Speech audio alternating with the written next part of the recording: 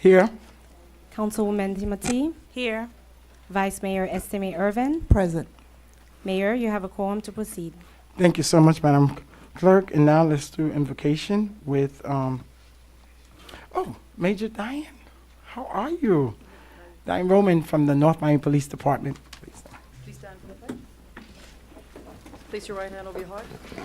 Pledge allegiance to the flag of the United States of America and to the republic for which it stands, one nation under God, indivisible, with liberty and justice for all. Thank you. And we also going to have an invocation by Nathaniel Satin from the Bethlehem Evangelical Convention Church. Let us pray. Almighty God, we give you thanks and praise for your goodness and your mercy. Thank you for this new year. Thank you, O God, for this wonderful city of residents and citizens of this wonderful city. We pray, God, that you will bless tonight's meeting. Bless our mayor, bless our councilmen and women, bless our citizens and friends of this city. And we pray that you will guide this city continually with wisdom, knowledge, and understanding. In the name of Christ our Lord, we pray. Somebody say amen. Amen. Amen. Thank you so much. And also,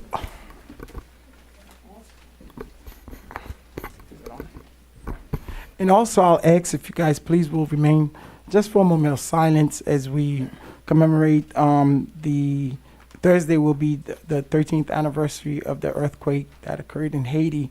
So if you please just stand for a moment of silence before we proceed. Thank you.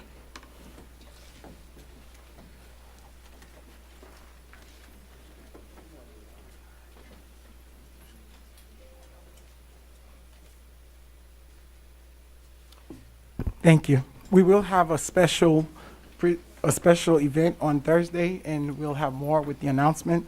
But Madam Manager, any addition to the agenda? No, Mayor. Okay. Mr. Attorney, are we good to go? Yes, Mayor, you may proceed. Thank you. Special presentation. Councilman.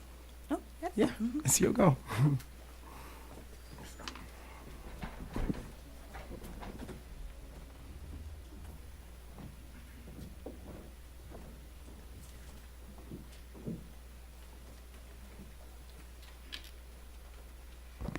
Good evening, Mayor and Council, and all of you beautiful guests that we have here this evening. I am Councilwoman Cassandra Timothy, and during the month of January, we celebrate National Mentoring Month. I had the opportunity to speak to these young ladies, the Yevs, if you guys are not familiar with them. They're here in the city of North Miami, and they meet at our public library. And in speaking to these young women, I charged them in the month of March to come up with a women history project that my office will be sponsoring, that they can celebrate, of course, themselves, other women in our community. But today we are going to honor a pillar, someone who is mentoring young women. And in honor of National Mentoring Month, it is my honor to honor Dr. Lourdes, the founder of Yevs. You guys can clap it up for her. Who has a passion to empower and inspire others to excel. Her personal story as a young Haitian immigrant exemplifies the many challenges she faced from rock bottom, overcoming hardship, but her determination and her courage to succeed while going through the process of survival propelled her to triumph. So today, it is my honor to proclaim today Yev Day in the city of North Miami.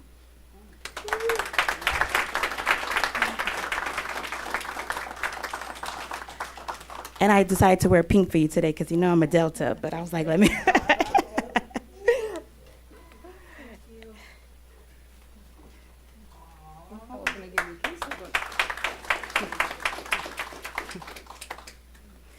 Ladies and gentlemen, good evening. Wow. Wow. On behalf of all the Yovis, past, present, I accept. Ladies and gentlemen, good evening. It is an honor for me to stand here on behalf of youth, underprivileged at-risk teenage girls in our city. When I came to the United States, it was very challenging for me. I remember my time with my mom, but I didn't have a mentor then. But my mom encouraged me to make sure I go to school. She told me that was my jet from the land of lack to the land of plenty. She was right. But I also was very blessed to have met two special women who worked with me, who took me by the hand, and because of them, I climbed. One of them yesterday was her last day on earth. That was Mrs. Lois Pierce. She was the first African-American woman to have ever served as a director for a major public safety. Mother, rest in peace. Ladies and gentlemen, how did I begin the UOV program? How I decided to mentor youth. I was very comfortable where I was working. But it was one day there was a woman who came look for a job. And I realized this woman did not come to look for a job. She was sent to get me. I was too comfortable. She came to look for a job to work as a cook. And I realized she had no clue. She came to corrections to work as a cook for corrections. You must have had great experience, and she did not.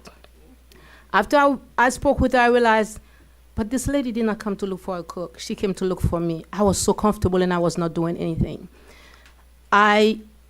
Because of my expertise in human resources and employee development, so I realized I could help a lot of women. She came to look for a job. She did not have a resume. She did not know how to interview. And I realized, oh my God, what am I doing with my expertise sitting here? I was very comfortable. So after the lady left, I said, but what am I going to do? How am I going to help somebody? I began to work with women in 2013. After 3 years, 2006, after 3 years, I thought I was done. I was done, and the woman that knew I loved to read, they gave me a book by the name of The Love Revolution.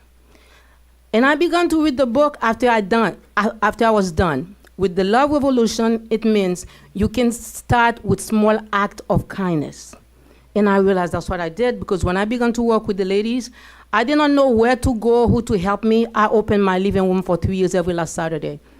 And after I said I was done, I had a dream. I did not think I could work with the youth based on what I saw on TV. And for me, I think that was the best thing God could have ever given me, working with the youth. Many of the youth from single parents, with no mom, with no dad, getting in trouble. But once a youth come to the UOV, every trouble gone down. Last year, there's a principal that called me and told me, I need your help. I said, sir, I cannot come to you because we don't have the funding. He said, I'm going to help you. I need your help. If we don't help those girls, we're going to lose them. Ladies and gentlemen, the first time I saw those kids and I spoke with them, and one told me, Miss, God sent you here for me. I said, really? Because she was the ringleader and she was given a lot of trouble. She lived with her dad was tired. After, she said, Miss, God sent you here for me. And I said, let me take a picture before I leave. And I realized she was the ringleader. She took the name of the program, UOV. I am UOV. I'm smart, I'm beautiful, I'm confident. She turned it into a cheer. And I was so happy to see that. So I realized the UOV program is impacting lives in this community. To see the kids from the Fs to the As, they know I care. At the UOV program, they know this is a sisterhood. We're not a bullywood, we're a sisterhood. We're gonna love each other, we're gonna hug each other. I don't scream, I don't yell, because I'm not expecting nobody to scream and to yell. I make sure they receive medals for everything they do. For the grades, they receive medal. For being a sister, they receive medal. Everything they do. And the kids, ladies and gentlemen, at the beginning, I did not know how I was going to begin. But this evening, I would like to say thank you to everyone here. To the mayor, Dr. Desilme, I want to say thank you. I thank you. To our beloved Councilwoman Cassandra Timothy, I want to say thank you for coming, for talking to the kids. I thank you, Vice Mayor, for inviting us to volunteer at your event. We had such a great time, and we will continue to volunteer in the community. My favorite mayor, my favorite councilman right here, my favorite councilman right there. So I would like to say thank you so much for your support. Without the support of the city, I don't know if we could have reached so far. I would like to say thank you for honoring us. But again, the Yovi family, I'm asking you to pray for us. I'm saying something here that's the reason you don't see no Yovi with me, we are grieving. On January 1st at 4:30 in the morning, one Yovi tragically killed in a bad car accident. Pray for us. Pray for us. She has no mom here, no dad here. And I'm the one standing with the two little brother they have. Thank you so much. Thank you.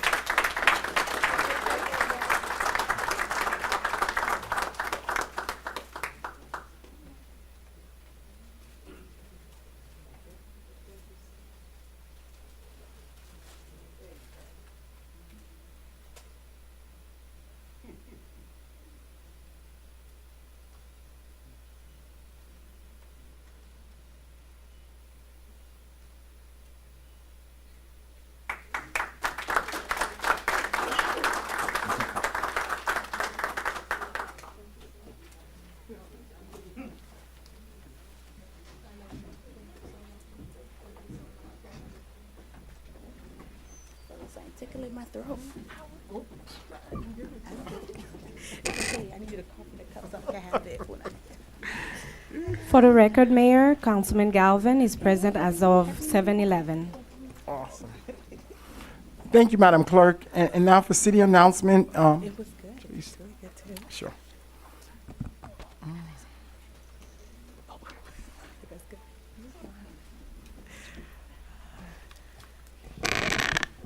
Packed house tonight. Good tonight. Okay.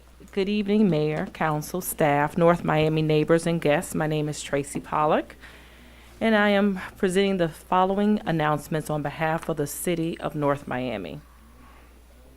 Thursday, January 2nd, 12th, marks the 13 years since Haiti was devastated by a devastating earthquake. More than 250,000 lives were lost. Mayor Alex Desume, in collaboration with St. Law Haitian Neighborhood Center, will host a community gathering to remember the lives affected by the devastating earthquake in Haiti in 2010.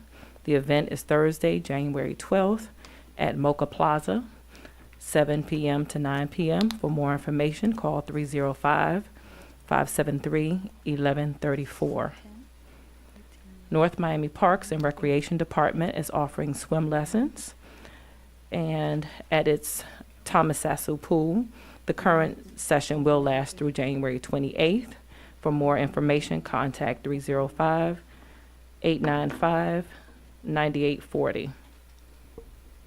The first adult art workshop is Saturday, January 14th from 1 to 3 p.m. Mocha Makers will focus on mixed media portrait collage inspired by the work of Didier Williams. Afterwards, patrons can tour his current exhibit on view at Mocha. African Art, in collaboration with North Miami CRA, will present the Gaze Africana, an art exhibit on African experience during Black History Month. The opening event is Sunday, January 15th, in honor of the legacy of Dr. Martin Luther King Jr. at Scott Galvin Community Center from 5 to 9 p.m. Join the City of North Miami at the induction ceremony for North Miami Mayor Alex Desume and the new District 4 councilperson on Tuesday, January 17th at North Miami Senior High School auditorium at 6 p.m. Immediately following the ceremony is the People's Celebration Reception at Joe Celestine Community Center at 8 p.m. For more information, visit celebratemayordesumé.com. This month, Conversations at Mocha is Wednesday, January 18th at 7 p.m. The discussion is on the meaning of Haiti throughout history in the African diaspora and the world. The discussion is moderated by Dr. Erica James in conversation with Nadege Green and Melvin Butler. Councilwoman Cassandra Timothy will host a free home buying event on Saturday, January 21st from 10 to 3 p.m. at the North Miami Public Library. The event is in collaboration with the mortgage firm and will include North Miami Housing and Social Services Department. The City of North Miami is working to reimagine downtown to develop a vibrant, active, and walkable city center for residents, businesses, and visitors. Complete the survey at survey.downtownnomiconnects.com. Don't miss North Miami's biggest event to happen in the city. The NOMI Music Festival will take place on Saturday, February 25th at Cagney Park. For more information or sponsorship information, visit nomifest.com. The City of North Miami is closed on Monday, January 16th, in observance of Dr. Martin Luther King Jr. Day. To stay up to date with NOMI news and events, log on to North Miami website at northmiamifl.gov. Click on Connect with NOMI on the homepage to sign up for the city's newsletters. Also follow us on Facebook, Instagram, and Twitter at NOMI News. This concludes the announcements. Thank you, and have a happy holiday. Thank you so much, Ms. Froelich. Consent agenda? Mayor, we have a board appointment? Yes, in the investigative board, CIB. Yes. Motion to approve Kevin Seifert. You need to read it first. We got to read fast. Yeah, I know. We got a long A resolution of the mayor and city council of the city of North Miami, Florida, reappointing Jared Kevin Seifried to the Citizens Investigative Board in accordance with Chapter 2, Article 3, Division 12, Section 2-261 of the City of North Miami Code of Ordinances, providing for an effective date and all other purposes. The reappointment is made by Mayor Desulme. Do I have a motion? So move. Second. Good. We got a long night. I have a motion made by Mayor Desulme to reappoint Gerald Kevin Seifried to the Citizens Investigative Board. The motion was seconded by Councilman Galvin. All in favor? Aye. Any opposed? Motion carries with a 4-0 vote. Thank you. Consent agenda? Unless a member of the city council wishes to remove a specific item from this portion of the agenda, tabs A through F constitute the consent agenda. These resolutions and items are self-explanatory and are not expected to require additional reviews or discussion. These items will be recorded as individually numbered resolutions adopted unanimously by the following motion: that the consent agenda comprised of tab A through F be adopted. So move. Second. I have a motion made by Mayor Desulme to approve the consent agenda. The motion was seconded by Councilman Galvin. All in favor? Aye. Any opposed? Motion carries with a 4-0 vote. Thank you, Madam Clerk. Tab G, read the tab, and then we'll go to the attorney. Tab G, a proposed resolution of the Mayor and City Council of the City of North Miami, Florida, declaring a vacancy in the office of District 4 councilperson and providing for an appointment by the remaining members of the City Council to fill the vacancy, in accordance with Section 15 of the City Charter, providing for an effective date and all other purposes. Tab G. Good evening, Mayor, Council.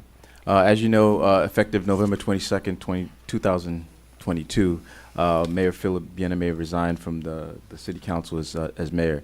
On December 13th, the City Council, by unanimous consent, voted Vice Mayor Desulme as the mayor.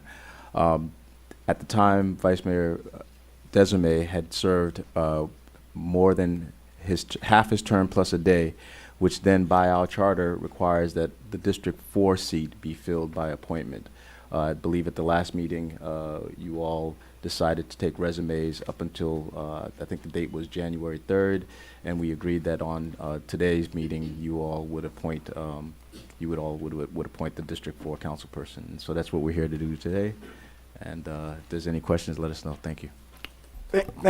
Thank you, Mr. Attorney. I haven't thought about the process. I said I wanted to wait and hear from my colleague in terms of what we will do today. If we would we know we have public hearing, but in terms of the applicants, we know there's 10 applicants that we received. All of them are very, very well qualified for the position, and as someone who've held the position for the past 8 years. I'm just glad we have that many talent and interest in our city, and we do have a lot of great, wonderful residents and citizens in our city who have stepped up the call in terms of calling. This is a lonely job. I tell everyone this. I don't know why 10 people would want to do this. Lord knows. But hey, welcome. I really, really appreciate it. So I just wanted to hear from my colleagues in terms of, the process. I've reviewed and I've known almost every applicants that were that submitted theirs, and I've worked with some since I've been 16, some of them, so they know me for more than half of my life. And I know them, and I think every single one of them would do a fine jobs in terms of doing the job, what requires to be a council person for the great city of North Miami. So, I know there's some folks who, there were some interviews that I read on Twitter. I don't know what else other council members did, but I was under the weather with COVID and successfully recovered, so we could make it. So I did not get a chance. I didn't really interview anyone because I know everyone in terms of the folks for the district. I had individual conversations with several folks from the community. So I'm really open the process in terms of suggestion from the council, the rest of the board, in terms of, do we allow 2 minutes, which would, that's 20 minutes. I don't think 1 minute, just to say if that's okay, or if not, I don't think, there might be some people, you're not in, by any means, you are not required to come in, because we did not set that forth in the process. That would be one of the requirements. So it's just a gesture. If my colleague do allow that, we could do that. If not, we could go straight to public hearing, and then we do our deliberation, and then we move on, because we do have a lengthy meeting with the comp plan tonight. But Mr. Attorney, before I ask my colleague this question, after the appointment, does the person immediately get sworn in by the clerk, or how does that work, or do they get the next meeting? Right. So that's up to you all. Okay. Normally, when there's an election, the code or the charter specifies when the swearing in has to take place. However, because this is an appointment, We already have a swearing in. you could theoretically swear that person in tonight and have them take their seat tonight, or you can wait for the swearing in next week. I think that might be Tuesday. best, since we're already up here, right? By next week, and then we'll, if that's okay. Right, so I definitely recommend that we wait for them to be sworn in so that they can be briefed and have some idea before they come on the dais Okay. and make decisions. Yes, well, definitely, is that a good councilwoman? Thank you, Mr. Mayor. I too had the opportunity to interview and meet with all of the candidates that submitted their application. I'm not opposed to allowing each to speak for 2 minutes, if that's the will of the council, just so that after public comment, we can hear from the residents. But if I would want to know if the candidates are here tonight. I hope they are. Yeah.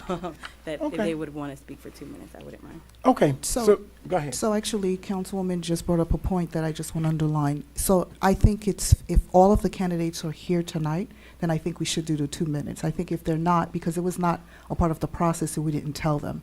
Well, So I don't want somebody to be disadvantaged. but if you're being appointed to a position, I would hope Yeah. you show up. That, at least, everybody would know that they have to Yeah. be here.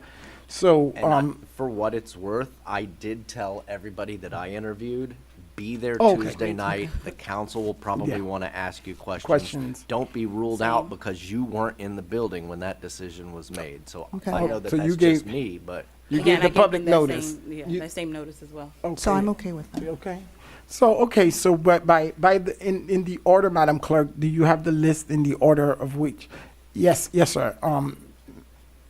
Somebody's coming in. Come on up. Somebody's coming. Oh, you need to see me? Oh, there's overflow. Nice. Yes, sir. So I think there are some folks in. Yes. Go ahead, Madam Manager.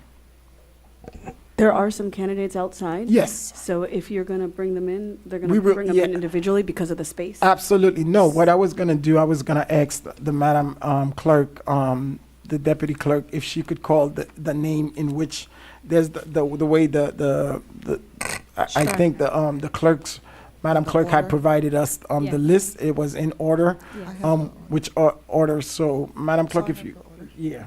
We have Okay. Beverly Hilton, Okay, Ms. Hilton is, so just give the orders, all of the names, and then we could, okay, we have it. Go ahead, Madam Vice Mayor, I think you could, Gertie, Yes. you have it, or? Yes, I Okay, do. go ahead. Beverly Hilton, Mhm. Nasif Charles, Charles Charlie, you gotta go. Do you have all of them, or is the resume? yes, You I wanna have all read of them. Danielle Calix, Okay, Lashonda West, Marlene Monestim,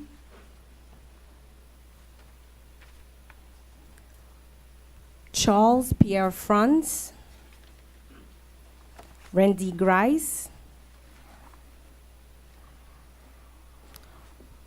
Rosalind Phillip, and Juancito Franciers. You're missing one, Am I missing one? Emanuela. Oh, yes, Emanuela Florimo.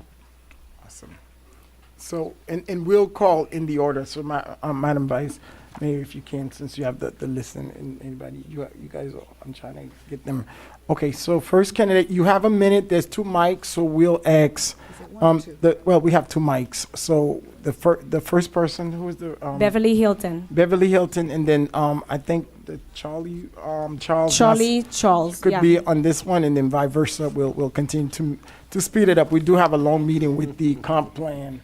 So is it 2 meetings? 2 minutes, I think we agreed, is it 2? Is that okay, or 1? 2? Oh, no, definitely two. I was Okay. gonna say three, but we Oh, can do two. Jesus. God. I Okay, know, I know, We I could know, do I know. 3 now. No, We no, were no, trying to, that's fine, It's 2 okay. minutes. You don't have to use it, but if you need a little bit extra time, anybody out there will understand that, but maximum, 3 minutes, definitely that. So, you have 2 minutes, yes, start. Good evening, everyone. My name is Beverly Hilton. I wasn't prepared to speak this afternoon, but I would like to introduce myself. Oh, we sorry about that. Thank you, That Ms. was Hilton. quick. That was quick, go ahead. That was quick. For the quick 2 minutes. Go ahead, you could go.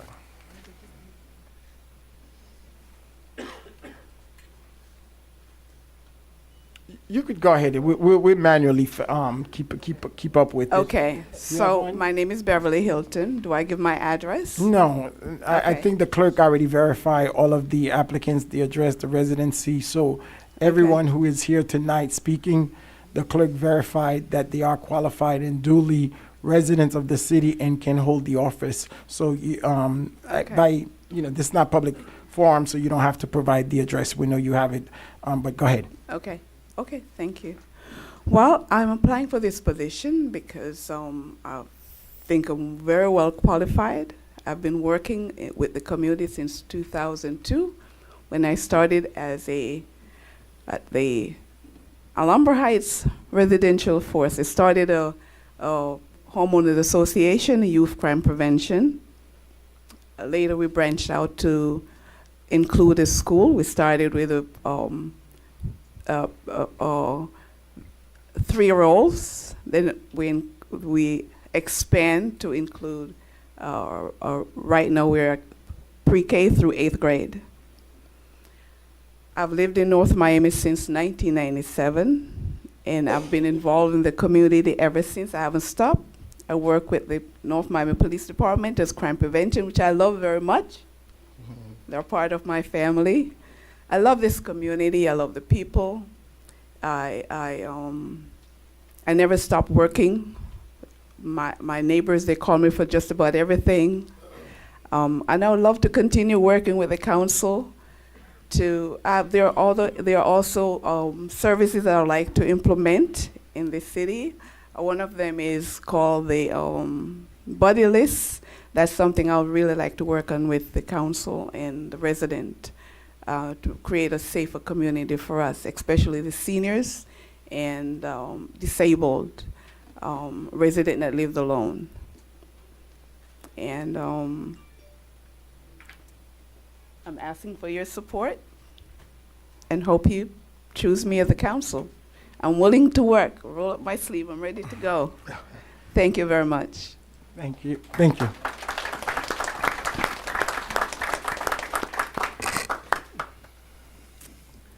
Good evening, Mayor and Council. My name is Nasif Charles, and I have been a resident in the city of North Miami since 1992, 10 years and 3 months. And I'm here because I love the city of North Miami so much. My kids raised in the city of North Miami, from Alapata to North Miami.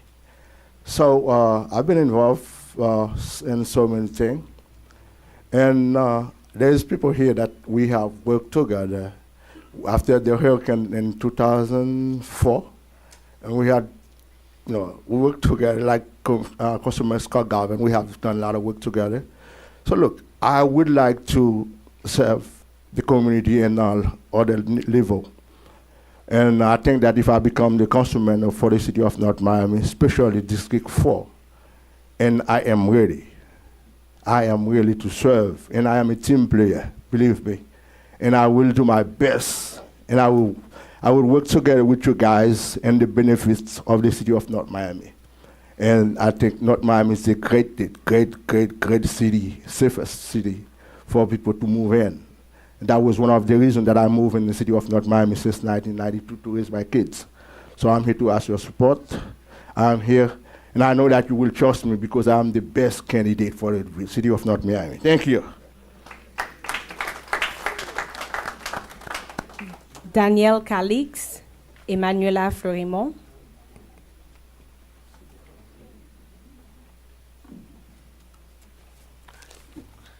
Thank you very much. I think I'm the best qualified candidate for the position, and I am going to tell you why. After living here for 25 years in the great city of North Miami, now it is an honor for me to be able to apply for the appointed councilman in District 4 to continue the city and its constituent in another level. In 2002, I saw a need in the community for home care services for the elderly. I opened a Florida state legislator in the city of North Miami subsidized home health care agency to provide health care at the seniors' home. In 2003, when the need arose to have an adult daycare, I worked for a year with the city to incorporate a code for adult daycare into a code of ordinance. In 2007, the home care agency and myself received accolade of appreciation from community service by Mayor Kevin Burns. In 2015, I had the opportunity to work as councilman, now Mr. Mayor, Dr. Alex Desulme, constituent aide in District 4. Now I'm your appointed mayor. Almost immediately, Dr. Desulme saw the need to help the seniors in many ways possible. He spearheaded the senior services. Once again, I responded to the call to establish a structured programs including integrated array of advocacy, health, nutrition, social services, sport, leisure, and cognitive activities. In 2007, I received the Community Leaders Award from the Florida State, from Florida Senate. Again, on October 2019, October 25, Dr. Desulme yet initiated another project, this time the Nomi Food Pantry, the first government-sponsored food pantry housed within a municipality. Real quick. Okay, real quick. I like to, beside the key issues, I like to, I have a few, not a few, but implementation and innovation I like to see in District 4. Installing community bulletin board across the 7th Avenue and 125th Street for resident. When there is a meeting, special events, free announcement for new businesses, we can give them free advertisement, and they can stay in the city. And because most of the businesses, they don't have money to do advertisement, we can do that, and then we can use it for meetings. Thank you. Thank you. Thank you so much, Mr. Khalid. And Yes, the go ahead. shots party, I like to talk to combat crime, but I guess I'll say it another time. Amen. Thank you so much. Ms. Foreman, you got 2 minutes? Yes.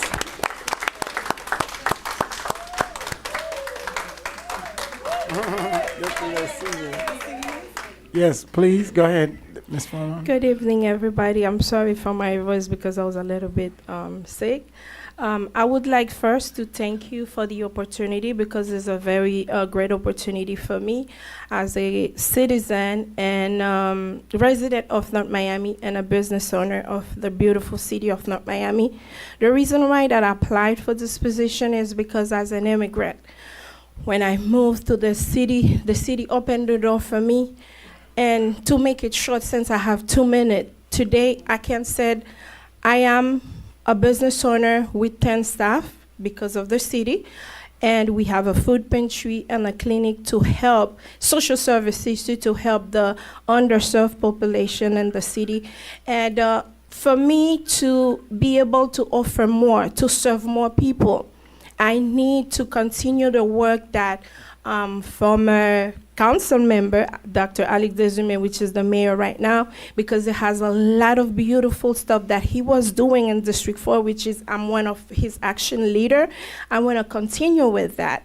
So to continue with the same process or increase or implement more social services in the beautiful city of District 4 where I live, who give me the opportunity to be where I'm at today, I need to put my name and work. And also, like I have to say, everybody that put their name, I have to congratulate you because I think whatever the outcome is tonight, we have to work together because the city is one. Thank you so much.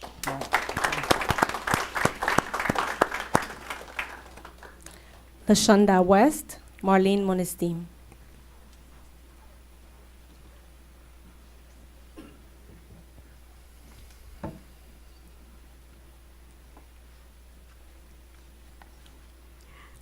Good evening. My name is Lashonda West, and I'm a 21-year teacher from Miami-Dade County Public Schools. I resided in North Miami for the last 7 years. COVID-19 changed the way our community look. We need to figure out a way to reopen our gates to the community. I live right next to the park and Sasu Pool, and I know that activities are happening, but we want to continue to push forward to normal routines. One of my passions are safety. I commend the City of North Miami Police. They do an amazing job, but they can't be everywhere all the time. Once in a while, I call in because we have people come into our neighborhoods. They do Circle Aids. We even had an incident that I thank the City of North Miami. They responded quickly. Our house was crashed into because of the nonsense. So if you vote me to the council, I will not only contribute to public safety, I support women's rights, and I'm a parent and a wife of residents in North Miami, and I'm very passionate about our community, so thank you for this time. Thank you. Good evening, Mayor and Council. I wanted to just let you know, I'll be brief. I don't need 2 minutes, because I know you guys are sensitive with the timing, and I did provide my resume. Hopefully that showed you that I am a qualified resident, and I'm committed to doing the work. Very quickly, I just wanted to share that I recognize the importance of public policy and decision-making. It's the reasons why I've decided to take the career path that I have. Even working for the city for 5.5 years as the assistant to the director, planning technician, economic development support. It's pretty much my life. North Miami is my life. I'm happy to have gained all of the experience that I have here, especially becoming a certified floodplain manager. And I want the opportunity to be able to serve and pour all of that information and skill back into my city in this role. Some of my priorities are for District 4, is infrastructure improvements to address flooding and street enhancements. That's definitely a reflection of the education that I have obtained. I've been blessed by leaders who saw it in me to challenge me while I was here.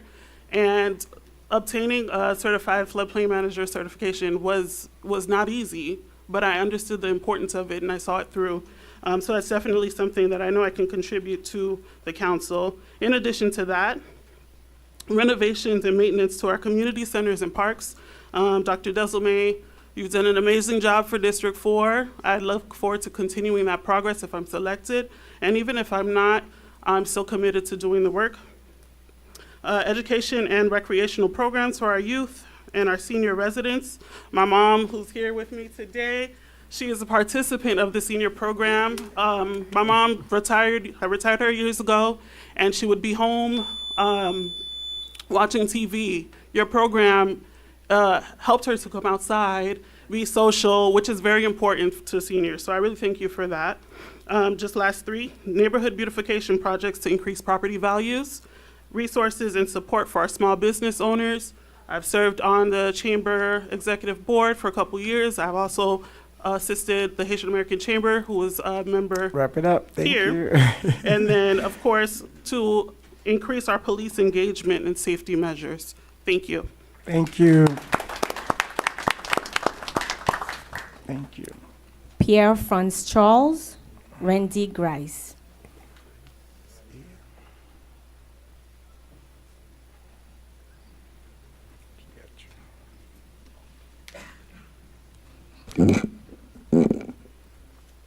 Good evening, Honorable Mayor and Council, Madam City Manager, Madam City Clerk, Mr. City Attorney, family and friends, ladies and gentlemen.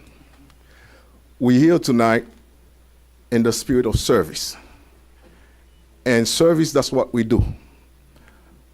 As an educator at one of our public high school, not too far from here, Miami Central Senior High, for the past 14 years, I've seen service, and I love it. Servicing the children, I know it's different from servicing our residents, but I have confidence in our great leaders in here. Our mayor, who is so passionate about District 4. Our vice mayor, Councilman Galvin, whose life all started down at the west side, District 4. You may not know about that. Yeah. Councilwoman Timothy, who's been helping me a lot and educating me. One thing I will tell you, service is a calling, and I'm here to serve. I have the passion, I have the will, and the integrity to work with you.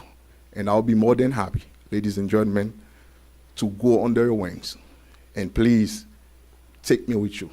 Take my hand, and let's move together, and let's move the great city of North Miami forward. Thank you very much.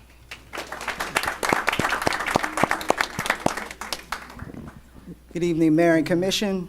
Randy Grice. Good evening to the residents of District 4 and across North Miami. During this period of transition, District 4 needs a voice of innovation and activation. During my years of service in municipal government, I have gained an intimate knowledge and understanding of what it takes to run a government. Having worked with residents, I understand the expectations we have on our city leaders. Being a leader is not easy. It's an awesome task to know that thousands of residents depend on your leadership and your guidance. Tonight, I'd like to be considered for the vacancy in District 4. I have a vision for the district that allows for the creation of policy to push our district forward. Our citizens deserve to have a closer understanding of what we do as leaders and how we can work together to solve ongoing issues in our community. I believe I have the capacity to take on this task and advocate on behalf of my community while also working in tandem with you all as my colleagues to address the issues that impact all of our residents. Thank you for your consideration, and I humbly request your support. Thank you.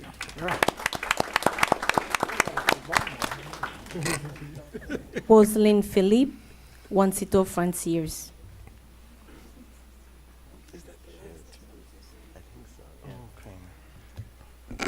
Good evening, everyone. My name is Rosalind Philippe. I'm not new to anyone. Well, most everyone here knows me, and it's wonderful that in the group of 10, I can only say that the past two gentlemen are the only one that I really don't know. Everyone on the council here known me from day one. Today is 29 years, 2 months, and 10 days since I've been a homeowner and a resident of this wonderful city. I can remember, Mayor Desulme could tell you, and Councilman Galvin, how far back. As a matter of fact, I would say that my involvement with the city began with Councilman Galvin recruiting me to work on Congresswoman, God rest her soul, Carrie Meeks' campaign. I think everyone thought that I've been a city employee. Even the officer tonight almost didn't search my purse because he thought that I was a staff member. That's how ingrained and entrenched I am in this city. Even with my past responsibilities, working with Miami-Dade County Community Action Agency Head Start, or running the VPK program for Miami-Dade County Early Learning Coalition, or even teaching at Miami-Dade College, I remain connected by serving the city of North Miami. I am down to one board.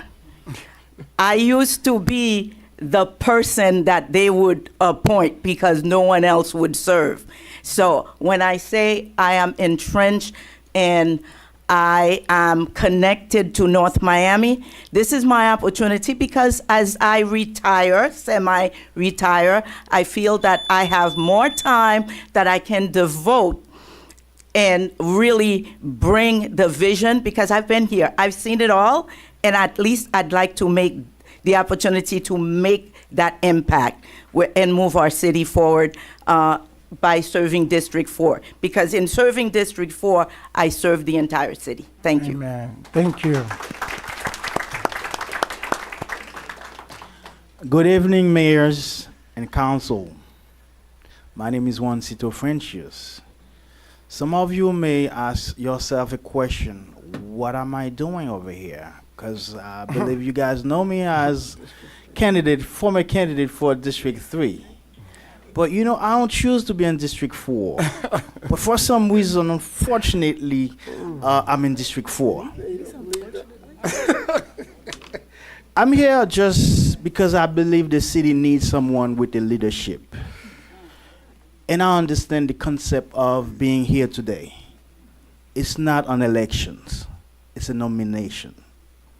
The people invest their power in you, and you want to invest it on me to be able to help you make the city move forward.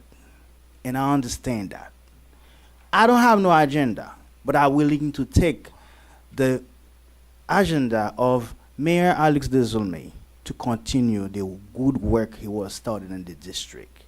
I'm not gonna disappoint you. I wanna take your vision and bring it to the people.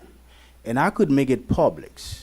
If you appointed me, I don't plan to run for office. I just realized that the city needs someone to help it move forward.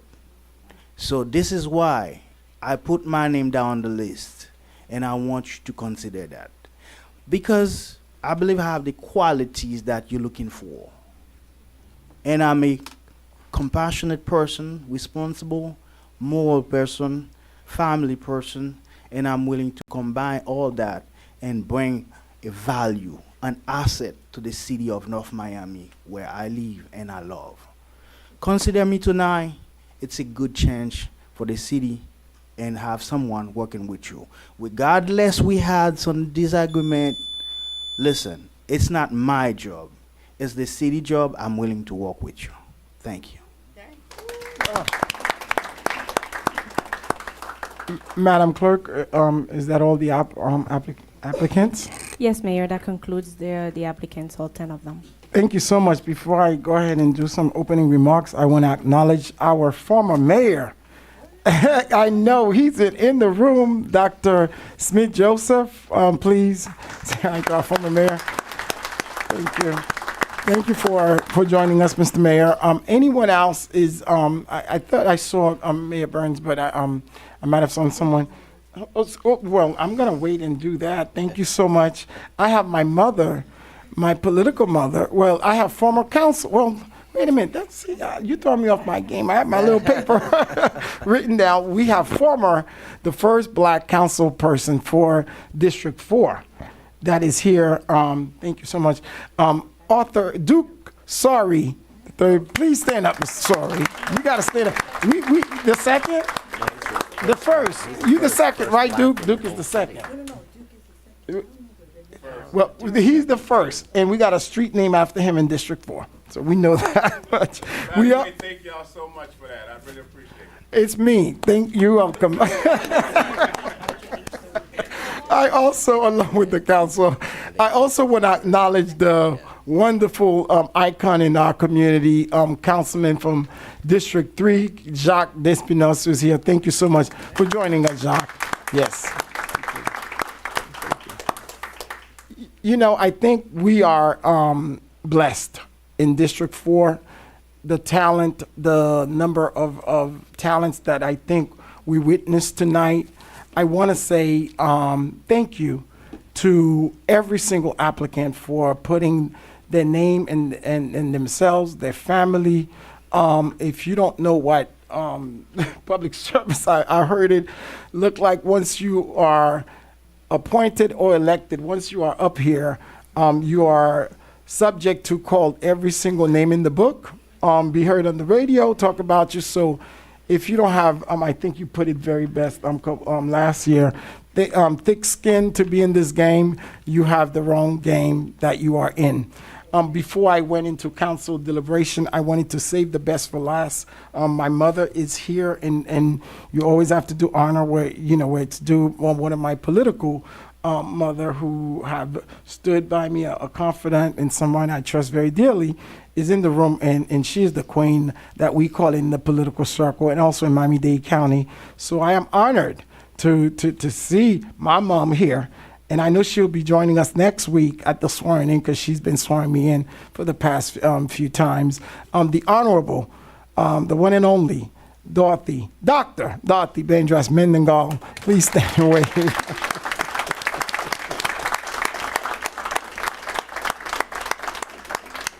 And I did not know she was coming, so thank you so much, Councilwoman.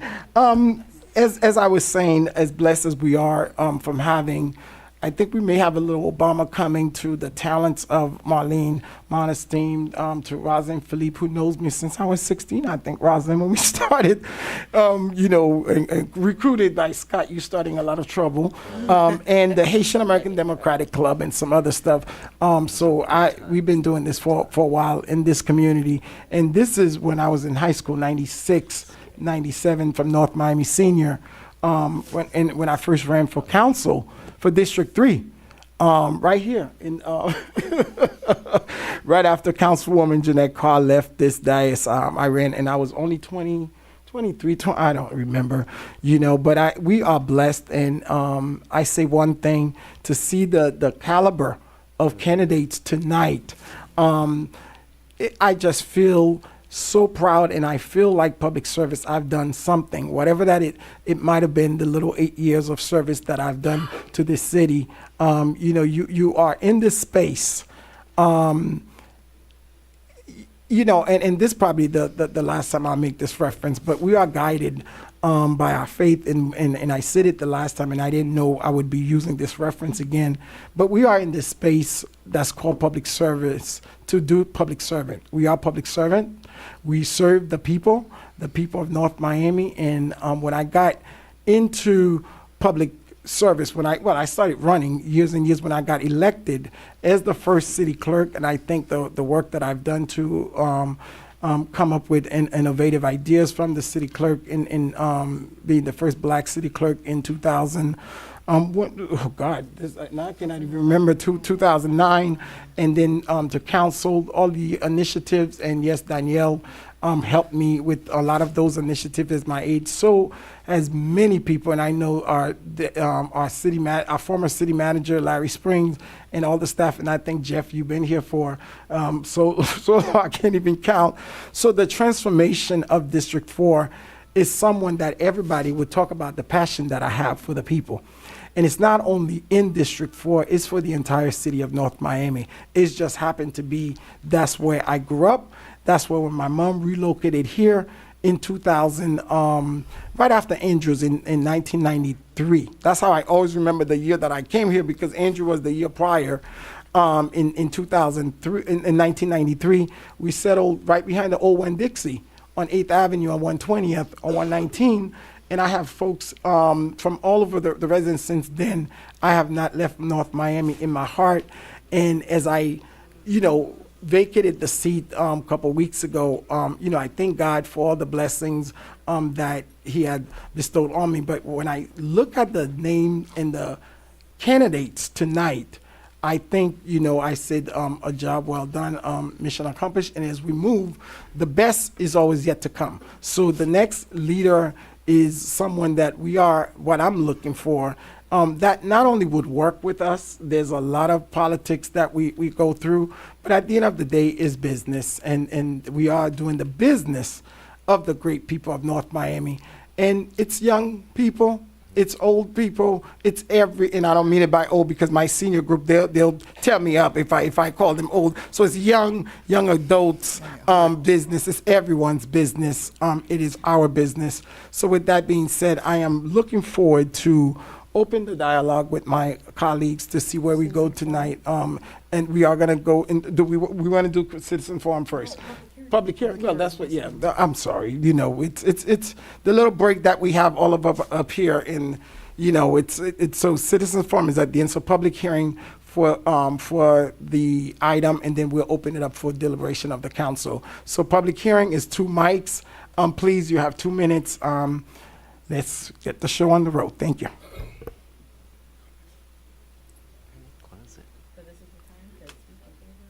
Yes. This is the time where you could come up, anybody, if you want to speak in favor or in support of any of the candidates. You have 2 minutes to do it.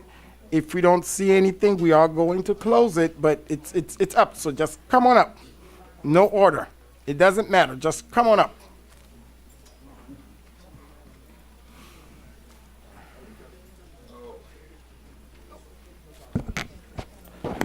So good evening, everyone, and Happy New Year. Hi, I'm here on behalf of Beverly Hilton. I've been in this community about 4 years, since 2018. And I first met her when she came out as the crime coordinator. I was having trouble with some people. My family was having trouble with some people across the street. She came out. She showed a lot of concern. And she fought tooth and nail with me to get rid of these people who cross the street, constant troublemakers. And I've seen her dedication to this community. I've seen her involvement with taking the kids out to fishing and working diligently with the City of North Miami Police Department, Chief Tarriga. So I'm here asking you to please appoint Beverly Hilton to this position. Can you please list your name and address? State your name and address. 65 Northwest 122nd Street, North Miami, of course. And so I'm here on her behalf, and I think she would be there for us, citizens of this community, and she would be dedicated. And she has shown a human side. A lot of people come up here, and as politicians, but that's what I love about her. All right, thank you. Good evening. My name is Susie Stephen. I'm here to support Roslyn Phillip. Your address, please? I'm a homeowner on 12605 Northeast First Avenue. and I'm here to support Roslyn Phillip. In fact, I'm the one who saw Roslyn in her house in North Miami. So you see how many years she's been there. And ever since she's been living in North Miami, she's always involved on every activities. We groom Mayor Desulme, as you said before. So I think if the city appoint Roslyn, they'll make a very good choice because she's capable and she's been doing it, and she's always involved. She's a member of almost every board in the city of North Miami. So please, I will appreciate it, and I think that would be a great choice to choose Roslyn Phillip. Joy Levy, an educator in the city of North Miami, 745 Northeast 138th Street. I'm here to support Beverly Hilton. I actually work for her at this time as a teacher at the Challenger School. She's doing a fantastic job in the city, not only running the school, but I've known her for over 20 years as a very involved person in the community. She's been doing some wonderful things, and I know what I consider the go-to person. You want to get something solved, you have a problem, Beverly Hilton is the person. So I'm asking for you to consider her tonight as the candidate for District 4. Thank you. My name is Marjorie Dean. I'm president of the Ancient Spanish Monastery Foundation. I'm here in support of Marlene Monestein. Marlene Monestein is a woman of honor. It has been my honor to work with her. She completes what she sets out to do. She does what she says she will do. Competent, reliable, and intelligent, her contributions to the Ancient Spanish Monastery Foundation have been instrumental to our growth, presence in the community, and has been refreshing for me to see flourish as we continue to develop relationships. Marlene is truly a people person that people can rely on. I know she will be a great fit on City Council because she cares about the people in the community. I strongly recommend not letting this opportunity pass and taking advantage of Marlene Monestein at this moment. You will not be disappointed.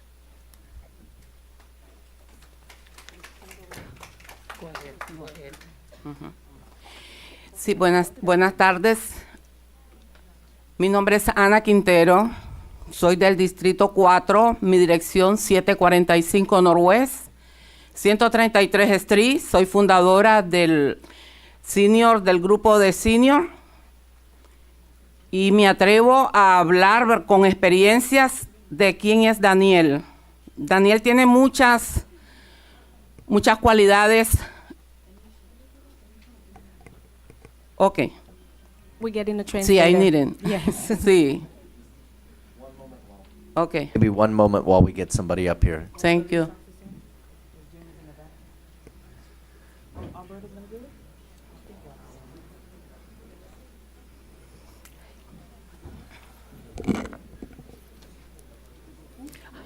Hola. Sí, mi nombre es Ana Quintero. Probably come to this microphone because we'll need that on the record too. Gracias. Her name is Ana Quintero. Y vivo en la 745 Northwest 133 Street. I live in 745 Northwest 133rd Street Distrito 4. in District 4. Y soy fundadora del grupo de Senior. She is a founding member or the founding member of the senior group in that district. Estoy aquí por una sola razón. Reconocer al ser humano que es Daniel. Daniel es un líder. I'm sorry. She said that the main reason that she's here is to recognize the great human being that Daniel is. Un líder, pero no lo es porque él renuncia a ser líder para entregarse completamente a su comunidad, a North Miami, a todos los que estamos, a los jóvenes, porque estamos jóvenes, a pesar que somos senior, somos jóvenes. She said that he's such a great leader because of his commitment to the senior members of the community, although they're young in heart, she says. Exactly. Es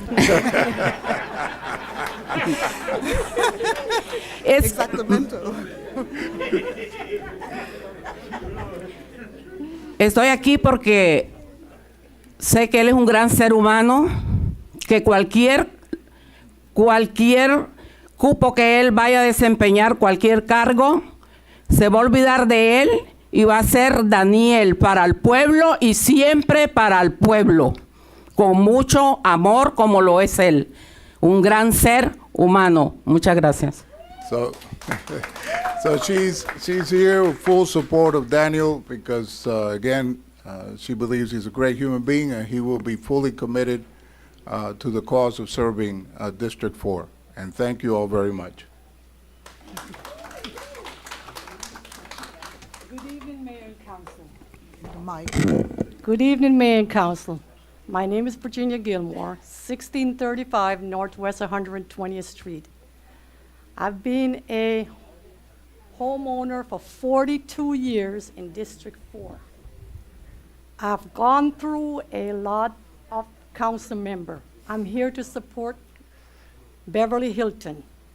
Beverly Hilton, whatever time of the day, whatever it is, she keep us informed with whatever going on in the city. Beverly is another mayor, our new mayor that we just lost, our new council member that we just lost. And I'm here to support her, and I'm asking you guys to please give her the opportunity because she will do a great job. She knows the city. You can call her anytime. I've never seen this lady upset. It doesn't matter what time you call her, and I'm here to support her. Scott Galvin was the one I used to call when I have a problem in District 4. All the years I've lived here. And now Alex came, and he was excellent. And Beverly is second to Alex. So I'm asking each and every one of you to be here tonight. Give her the opportunity. She will do a great job. Thank you.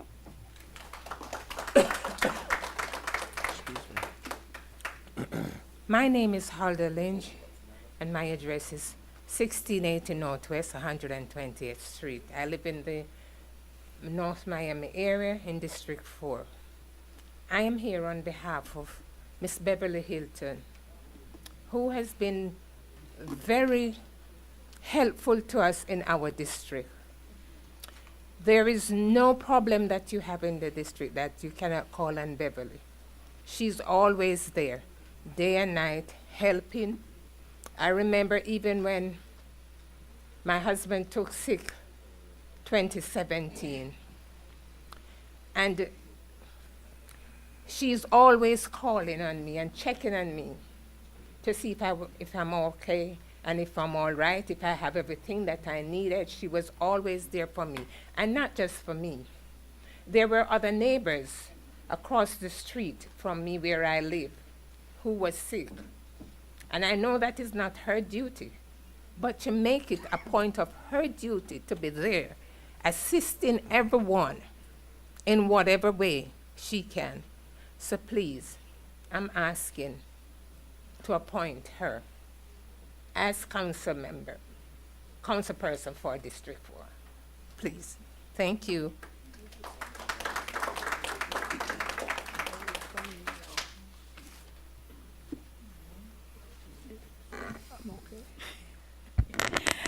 My name is Sylvia Forbes of 1435 Northwest 120th Street, North Miami, of District 4.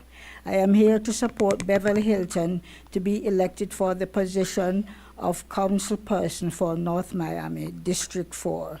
I am not good at public speaking, but I felt it is my duty to get involved in what's going on in my community. I have known Beverly for many, many years, working very hard in our community, filling in wherever her services were needed. She is very reliable and committed to whatever she does. I myself have reached out to her on a few occasions when a number of sewer covers were missing or broken from on my block, and she had it taken care of without delay. I am confident that given the opportunity of councilperson, she will be a great asset in that position. Beverly, I wish you God's favor. Be blessed and stay well. Thank you. Good evening, all. My name's Linda V. Harris. I'm sorry, I'm hoarse. My property address is 600 Three Islands Boulevard. As is most of us here, I'm not here to speak against anyone, but for someone. And that someone is Marlene Monestein. I have been a property owner and taxpayer in North Miami for over 20 years. I have worked with Marlene. I believe she knows the policy, procedures. She has the heart. She's a homeowner. She cares. She knows the people. She speaks the language. Marlene would be a huge asset to this wonderful council, and I'm here in full support of Miss Marlene Monestein. Thank you so much. Good evening and Happy New Year, everyone. My name is Don Patterson. My address is 300 Southwest 1st Avenue in Fort Lauderdale. Let me start by saying good things happen to good people. I'd like to believe that we're here tonight as witness to that idea. Marlene Monestein is a good person and worthy of the proposed leadership appointment. As staff for the City Department of Community Development, Marlene's performance was exemplary, having worked with her on many occasions. She was consistent in her performance and was a reliable resource for getting things done. Ms. Monestein is the perfect example of public servant on the rise, and it is no surprise to many of us here that she is here, with many of us speaking on her behalf, to be considered for this appointment. I can't help but to feel as though I'm preaching to the choir, as many of you have already worked with her, and will agree with me in sentiments that are being conveyed on her behalf as true gospel. And her appointment to the district would only further enhance what is already an assemblage of committed North Miami leadership. So the request is that the City Council act on the benefit of its good fortune by appointing Marlene Monestein. I knew I was going to make that mistake. I apologize. Marlene Monestein to represent District 4 for the City of North Miami. And as a quick note and message to Ms. Monestein, regardless of the outcome this evening, I'd like to ask that you continue maintaining your smile and outgoing commitment to public service. We need folks like you out here. Thank you for your time. Good evening, everyone. My name is Wilson Gerald, 595 Northwest 123rd Street.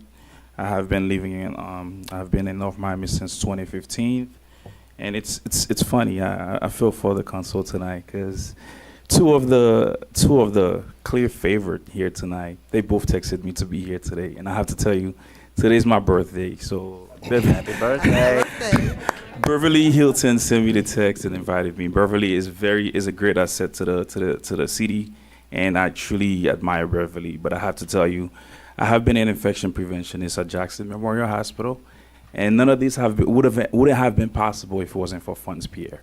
So just to tell you what I'm feeling for you guys tonight. So Funds Pierre has been a role model for me since I was a teenager. I'm a father of 3, and I want to tell you, I mean, for me to be here tonight speaking to you guys, this wouldn't have been possible if it wasn't for Funds. Like I said, he carried me through everything. I have a master in public health. Like I said, I'm at Jackson Memorial Hospital. As you all know, it's a major county hospital, and none of this would have been possible without Funds. And again, I know Beverly invited me, but again, as my mentor, I do thank for what Funds Pierre has been able to do for me. If I could be who I am today, I think if you guys do appoint Funds Pierre, the city will be in great hands. Thank you.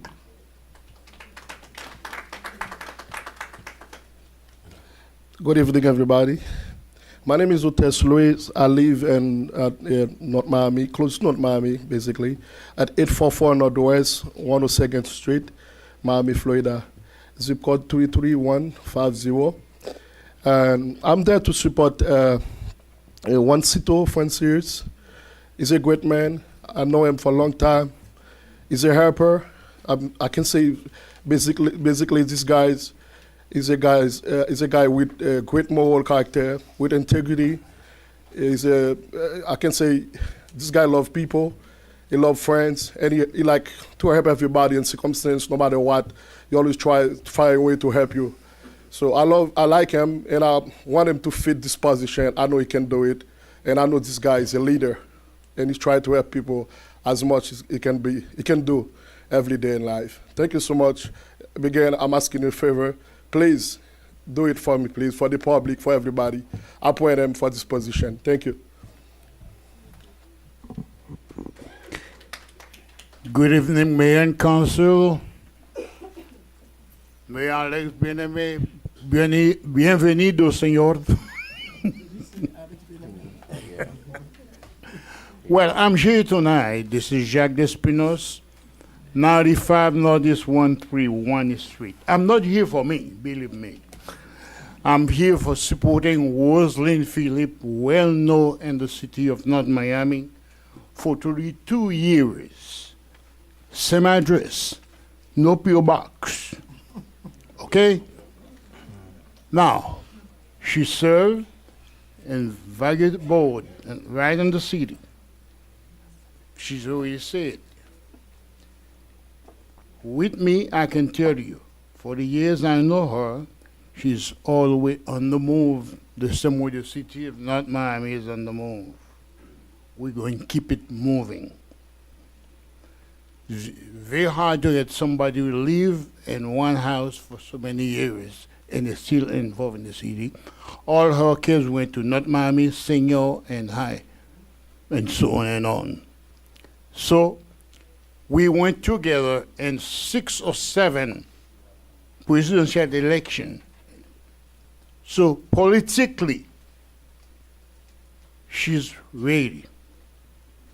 She's know a little bit, not too much, a little bit of what's going on outside and inside the city. She's not going to be in a job training.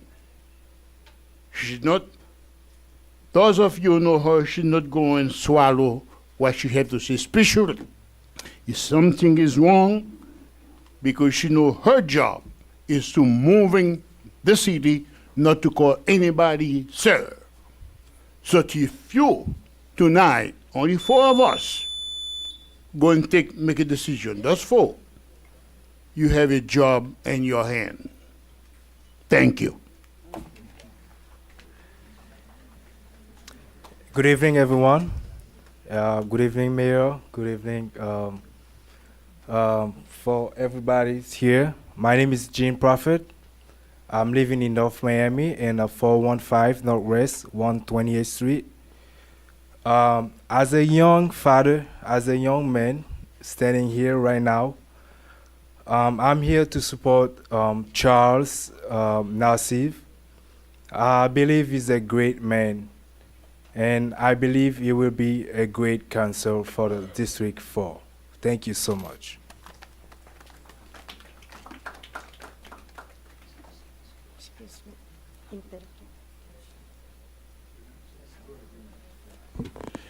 Good evening, everybody.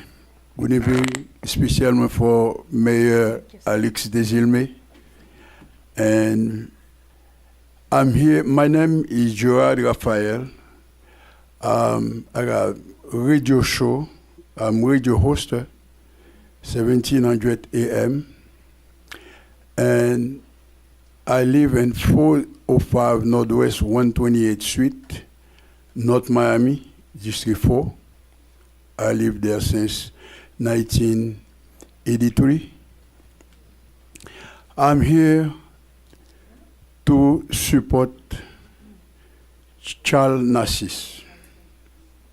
This guy, he knows very well the district, and I believe the resident in District 4 will be comfortable with him. And I believe you all guys sit there, you are the fair person.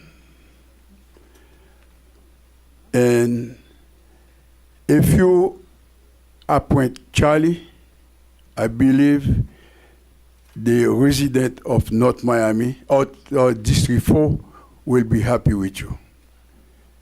Thank you. Do what you have to do. Do it fair. Thank you.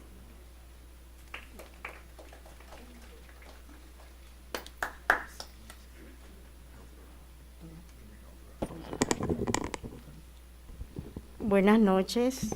Good evening. Me llamo Loida Guacón. My name is Loida Wacon. Vivo en la 1540 del Northwest y la 125. I live in 1540 Northwest 125th Street. Hace 30 años And I've lived there for 30 years con mi familia. with her family. Daniel, hace 2 años, sin conocerme, me ayudó a mí y a mi familia. She wants to let everybody know that about 2 years ago, Daniel helped her and her family Mi without fam- even knowing them. Mi esposo falleció y él, sin conocerme, me dio su mano, me ayudó junto con todo el personal que trabajan con ellos. Her husband had recently passed away, and so Daniel helped her and her family out, along with the team that he was working with at the time.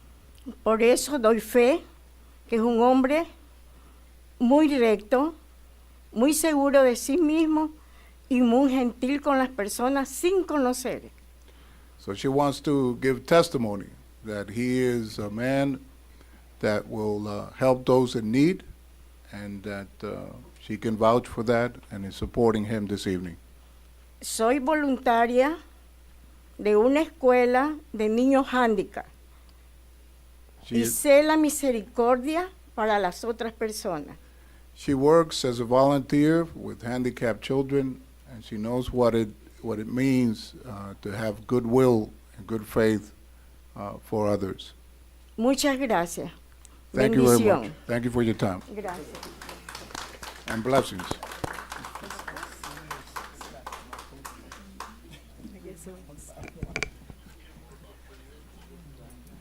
Hi, my name is Mary Brown, and I lived in District 4. I've been living at 580 Northwest 134th Street since 1988. And I'm here to support, thank you. I'm here to support Beverly Hilton. I think she'll be the best person for District 4. And she's a community person. She knows the community. She works well with the senior citizen. And you can call her and ask her questions, and she's there to answer it. And I think she will be the best candidate for District 4. She walks, sometimes you see her at night. She check on the senior citizen, and she does well for the residents of North Miami. And I'm here to support her. And the reason why I know she's a good candidate, because I retired from Miami Police Department for 30 years. I work community service, and you have to be out there with the people. You have to be out there to assist them, to give them the knowledge that they need.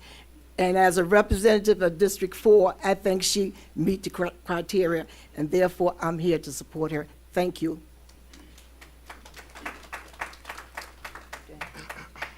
Good evening. My name is Lorna Lewis Pierre. I reside at A610 North Sherman Circle in Miramar, Florida 33025. I am here to speak on behalf of someone that I am so fond of. We're almost the same age, but I've always looked up to her. This is going back all the way to 7th grade civic class or civic honors class, where our teacher, Mr. Thomas, had always just challenged us to go ahead and serve our community, whether big or small. So it would be a disservice to me to sit here in the audience and not speak to the council and plead on her behalf, or just introduce her as being just this person that has always taken the charge to serve. And that's Marlene Monestein. I've had the opportunity to befriend her. I have had the opportunity of being a colleague. And then I've also had an opportunity of her being one of my mentors. Marlene did encourage me to start my service with the City of North Miami back in 2018, where she encouraged me to come and support the staff at the Community Planning and Development Department. I had known nothing about anything when it comes down to planning or zoning, but she saw the need within that department and knew that there was someone that could fill it, someone that can serve the city without complaint, someone that can serve the city without going outside of just, the ordinance and, just going by the seat of their pants. Marlene has always done things with integrity, always have served the people, even within the departments outside of just the department, outside of the city, integrating herself within the community, and it would be a disservice for this council not to have her on the dais. So I plead to you guys to just consider really appointing her tonight. Thank you. Mr. Mayor, just a quick question for the last speaker as she leaves. Hi, Lorna. The Mr. Thomas that you referenced, is that Yes. Mr. Thomas at Thomas Jefferson? That is correct. That was my yes, that seventh was grade my civics teacher, and yeah. he just really took charge to empower us to go out and serve our community, and that's what Marlene has been doing. He's a great guy. It's really something that we've been carrying for over 30 years now. So. My name is John Bennett. I live at 1070 Northwest 128th Street, living there over 38 years. Janet Carr be very proud of the mayor because Janet told me that he was going to be where he's at now. I'm here in support of Beverly Hilton.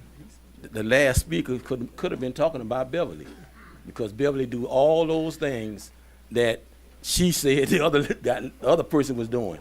I met Beverly doing what she does, and that is going through the community, working in the city, doing whatever she can any time of night or day. Beverly is a runner and a doer, and I know you know that, Scott. So I'm here pulling the level for her, and she's a good person, and I think that the city will be blessed to have her. Thank you. Good evening, everybody. Buenos tardes and buenas noches, permiso. How you say it in Creole? Bonsoir tout le monde. My name is Mr. Pierre Antoine. I came here to support Juanito Francis, and I would like to say that he's a good man, family supporter. He's more for the community and the mixed community, more Latin, Haitian, and he's always involved. He has been involved in my life for a very long time, and he has made an impact in my life. Also directed me to look for more creative ideas to put in the community, as in programs to instill so that the kids can learn better and progress more. So I would like you guys to support Juanito Francis. Please and thank you. Mr. Antoine, can you state your address for the record? Oh, my address is 820 Northeast 153rd Terrace, Miami, Florida 33162. Thank you. Good evening, everyone. My name is Linda Carter. I live at 1080 Northwest 128 Terrace, Miami, Florida. I am here to support Beverly. She's a great person. She cares for the people of District 4. I've been living in that area since 1990. And at that time, I didn't know anyone that lived up there. And Beverly will always come by. She keeps you updated on everything, and she tries to come by and see that you have any problems. So I'm here to support Beverly. Thank you. Good evening, everyone.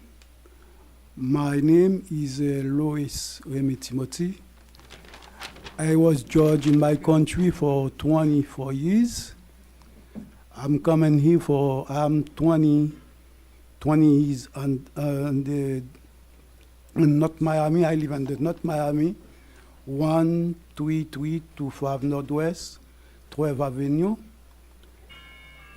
I'm in the District 4. I'm coming tonight to support Charles Nassif. He's the good man who deserves this job. Thank you so much. Good evening. Judy Brown, 1100 Northwest 128 Terrace. I was blown away to see the plethora of candidates who submitted resumes seeking to become councilperson for District 4. I knew that the vacancy, I didn't know, had any idea this vacancy would entice so many concerned residents to represent the people of District 4. My concern is the vetting process for the candidates and that the residents in District 4 will not have a voice. What are the criteria? Will it be service, education, work experience, group, meeting with the groups in District 4, volunteering? Will the council consider people who are outside the district that may speak for one of the candidates? Please take in consideration that if an election had been held, these people would not have been able to cast a vote for our council person. Also, will the selected person be an advocate for the residents and a person who will be loyal to the residents and vote for our people? But since the task has fallen upon you, I ask that before you make a selection to consider these questions, how many times has the individual attended a council meeting and advocated for the residents of District 4? Has this person volunteered with the former council person in District 4 to assist with the elderly in projects that will help the people of District 4? In other words, is this person seeking to better the quality of life for people in District 4? The person that the council will select will become the voice of the voiceless, and that our vote has been taken away. Therefore, it is my hope that the council really think about the residents of District 4 and select an individual who will really be an advocate for the residents, because as my council person left, knowing that we have a large number of seniors and struggling citizens in our district. Thank you.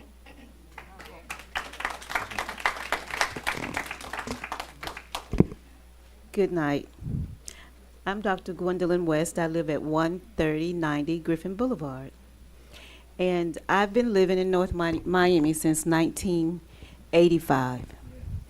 I came today to this meeting to support one of my colleagues. He met me and said, would you come and support me at this meeting? However, when the meeting started, I was up in Pompano. So I said, let me watch the council meeting so at least I can see who applied. And I stand here tonight, because as I was watching, I saw someone that applied for this job. And he don't even know me, but I know him. And I know that the chip does not fall too far from the block. I know this young man's father who died of sickle cell. I don't even know whether he got a chance to meet his father. I know his grandmother, which is now way in her 90s. I used to serve them as an insurance agent. His mother has served on the school board for over, I can say, maybe close to 40 years. This young man, you heard him, and he pricked my heart, and I am so sorry, Mr. Charles. I came here to support you.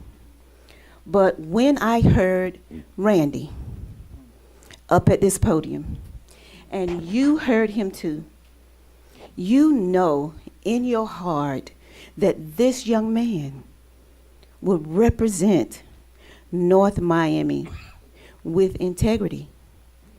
He's young enough to do the job. He's educated enough to do the job. He came from good stock. So when you consider tonight my councilperson, Mary, Mayor Desiree, Mr. Galvin, and Miss Timothy, I would like to ask you to give this district fire. And you will find that fire in Randy. And wherever Randy is in the room tonight, I know you don't know me, but I do know your family. And I wish you well, and please consider this young man for the job. Thank you.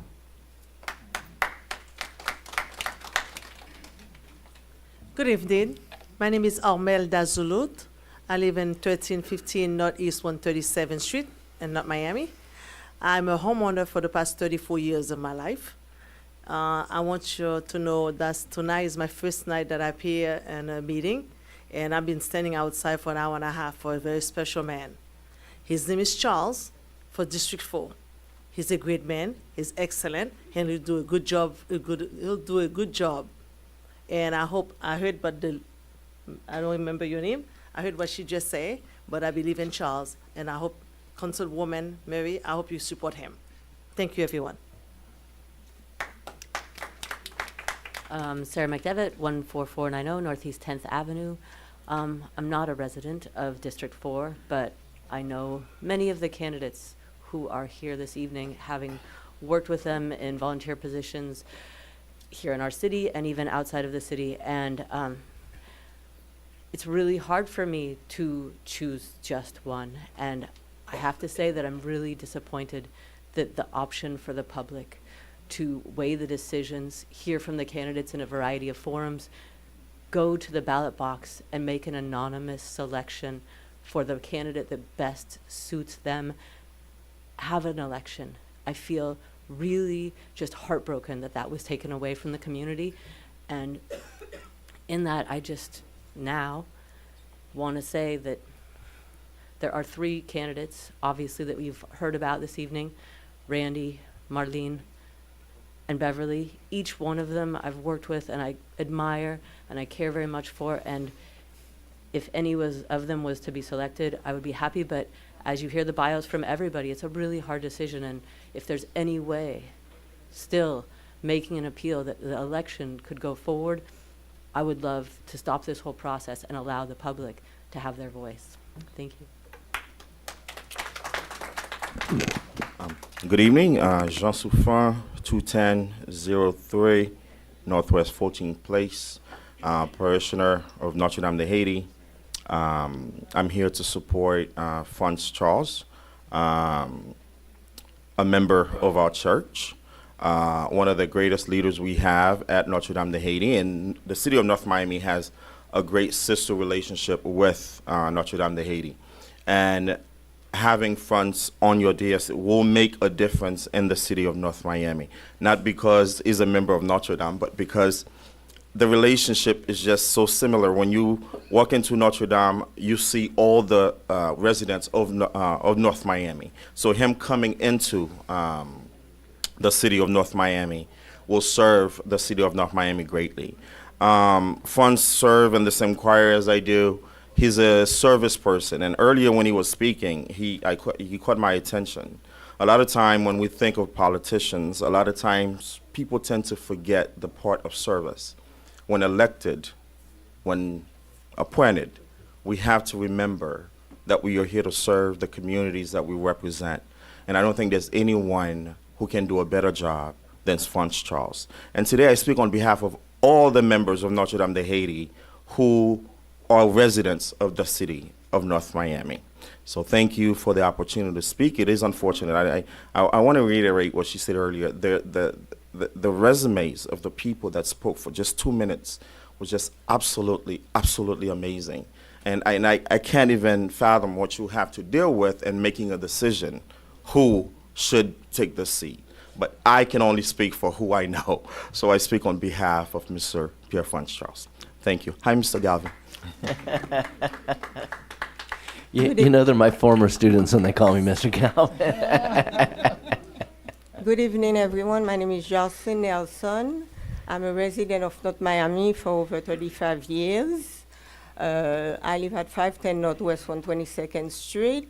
I have known Beverly for many years, and we walk the street. We cry together. We make a difference. So this evening, I'm here to support Beverly Hilton and also to wish her a happy birthday.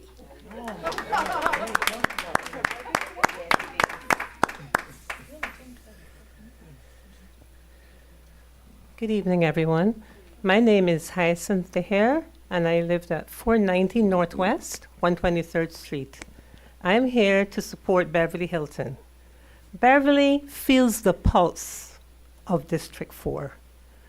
You can call Beverly at any time of the day, and she will get back to you within the shortest time span with action. The action may not be the result, but you will know the steps that she is planning to take to get there. It is so important that when one promises something, there's something called follow up. And this is something that we fail in very often. We communicate, but then that's all. There's never follow up, so you never know what's happening. Not with Beverly. We know that she's contacting A, she's contacting B, and we feel secure that she has our case in her hands. You know what? She cares. You can never go to her and feel that you are a nuisance. She always makes you feel that this is the first time you've come to her, even though you've gone about 14 times, about the pothole in the street, the sign that is down, and the this and the that. So I am here to propose that you elect her for District 4 so that that pulse can be presented to you and you can get that pulse within each one of you for your respective districts when you go back there. Thank you. Good evening. My name is Duke Sorey, former councilman in the city of North Miami.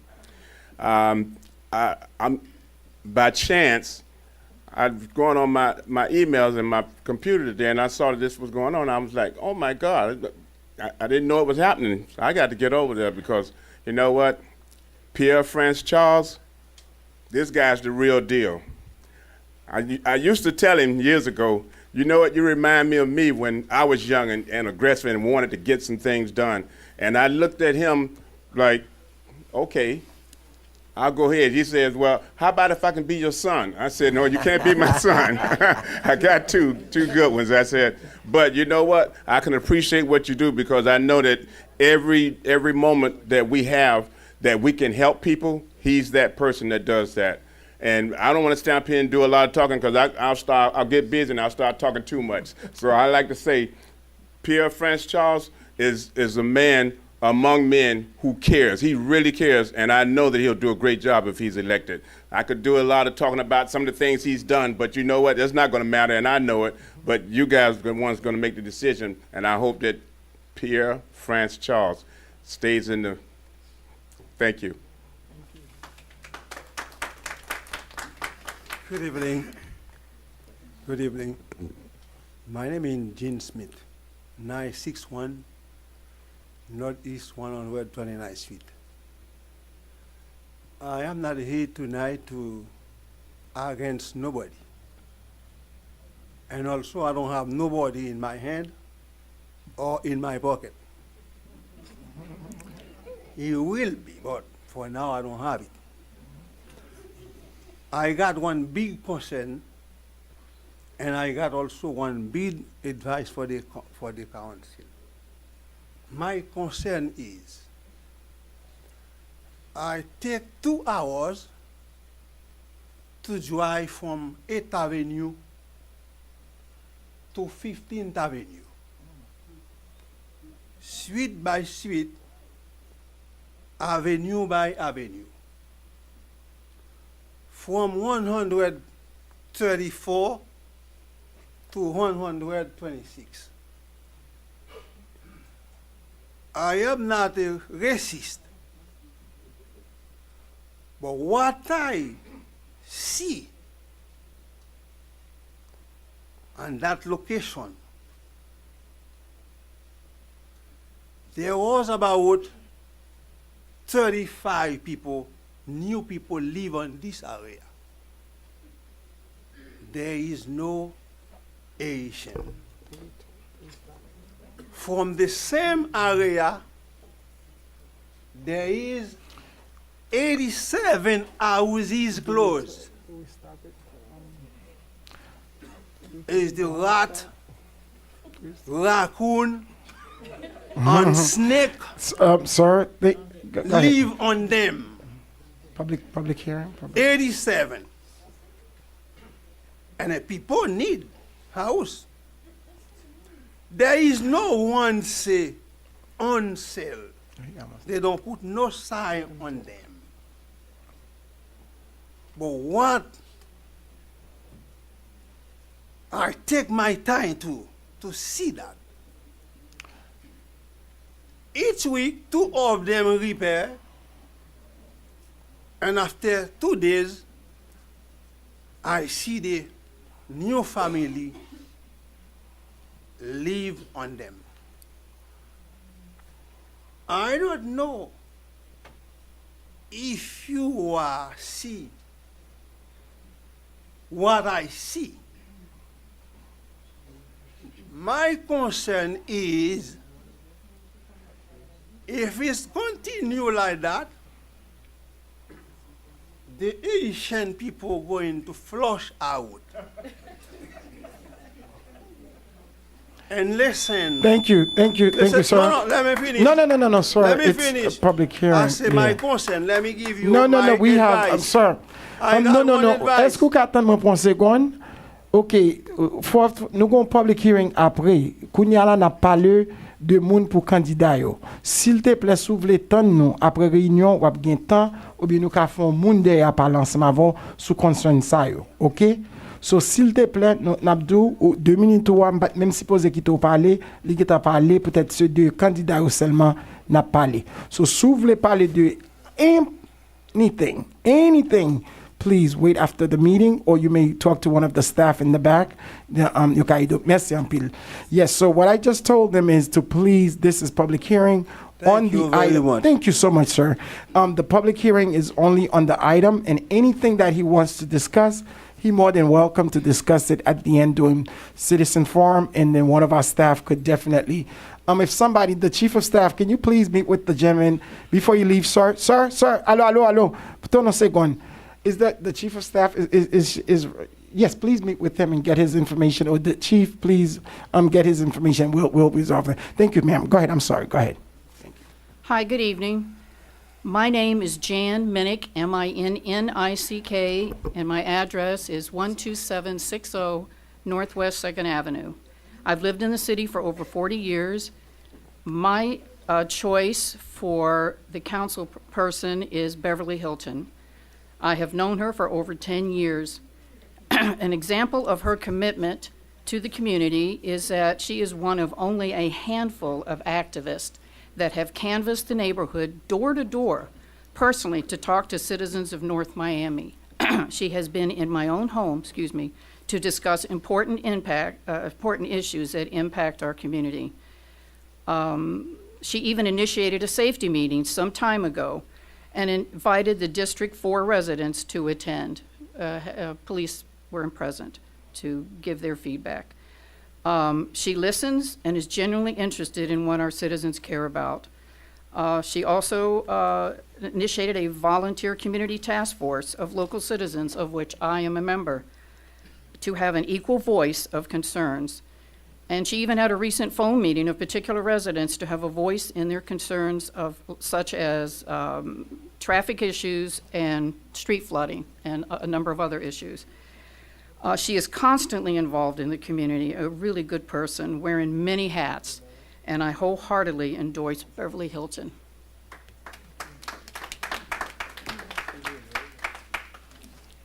Happy New Year, everybody. Claudia Passamino, 13504 Northeast 23rd Place. Yes, I'm District 1. The reason why I'm here is you guys got good candidates. I do agree you guys should have voted. Let the people vote. I doubt that's going to happen. But 2 people that I would like to endorse, but obviously I can't do both of them. But Marlene, she's always been great as far as city staff. Every time I reached out to her, she's always been responsive, professional. But my endorsement has to go to Miss Beverly Hilton. So again, I'm District 1, she's in District 4, but I met her through her involvement as, she works with the police, I know the police department. But what I noticed, what everybody said, you reach out to her, she gets back to you. She doesn't know the answer, she gets back to you, and she keeps her word. Trust me, I've contacted several people who work for the city, left them voicemails, spoken to people in their departments, somebody's gonna call you back, they don't. she out of the blue will text me and she goes, I got you the information. So I'm like, wow, she actually does listen. So if she does that, and again, anybody who sits up there represents all residents, so I don't have to live in District 4. Something else that stood out is that we had one of our neighbors pass away, Jessica Alston. And then obviously that hurt all of us who knew her especially, and she came up with something that was a great idea, that there are residents that live by themselves. They have families that live in other states or elsewhere, and that we should check up on each other. And I'm like, that is a great idea, because unfortunately when Jessica passed away, it took a few days to somebody to actually notice that she had passed away. She was in her home. So stuff like that is what calls my attention and why I'm endorsing Beverly, because we need people in the dais that really truly want to represent the community, that are one of us, that know what it's like, you know, to work all day, to struggles, to be walking our dogs and see cars speeding. She knows our struggles because she, like people said, has walked the streets. She's a resident here for a long time, and she's one of us. So, and again, she looks out for the residents. So that's why I'm endorsing Beverly.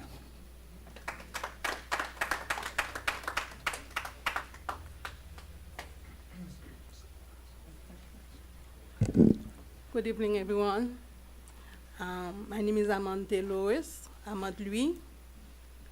I live in 445 Northwest 120th Street. I'm here to support Beverly Hilton. I have known her for the past of 25 years. Beverly is not only a friend, she's also family. I remembered my son needed to be graduated, but I needed a form, a service community. I went all over the business and asked them to help me if they can hire my son. He doesn't need to get paid, just let him do the job. And then I couldn't get anybody to help me with my son. And he's from North Miami. So Beverly was the last one in my mind, because usually you will go to the one who speaks the same language as you. So I went to Beverly. She was more than happy to help me, and I couldn't never forget that, you know. And then she will pass by. She will call you whenever I need her. Sometimes I got tired calling Beverly, but she never got tired answering my phone calls. So please, she's the best candidate for the position. Thank you. All right, good evening, everybody. My name is Noemi Jamar. I am a resident of North Miami at 1200 Northwest 122nd Street. I am here to give my speech on behalf of Emanuela. And she also helped me and my mother move to our current location right now. I have known and did my community service with her for over 6 years. But before I continue with this story, let's not forget about the main person who introduced me to Emanuela, which is my mother. And without her, I wouldn't have gotten this far. I have started giving out to the community at the age of 14. And believe me, waking up at 5 a.m. in the morning on a Saturday is not for the weak. And yes, my mom had to drag me out of the bed to get there. But on the bright side, I learned a lot, and I was able to meet a lot of new people from the community. Emanuela has taught me a lot throughout these past years. She taught me how to be proper and responsible, and also being able to stand here and speak in front of a big crowd. She is always willing to help out to anyone in need. And one thing about Emanuela, she will put anybody before her. She gave me my first office job at 18 as a receptionist at her clinic office. And from working there, I was able to conquer my fear into being able to speak to a lot of people. And I am now 20, soon to be your future stenographer / real estate agent. She has been helping and giving out to the community also for a really long time. She is not afraid to take any risk. And I know being a leader is really not easy, but she makes it very easy, and that is why I look up to her. She has done And that is why I believe that she has the strength and the compass to take over into becoming the city councilwoman of District 4. Thank you.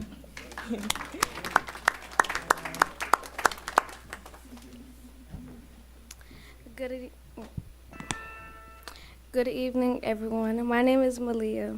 I'm here to support Marlene Monestein. She's truly a mentor to me when I'm having trouble in school and not understanding or having a mental breakdown.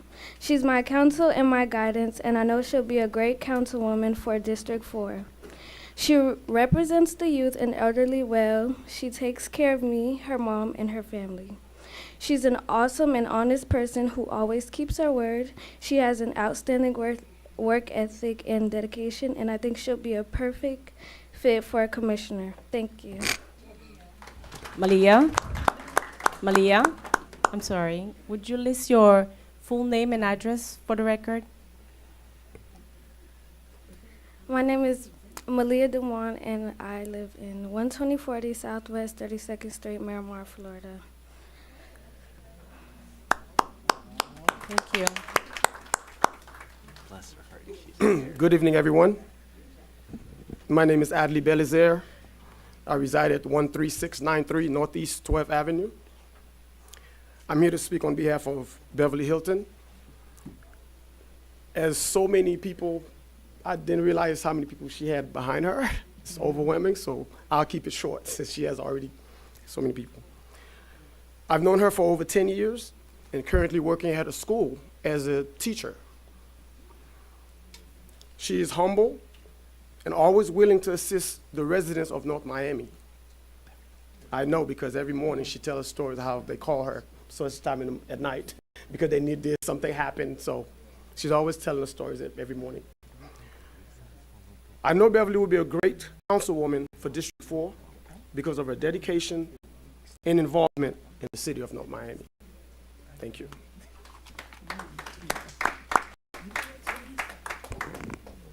Good evening, everyone. My name is Fallacy DeRozier, 1185 Northwest 129th Street.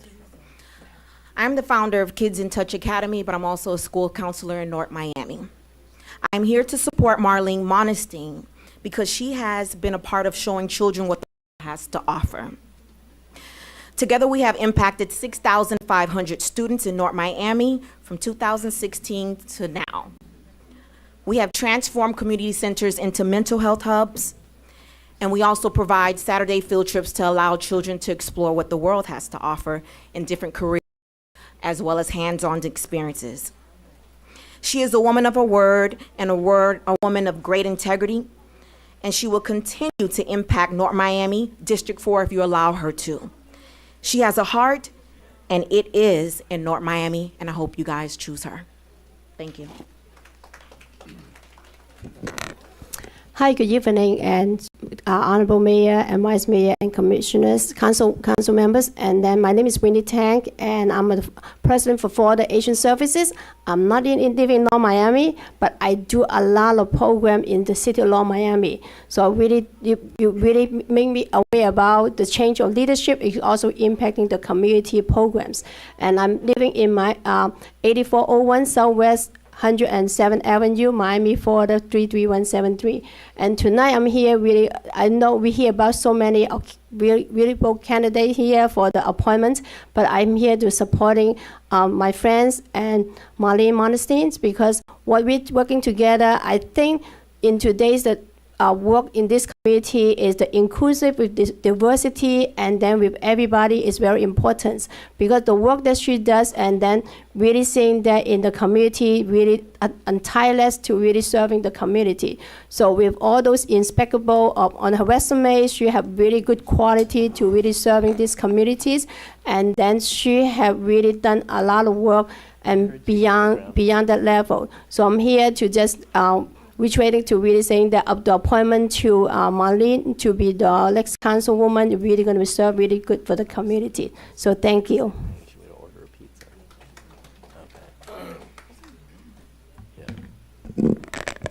Hello, everyone. Hi, my name is Wilna Samilian, and I'm here with my family. We stay at 12025 Northwest 17th Avenue. Marlene didn't know that I was going to speak on her behalf, but I feel like it would be a disservice to her and North Miami if I did not. Marlene, she is amazing, she is reliable, she has a plan to continue what strong leaders started, and she will continue to push their plans forward. She has a vision for all races and all ages. She is the voice of North Miami. She is always a call away. I met her once, and since then, she has called me family. We need her. She has a plan, and please remember, she is the voice of North Miami, and she will show us what a change is. Thank you. Hello, hello. Good evening, everyone, and good evening, council members. My name is Logan Jean. I live at 12205 Northeast Miami Court. And tonight I am here in support of Rosaline Philippe. So I would like to say that Rosaline, she's exactly who she says she is. Everything that you heard tonight is 100% true.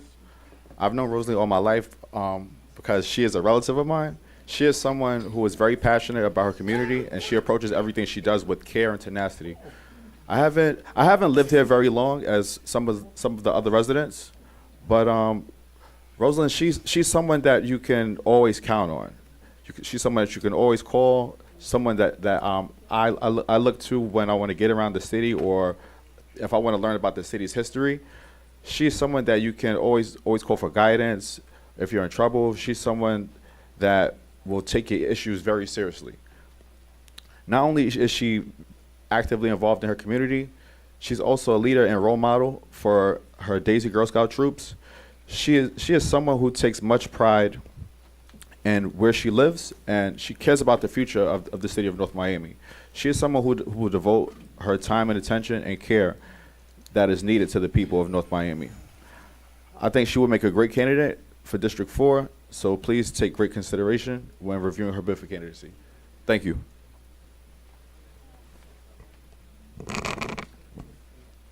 Good evening, all. I'm breaking from tradition by speaking. I don't normally do. I do attend the meetings. I'm here to show my support for Beverly Hilton. She's a dear friend, and she's a great community advocate. I believe that she is a good candidate for this position. I would like you to seriously consider her. I like what Judy Brown said as well. Consider what the criteria are for choosing someone for this position. I have seen personally, I've witnessed, I've been a part of some of the activities that Beverly has been involved with her students, with the community, and not just for District 4. She advocates for the whole city of North Miami. Her part in the police department also got me involved, with the Crime Watch, and I appreciated all that she has put into that effort. I believe that she has a heart and a passion for the people. And as everyone has said on her behalf already, she is a phone call away, and she never refuses your calls, your concerns. She addresses them with dignity and with compassion. And I'd like you to consider her for this position. Thank you. Would you please list your name and address? Rosa for the Chong, record? 12940 Northeast 3rd Avenue, District 3.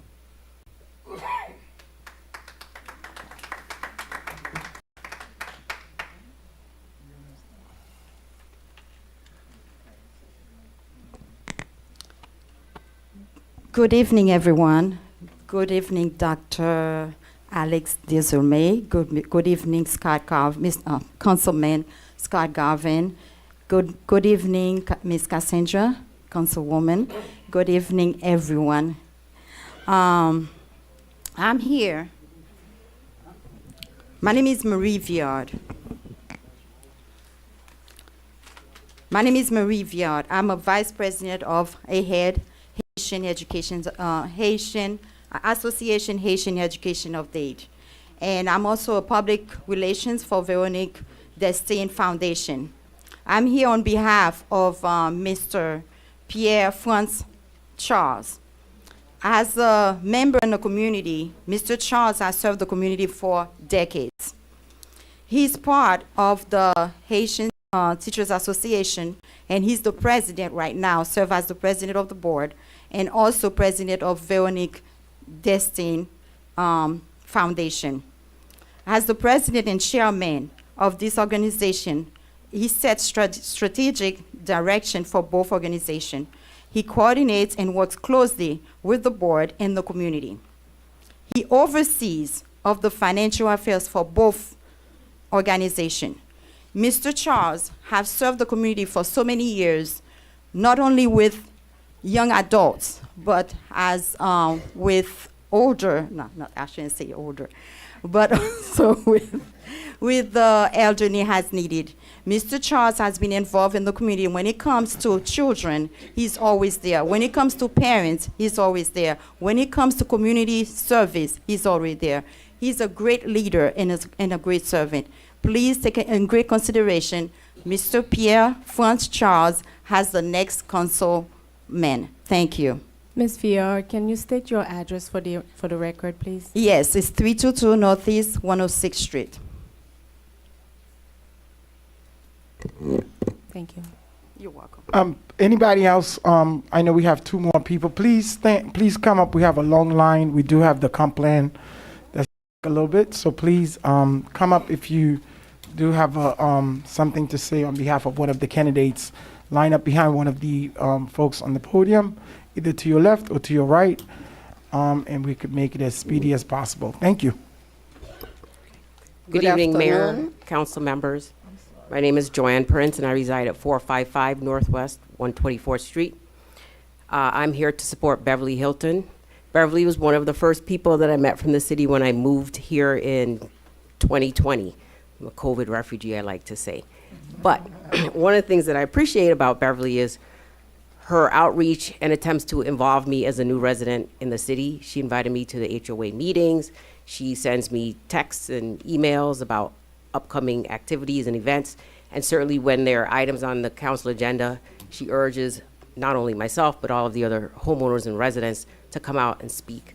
I like that she empowers us. She explains how we can be part of the process and how we can have a positive impact in our community.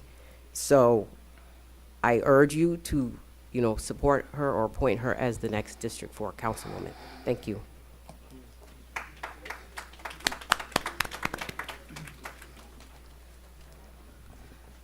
Good afternoon, Mayor and Council members.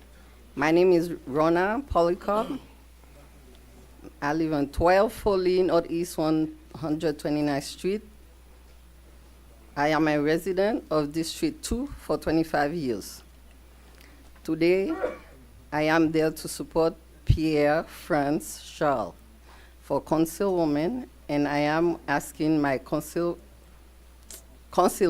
and I am asking my councilwoman, Cassandra Timothy, to do the same. Thank you.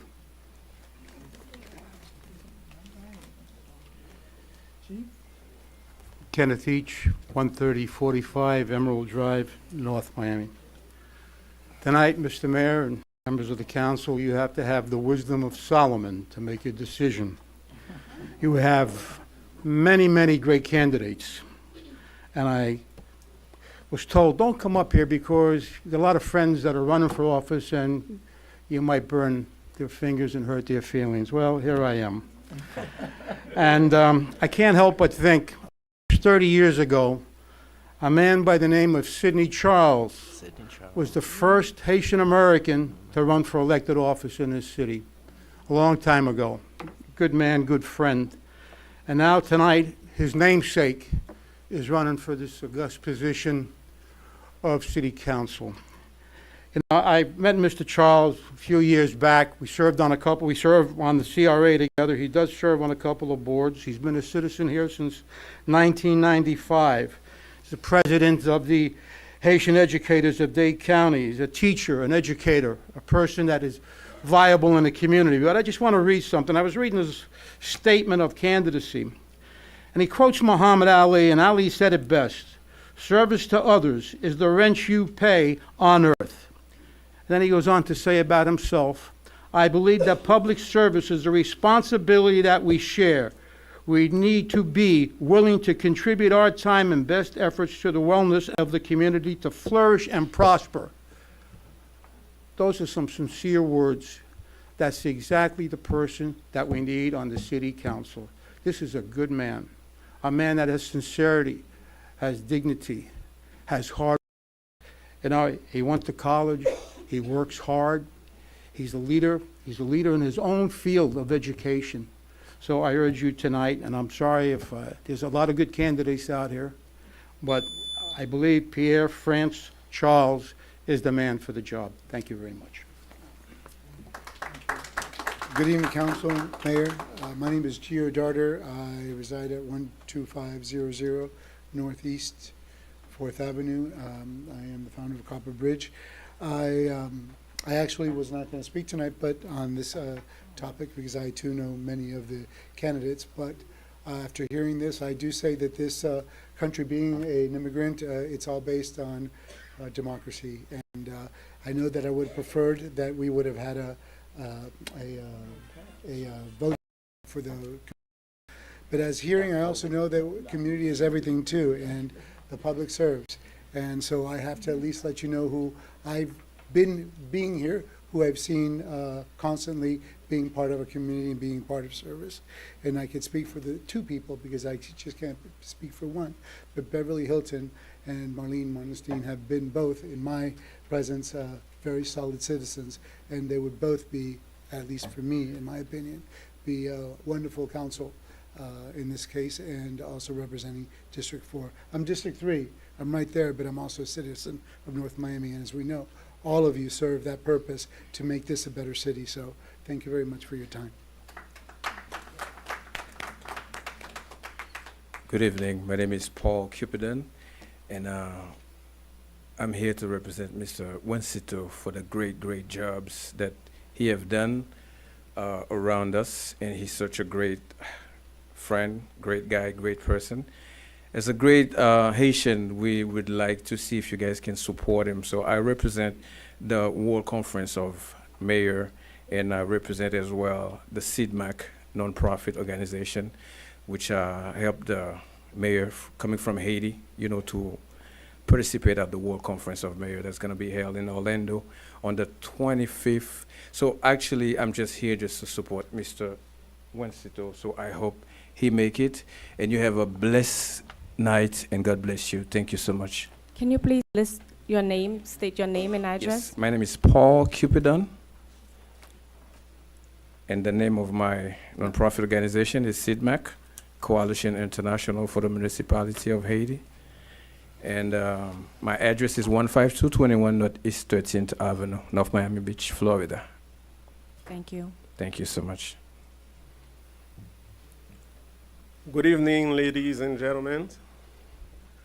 My name is Fred Michel. My address is 318 West Dixie Court, Fort Lauderdale, Florida. I'm here to support Emanuela Flermo. Emanuela, she's a great person. And the reason I don't like doing this, but I have to.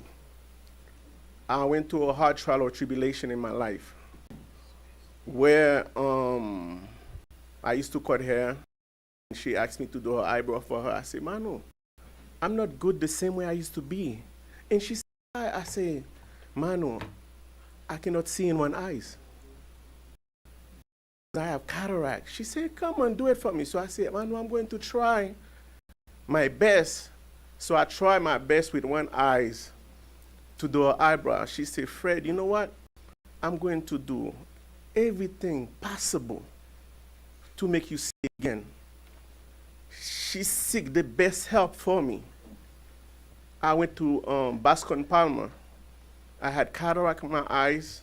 My eyes, like, sometimes when people look at me, they was like pointing in my eyes. What's up with your eyes? Because I have some kind of white glare in my eyes. And it was around her birthday. She said she was asking help. And she said all she want to support me. All she want for her birthday, the money she get for her birthday, she went and gave me that money to support me. Manu, she's kind of person that can help you achieve the goal that you want. And when it comes to communication, that's what we need, Manu. Communication is the language, because we live in an immigrant city, especially because I grew up from North Miami. I graduated from North Miami Senior High. where communication is the key. Manu speak English, she speaks Spanish, she speaks Creole, she speaks French, and that's the person that we need to support, to help us, to help the community, to help the city of North Miami. May God bless you all. May God bless the city of North Miami. May God bless North America. America. Thank you very much. Have a blessed one. Thank you, sir. Thank you. We're wrapping up public hearings, so the last few, I think we have two. Sir, are you speaking on, yeah, this mic right here? We have one. Oh, go ahead, ma'am. Go ahead, I'm sorry. Yes. Hello, my name is Susan. My address is 11267 Canal Drive, North Miami, Florida. I'm here on behalf of Rice. I've known Randy for about a little over 10 years now. This is a well-mannered, level-headed gentleman. He is caring and attentive to the needs of this community. Randy is very much in tune with current affairs. He deserves a chance at council position. Do not overlook Randy. He just motivates you, especially our age group. Personal testimony, I returned to school 2017 from dropping out originally, but he just motivated me and encouraged me and then told me how important it is to get an education. And so I went ahead and completed my bachelor's, and I'm one class away from completing my master's at Barry. So this is definitely a young man that you want to bring up the next generation of North Miami and to just keep our city beautiful, healthy, alive, and in every way possible to continue to motivate one another. Thank you. Thank you. Guys, please, Harry. Thank you. Hector Rivera, 12478 North Bay Shore Drive, North Miami. I would like to thank everybody that show up. I mean, the talent in the room is just, amazing. I know it's going to be very hard to select the one. My wishes are that somehow all the candidates here today, whoever does not get selected, they continue to pursue the service of the city. Perhaps we have 20 committees in the city of North Miami, maybe create a 21 for citizens outreach, and just pack everybody that doesn't make it into that room and let them go out in town and see what everybody wants. As for my wish today, there's so many well-qualified candidates. I mean, your guess will probably prevail over mine, for sure. But I think that clearly there's a few favorites in the room. The ladies did amazing, and some of the gentlemen are top-notch. So I know that out of this very, very well diversified and qualified pool, your selection is going to be a wise one. So I'll leave it at that, and good luck in selecting our best candidate to fill in the seat and join you guys in doing the best service for our city. Thank you very much also for what you do for us.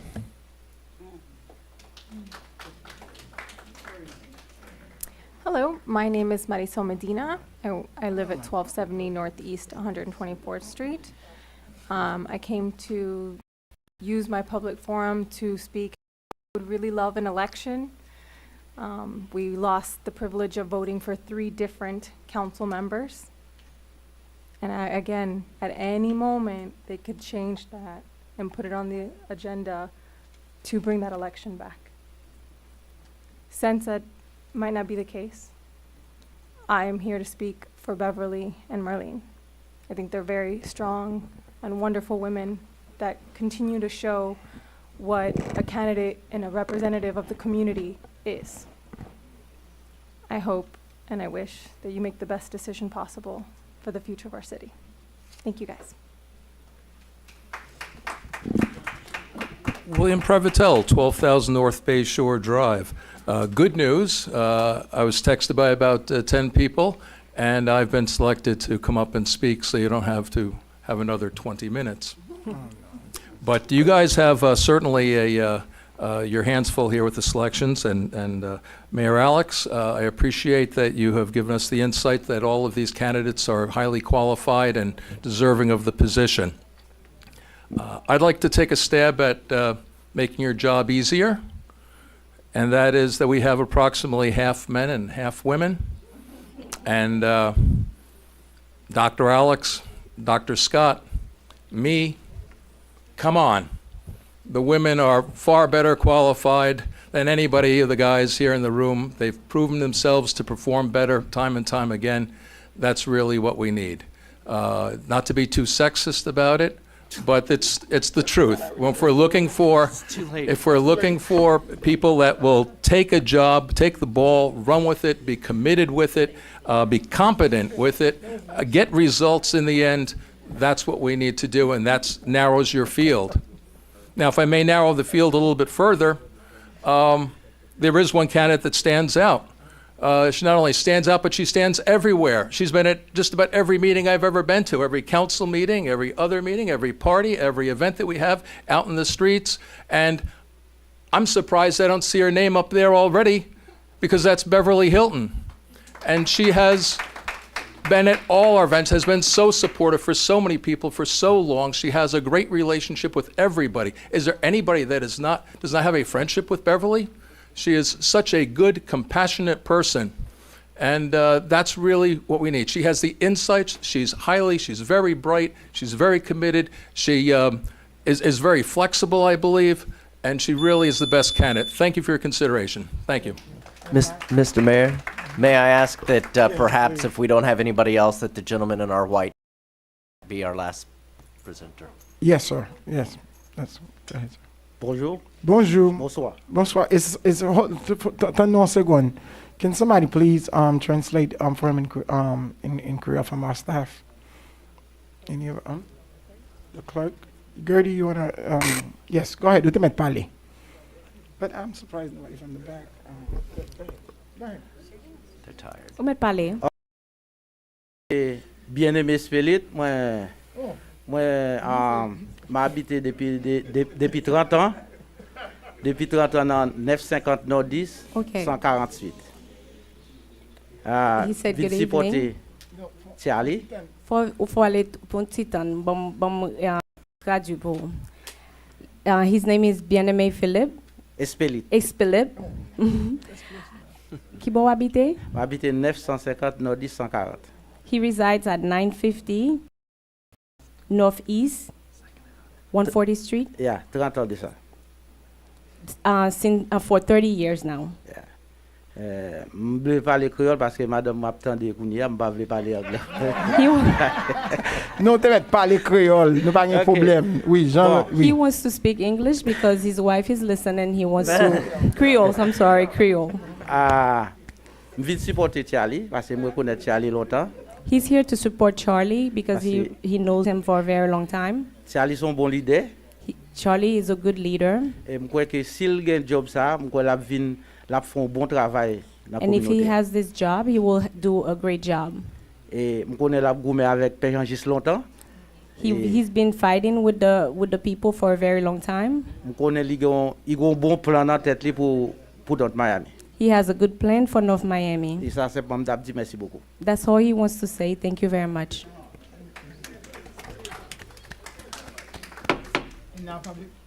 I'm sorry. Now public hearing is closed.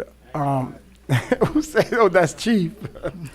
I wanted to, before we go into deliberation, is the entire city council. Just a few minutes. We all up here are human beings, and I think the chief and a couple of folks mentioned how hard this decision is. I did not really expect the number of candidates to apply from this. At the beginning, I thought maybe those who were running might put their hats in, but hidden talents is everywhere throughout our city, and I think it's displayed here tonight. And I was wrestled for the past couple of days, which now I'm negative of COVID, but I was really sick, and I didn't really announce it. I stayed home and did all the right protocol, and I didn't know if I was going to be here tonight. And it took every inch of myself to make sure that I was, ready for this. And we talked among the city administration about perhaps postponing this part of the agenda to another day, if I missed the meeting, et cetera, et cetera, et cetera. But thank God I'm here tonight to see. This is hard. I could go down this list. There might be one person on this list that I may not have interaction with for the past since '93, since I've been in North Miami, of course at different time.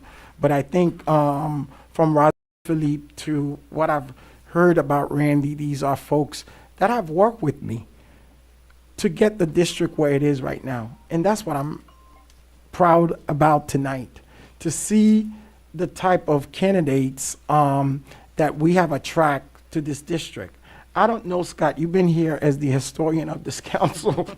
If a decade ago, or maybe 8 years ago, perhaps, if we had a selection, we would have had at least this list of talents. And I've talked to a lot of them who said to me, you know what, Alex, I want to continue what you have started in this district. And we know being a voice for the voiceless is not, it's not a cute thing.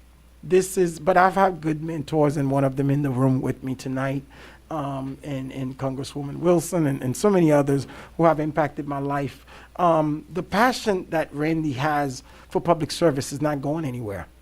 And I think for those who know me, Danielle came up here. When I first got elected, I hired him as my aide, and Cecilia Rojas was here. And a lot of the seniors were here brought by Daniel because of programs that I've started. Social service is me, and I've told anybody the position of mayor won't change me. We're going for better and bigger things.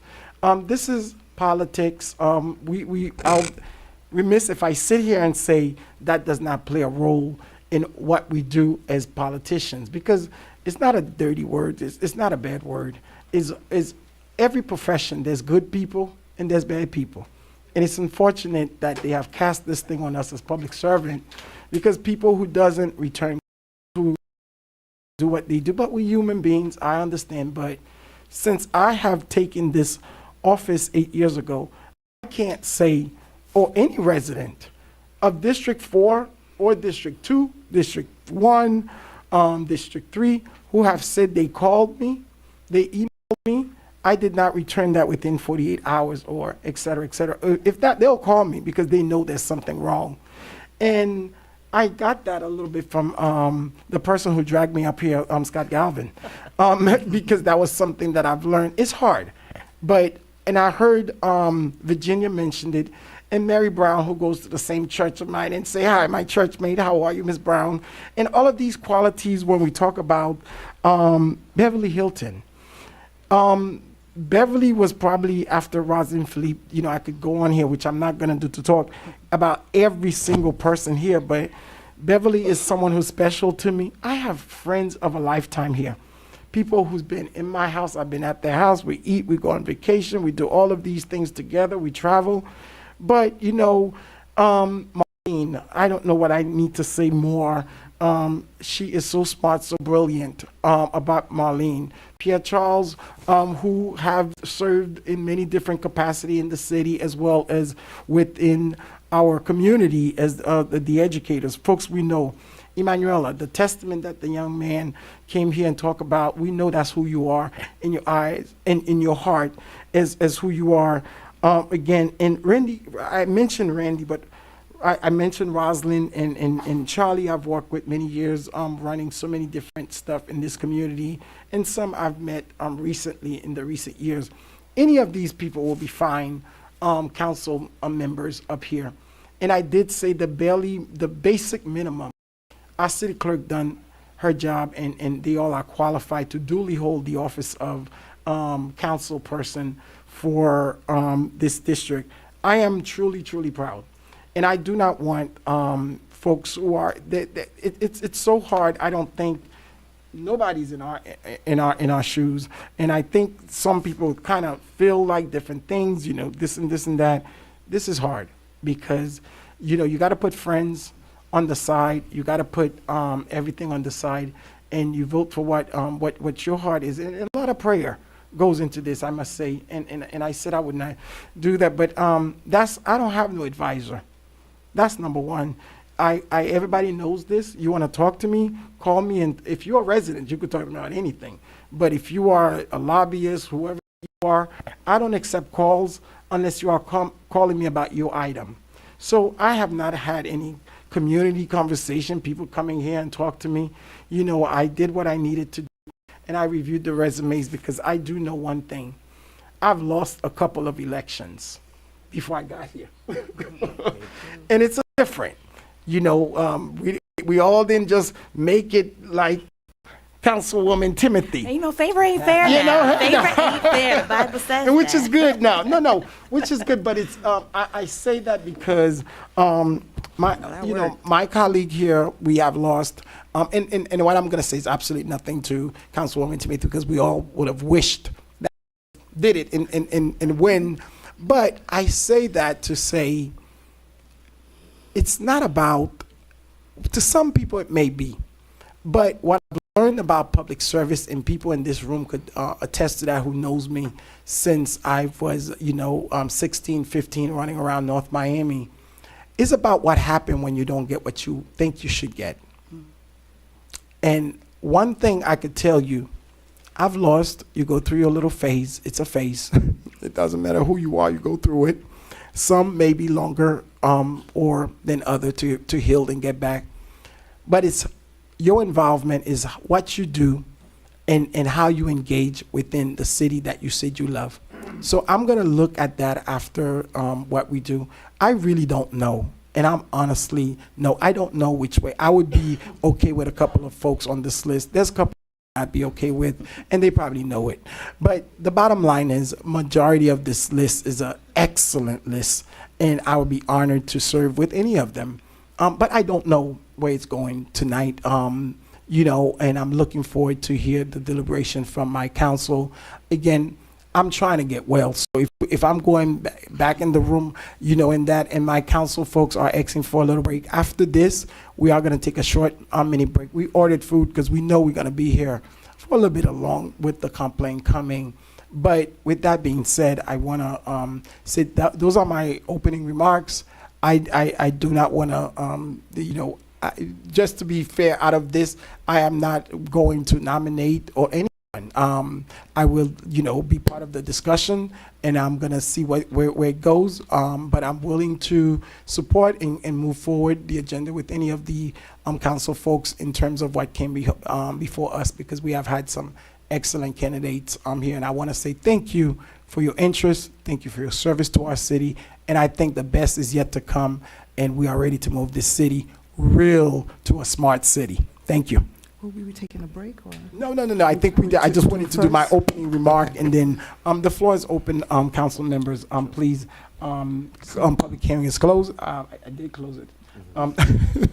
So I just want to remember. So please, we do what we do, and we will we do what the council need. I'm here as the chair, Okay. trying to. So do we want to? How do we want to start, or just? So I can start. Go ahead. Okay. So we doing it. Hold on. Or we just, are we, I just want to. It's up to us. We have not had, Okay. I have not put any process in place, and I did that where we could talk about it. We obviously, this process of the candidates saying a few words came up, where it's fine. It's almost 10 o'clock, but that's fine. We know we knew that before we signed this thing up, we're gonna be here for a while because we do have the comp plan that's coming up.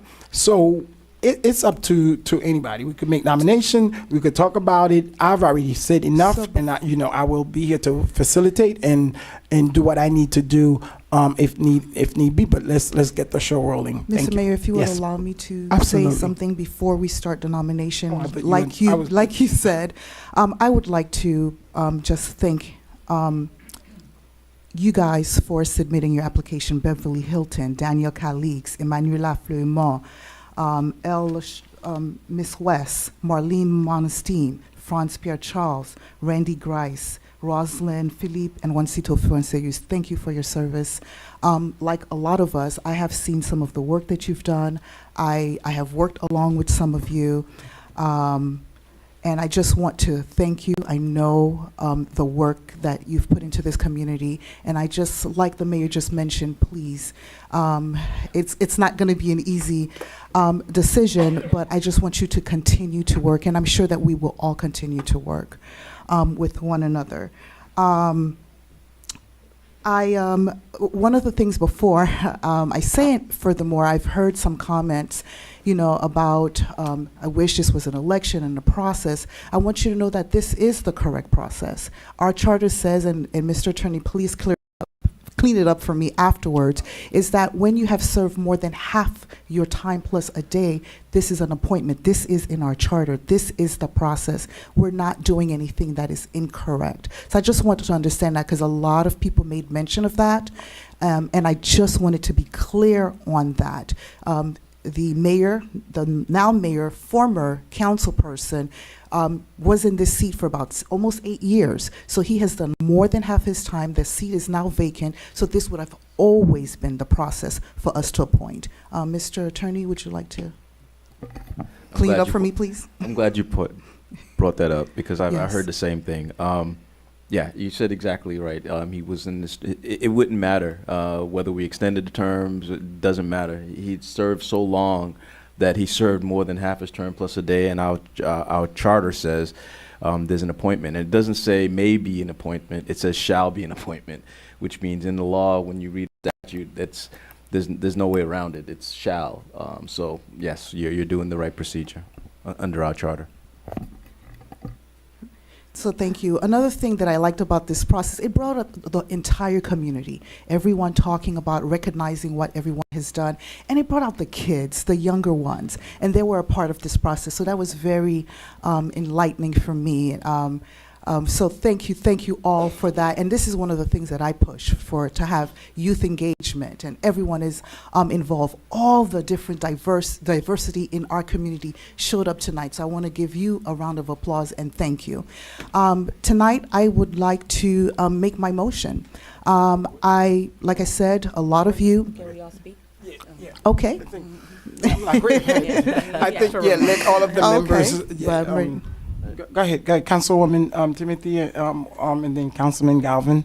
Okay. I'm just Thank you, saying Mr. Mayor. I had an opportunity to meet with every single candidate whose name was presented and who submitted an application. And of course, I thanked you all for just the bravery to even submit your name yourself to, public scrutiny, because up here we do get a lot of scrutiny as public servant. You all have big shoes to fill. One thing about Mayor Alex Desome, the city when he was first elected, and me and him, we fought a lot. You probably can't even hear this, but you hear, because I'm singing you praises right now. But he is probably one of the hardest working council members in the city of North Miami, from starting the food pantry, the senior program, renovating Cloppipa Park and Thomas Sasso Pool, Nomi Fest, the Ring Camera Initiative, Driveway Post Sprinkler Program. I know all of this because, I've had several years to work aside, next to now Mayor Desome, and know the work that he has done for District 4. So to all the candidates, you have super huge shoes to fill. And this process, it's very hard, because Randy brought out the fire. Marlene brought out the expertise. Miss Phillip, you brought out your charisma. Beverly, you brought out the community. Franz Pierre, you brought out the education. And I know there were several other educationers, Miss West and so forth. Manu, and all that you do in the community with health. Daniel, you brought out the seniors. And every single candidate that you're seniors. And every single candidate that submitted their names, I congratulate you, I commend you. And even though you're not selected, because we can only select one, there will be an election. So I look forward to seeing you take that opportunity to even run again and to submit your name once more, because like I said, we only have one vote, and I look forward to deliberating amongst my colleagues to see who's best fit to come up here. tough shoes, and I know that several of you were staffers. Marlene, Beverly, and Daniel, you guys worked in the city, so you get a upper hand and know how things work here. And yeah, just wanted to say congratulations to you all. So, Mr. Mayor and fellow council people, okay, everybody's been pointing out how old I am. I want to thank you for that. My first election here in the city of North Miami was in 1989. I wasn't and born yet. And it was scary. Me either. Scary. Were you not really born in I was 89? 1990. Oh my God. So anyway, I lost, and I'd always like to say that my key to success was the longevity. Many people run for office and lose and disappear. That's what I talked about. For those of you who don't get chosen tonight, please do not disappear. Stay involved, volunteer on committees, get involved in your PTA and your homeowners group. Stick with it. You may not win on your first go round, but if you stick with it, success will be yours in the longer term. You are all incredibly brave for putting your names on a ballot. I'm a big Dolphins fan. When the Dolphins win or lose, the credit goes to the team and not as often to the individual. When you're running for office, the positive and the negative always go to the individual because it's your name that's on a ballot. It's not a team's name. So thank you each for putting your names into the hat.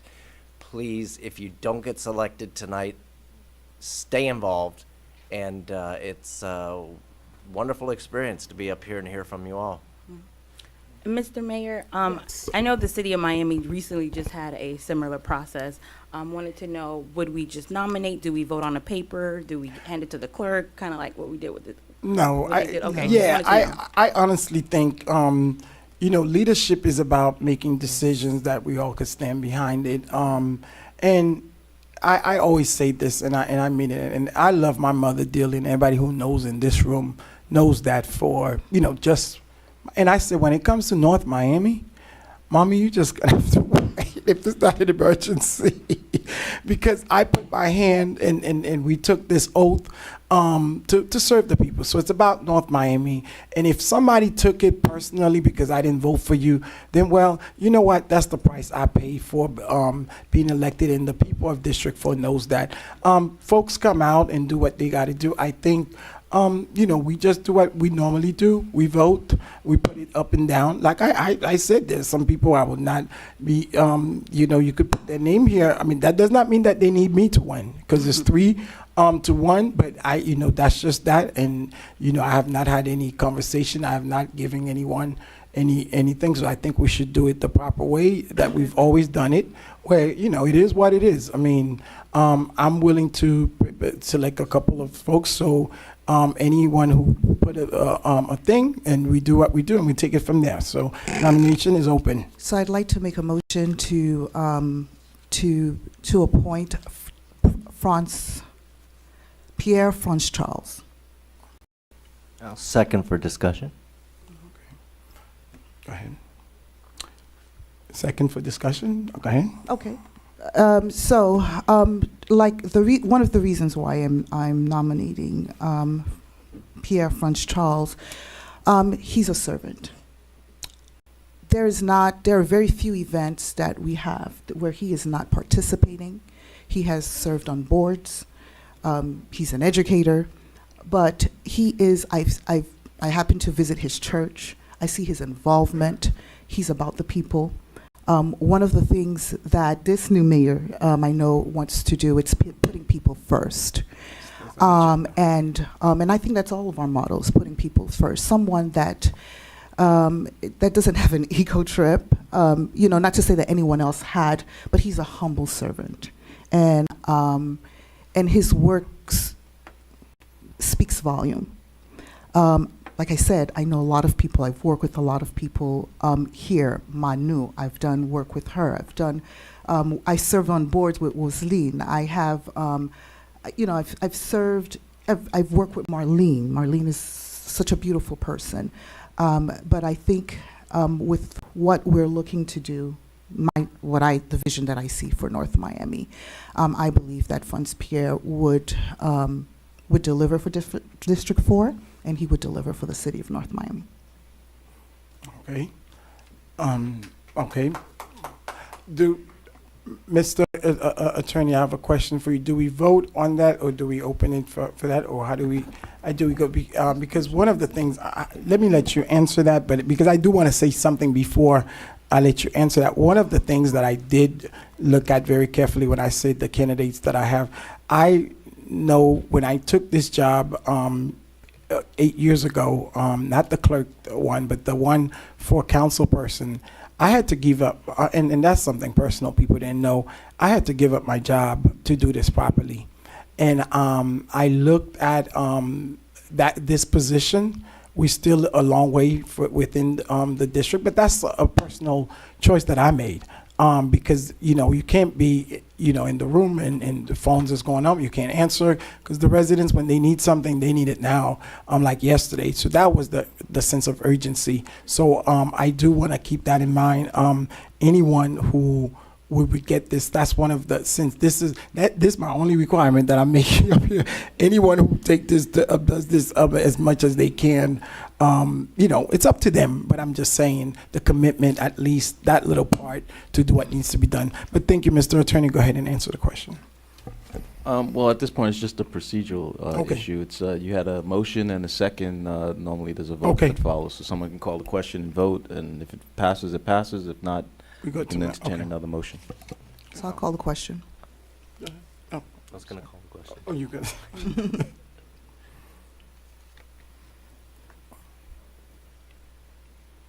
Ready to vote? Madam Clerk? Oh, Mike. I have a motion made by Vice Mayor Estime Irvin to appoint Pierre Franz Charles as the councilperson for District 4. The motion was seconded by Councilman Galvin. Do I have a second? I'm sorry. All in favor? It's a long day. Aye. Any opposed? Nay. Motion carries with a 3-1 vote. Thank you. Congratulations, Mr. Charles. Thank you so much. Thank you, everyone. Thank you. And now we'll take a 5-minute, is it 5 or 10 minutes? 10 minutes. 10 minutes. A 10-minute breaks, and then we'll start the next item. Thank you. Congratulations. Oh, my God.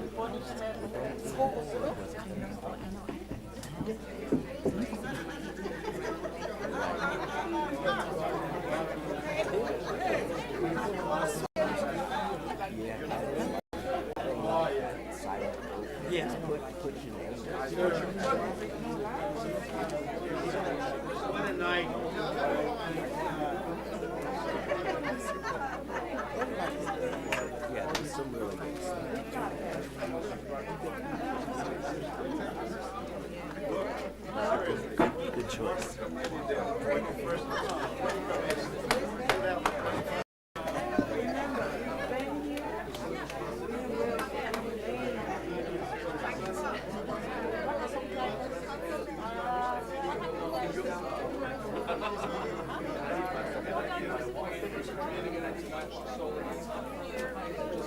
Derek is going to come up and introduce us. I know Derek is going to come up and introduce us, but I'm going to just put my stuff here. Oh, I just want to see.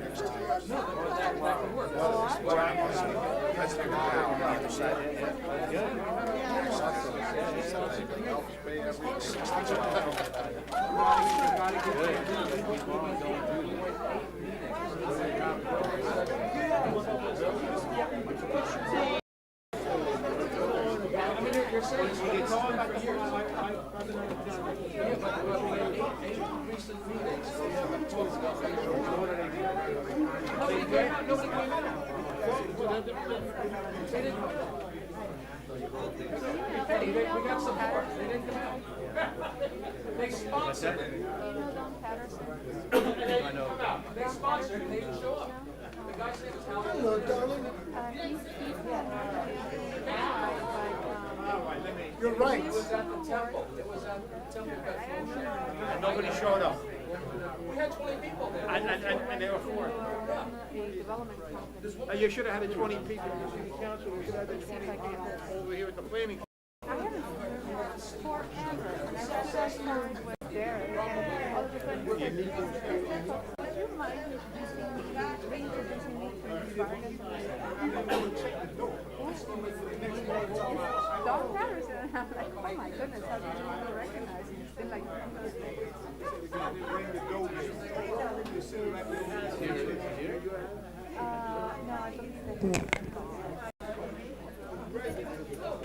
I believe that.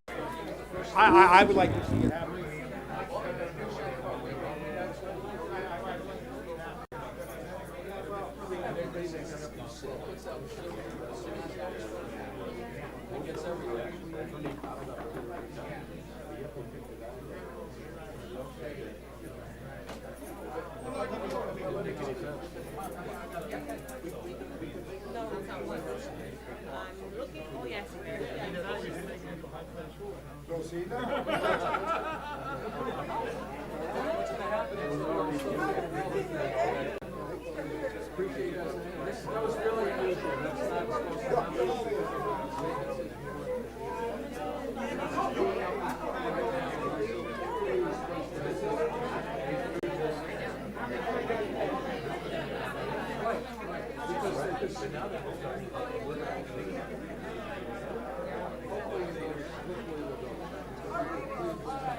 What this means a lot to you?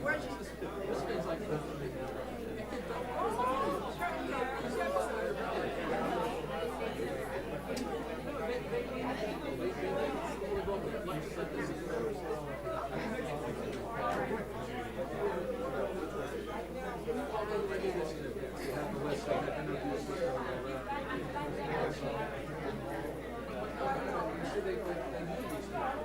this is years that they've known all these people. I've known so many people.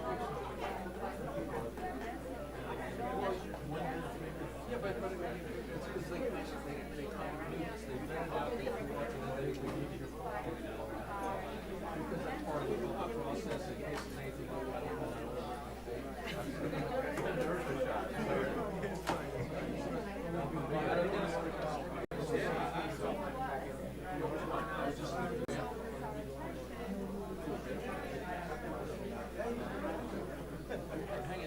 This means a lot to you. Really will. I forgot what I was going to say. You're just going to say.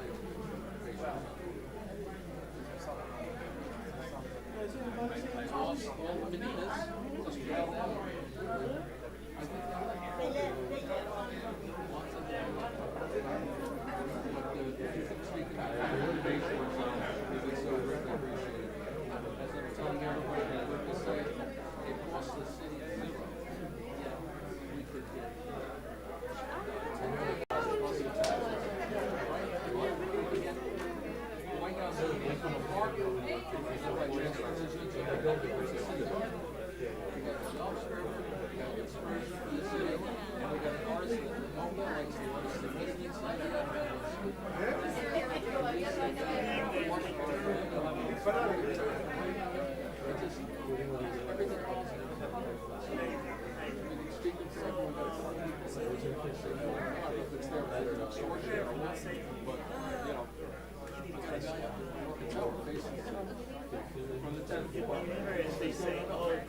Nobody should be as high as we are.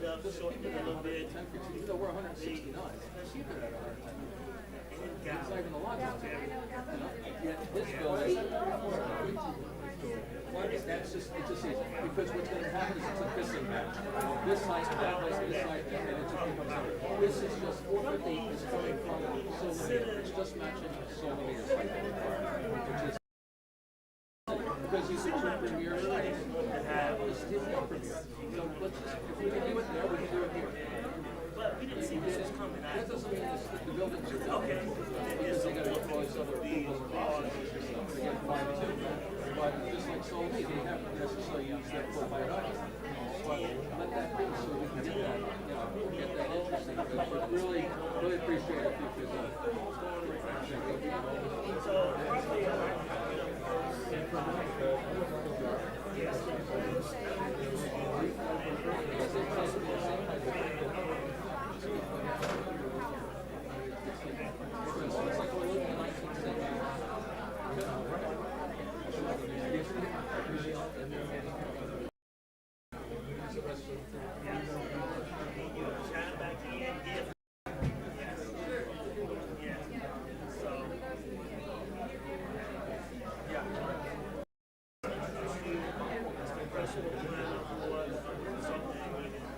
About how that's the amount of time you put in trying to get this together and things like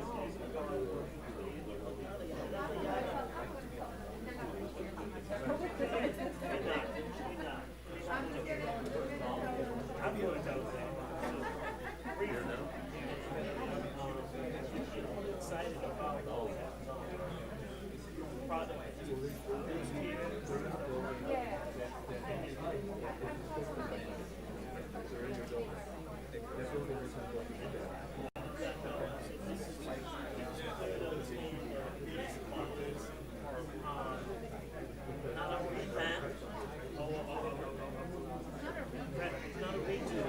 This is an enhancement of what we already had, stepping up, taking it up or something. And we have really two beautiful elements there. One for the other element is just really us putting in things so we can show them how we are moving towards meeting the policies that we have put in place. So, they know we get rid of that in our situation. Yeah, I'll tell you right here.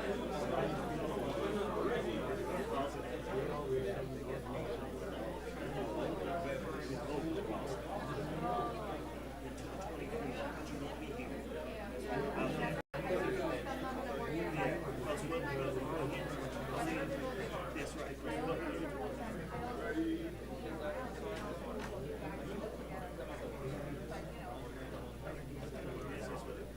So, go through the presentation, get in there, I think get public comment as much as possible, and then say,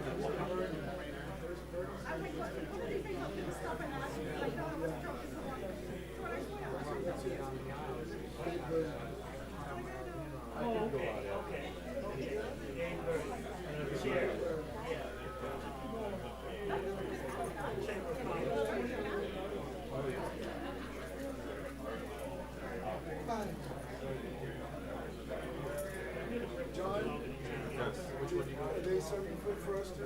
Wednesday or Friday. I take care of Friday. I don't know about today. I knew I should have gone to have a meal. I can tell you. I knew it was going to take about an hour and a half. I should have gone. So now I understand why all the boxes of pizzas are out there. Because there was a lot. I mean, I think there was a lot. There was some I said earlier. Take the box. There's 12 of them. They think there's like 12 of school project that are coming out to assist they didn't make it to the pizza.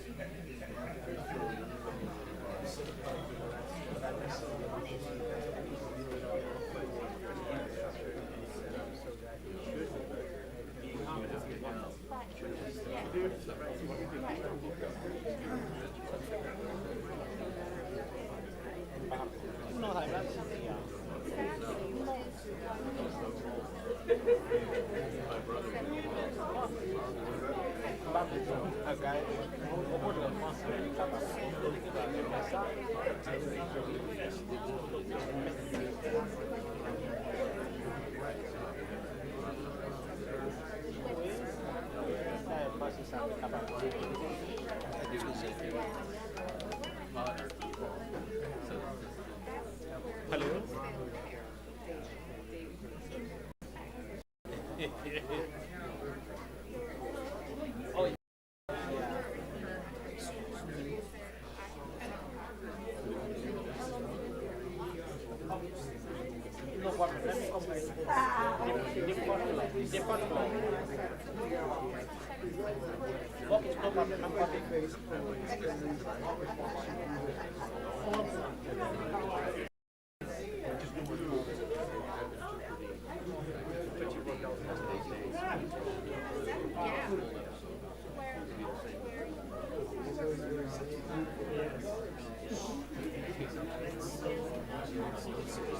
That's why I like she's a ray of sunshine. These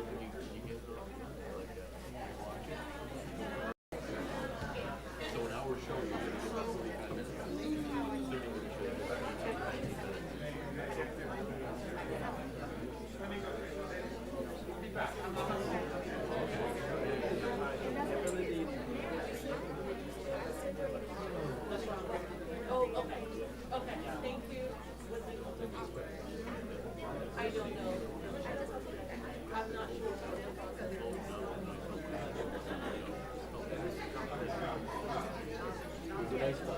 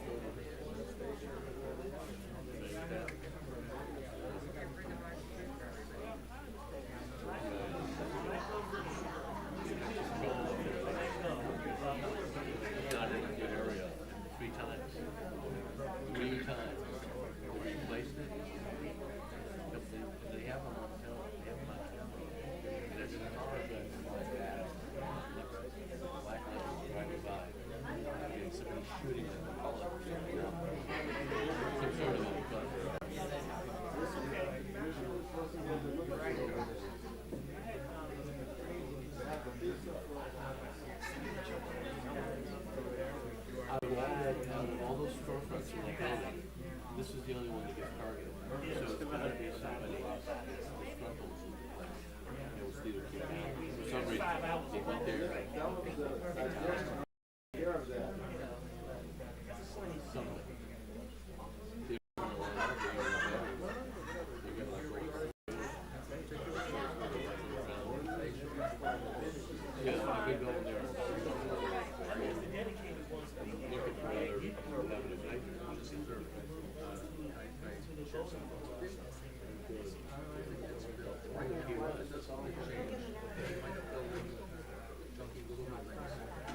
Basically,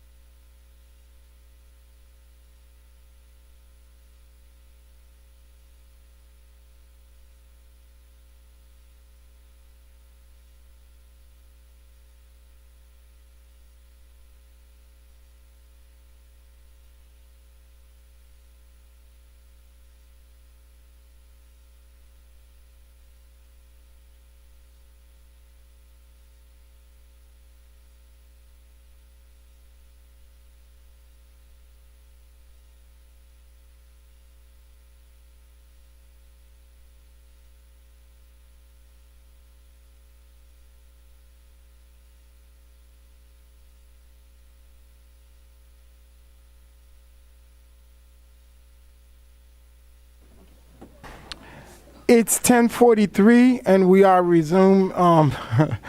No, I don't even know where we are in the agenda, Madam Clerk. The next tab item, please. I think it's the comp roll plan, call? but which, yes, let's do that, yes. Councilman Galvin, Here. Mayor Desume, Here. Councilwoman Timothy, Here. Vice Mayor Estime Irvin. Present. Mayor, you have a quorum to proceed. Thank you, Madam Clerk, and please read the next item on the agenda. Tab H, a proposed first reading ordinance of the Mayor and City Council of the City of North Miami, Florida, amending the city's 2015 comprehensive plan by adopting the 2022 evaluation and appraisal review year-based comprehensive plan amendments, providing for transmittal, repeal, conflicts, severability, correction of scrivener's errors, codification, and for an effective date. Tab H. Good evening, Mayor and Council. Derek Cook, Director for Community Planning and Development, through the Honorable City Manager, and to you, Honorable Mayor and Council. As stated by the clerk, the item before you is the first reading for the update of our comprehensive plan. With me this evening, we have Sylvia Vargas, who is the principal planner for our consultant group who spearhead this update initiative. She's working with Calvin Giovanni and Associates. She has with her team with her this evening as well, who will serve to give elements of the give updates on the elements that are associated with this update for the comprehensive plan. This is the first step towards the future of the city, that the comprehensive plan serves as the foundation on where we would like to see the city go. The next step would be that after this is adopted, then within a year's time, that we would need to update the land development regulations to correspond with the updates that have transpired under the comprehensive plan. With that stated, I would put it in the hands of Ms. Vargas so she can give her presentation and educate you on what we have done to improve the city's current plan. Thank you. Thank you, Derek. Ms. Vargas, how are you? I am good. Thank you very much, Mayor. How are you? I'm great. Good evening. Good evening, and good evening to all of you, and thank you for allowing us the opportunity and the privilege of presenting to you a summary, and it's going to be a very abbreviated summary of our work. I apologize for keeping my mask on through my presentation, but I think it's no secret to anyone in this city now that I'm getting surgery in a week and a half, and I'm being very careful. And let me just, as a preface, congratulate you on the process that we were just a witness to, because I have never seen anything like that, to be honest, with 10 candidates. I really congratulate you on how many dedicated and committed citizens you have wanting to serve. You know, it's just as impressive that we have so many people here at this time sitting waiting for this item. So with that, I'm just going to introduce my colleagues who are here tonight helping me. I have Eric Liff from Lambert Advisory, who has been working with us on our housing and economic development element and helping us with our population projections. And Carla Evenbach with Evenbach Consulting, who is our go-to expert on climate change, environmental protection, resilience issues. Let me see, I'm supposed to be able to handle this. So I just wanted to start by speaking to, I heard some things spoken about tonight that I think are very relevant to what we're trying to do with this comprehensive plan. We're talking about the future city. The city has done amazing things over the first 100 years of its history since it was founded as the town of Miami Shores, as a matter of fact, in 1926. And so you have an anniversary coming up, centennial coming up, very important milestone. And this plan is trying to honor that past while at the same time looking to the future. This plan builds on what is already in the works, trying to envision North Miami as a model for the region in terms of sustainability, resilience, equity, innovation, functional operations, and enjoyable urban living. So I just wanted, I'm not going to go over these numbers, but I wanted you to know that we have been keeping track of our engagement numbers. I know that there were some questions about that, but we did have, 6 pop-up outreach activities between August and December, 2 town hall meetings. The Planning Commission actually was continued twice, so we had 3 meetings where public input was taken. We had our online survey, which as of today is actually still open, so people can go and take it on the website. We have been receiving public comment. People have been downloading the comp plan, and there's been a number of means by which the city has very proactively distributed information about this process. There have been 4 types of amendments, basically, that I just wanted to mention. The first type is the basic type, which is complying with the Florida statutes, the administrative code, the Miami-Dade comp plan, and the other plans that are in place that have an influence on the city, and make sure that we're consistent with any changes that have happened since the last time that the city did this process, which was in 2015. We also have attempted to modernize or update some of the things that are in there in terms of dates, the planning horizon, et cetera, cleaning up obsolete references. We have done a style pass, so that's another type of amendment that we are introducing. Obviously, we're not working with a blank slate. We have language that is in there. We have done our best. We will continue to try to clean up a little bit of the language, make sure that it is, flows through nicely and consistently. Perhaps just as important, the last 2 types have been trying to reflect the key changes that have occurred in the last 7 years in terms of local conditions, regional conditions, and even national conditions that have a bearing on the city, as well as integrating 4 priority topics that we were handed when we started this process, which included community health and wellness, technology, infrastructure, and access, housing affordability, and environmental protection, and climate change response. There are a lot of these, topics in the current comprehensive plan already. And so what we have tried to do is to weave them a little bit tighter through all of the elements to make sure that there is a consistent flow of a theme in the comprehensive plan from these topics.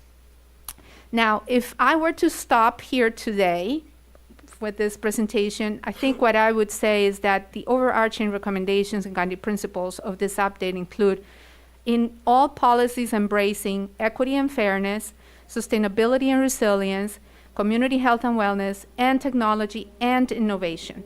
We have also made recommendations, you will have noticed throughout the plan, and Mr. Cook mentioned that the LDRs, the zoning code, needs to be reviewed and updated for consistency with the proposed amendments.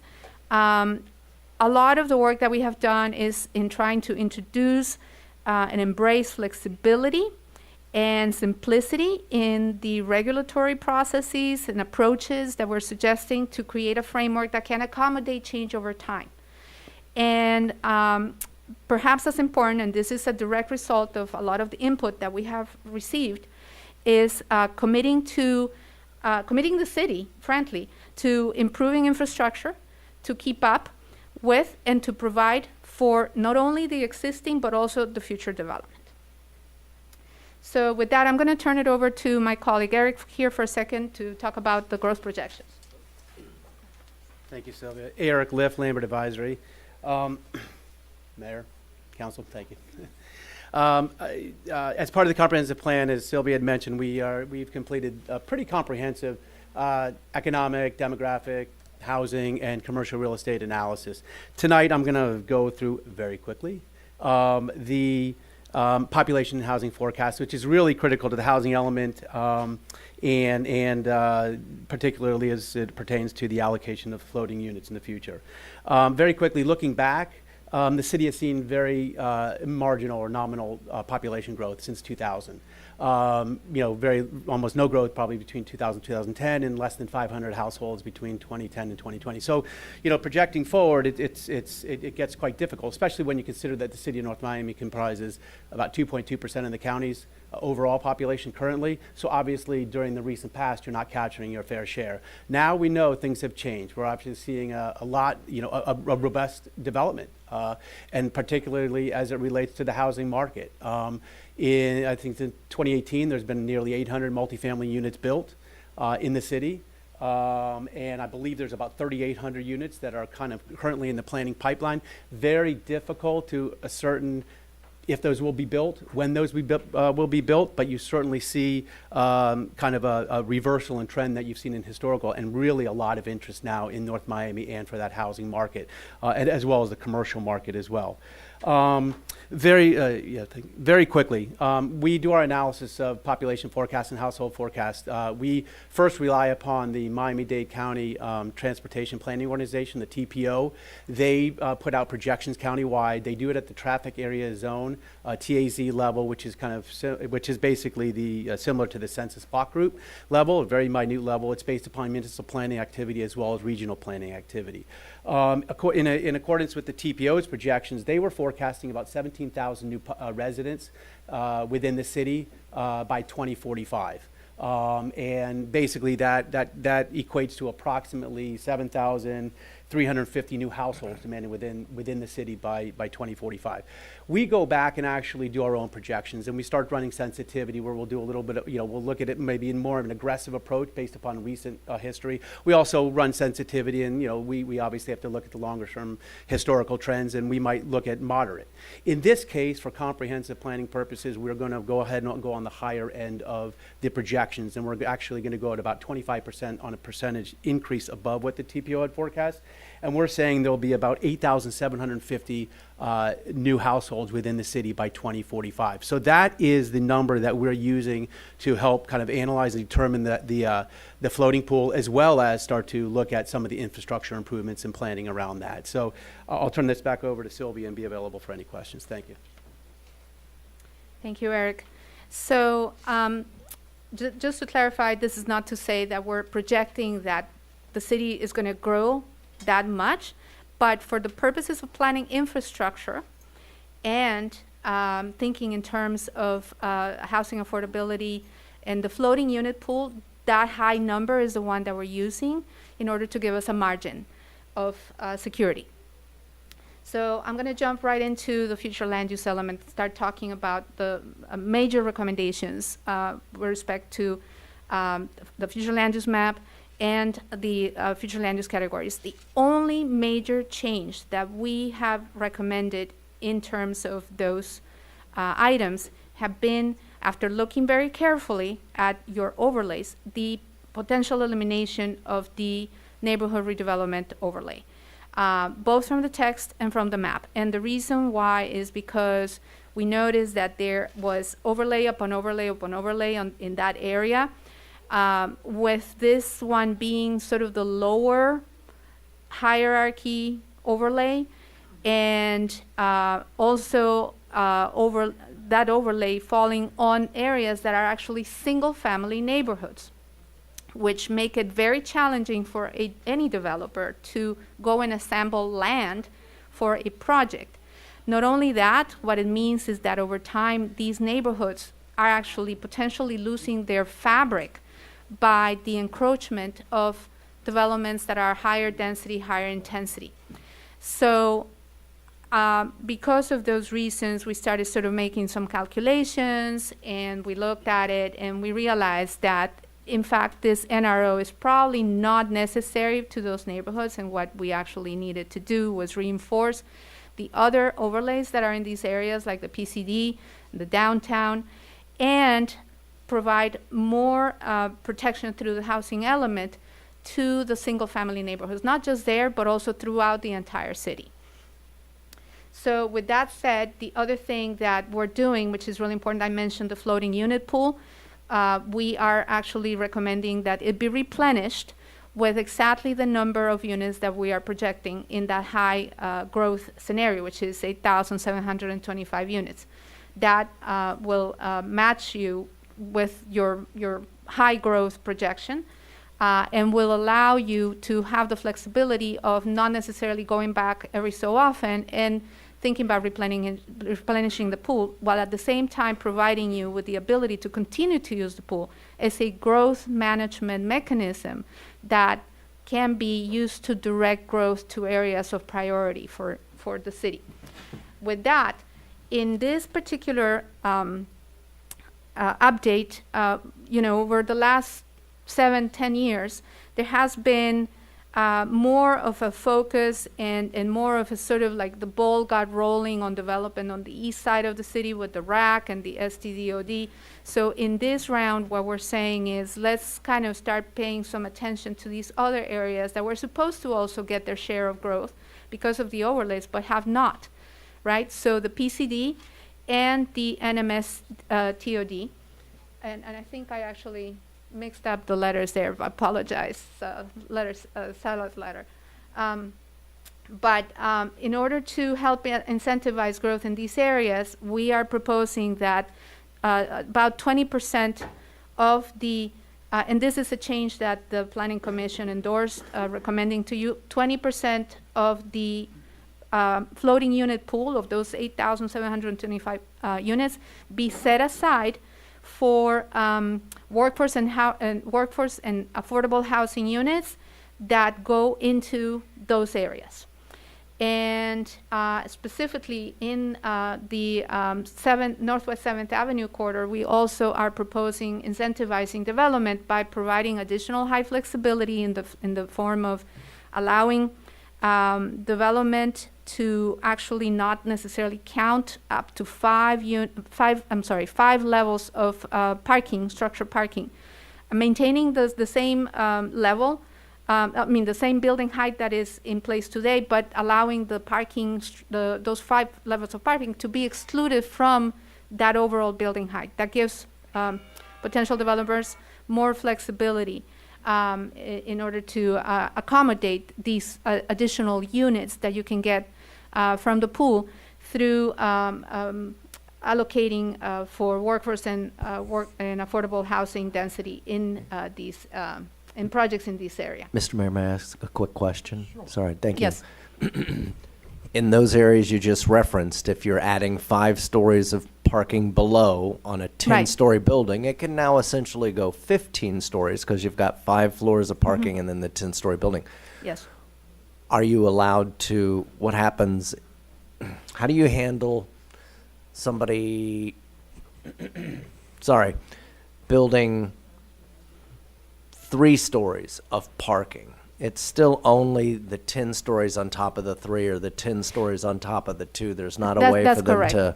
Yeah, that would be the option. You can have up to 5 levels that would not be counted. If you need more parking levels, then that starts eating into your building height. Gotcha. Yeah, I was just watching for somebody who would. Yes. We build are fewer and then add more residences above that. And that is very possible. Yes, that is very possible. We're trying to be sensitive to the fact that you have. This is obviously the corridor that part of the Northwest 7th Avenue corridor that is on the east side, right up against I-95. So we're sensitive to the fact that you have lower intensity development to the west, and that you don't want to overshadow it by allowing much more than that, because then it starts becoming a little more, a little less manageable. And this new plan doesn't change anything to the west of Northwest 7th Avenue. You're only looking at stuff right off of I-95. We're not changing in terms of the land use designation or the density or intensity in that area. Really quick, yes. If I may, Derek Cook, Director, with a little more clarity to what you're speaking of. On the west side of Northwest 7th Avenue, we're not touching any of that. We already have a height restriction that is there and that is maintained there. Okay. Thank you.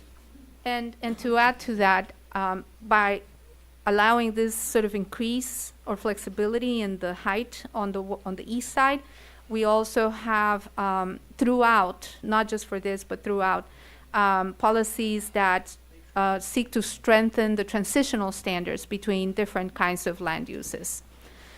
Really quick, a few other land use recommendations. We are putting in place policies that seek to do more to protect single-family neighborhoods from encroachment.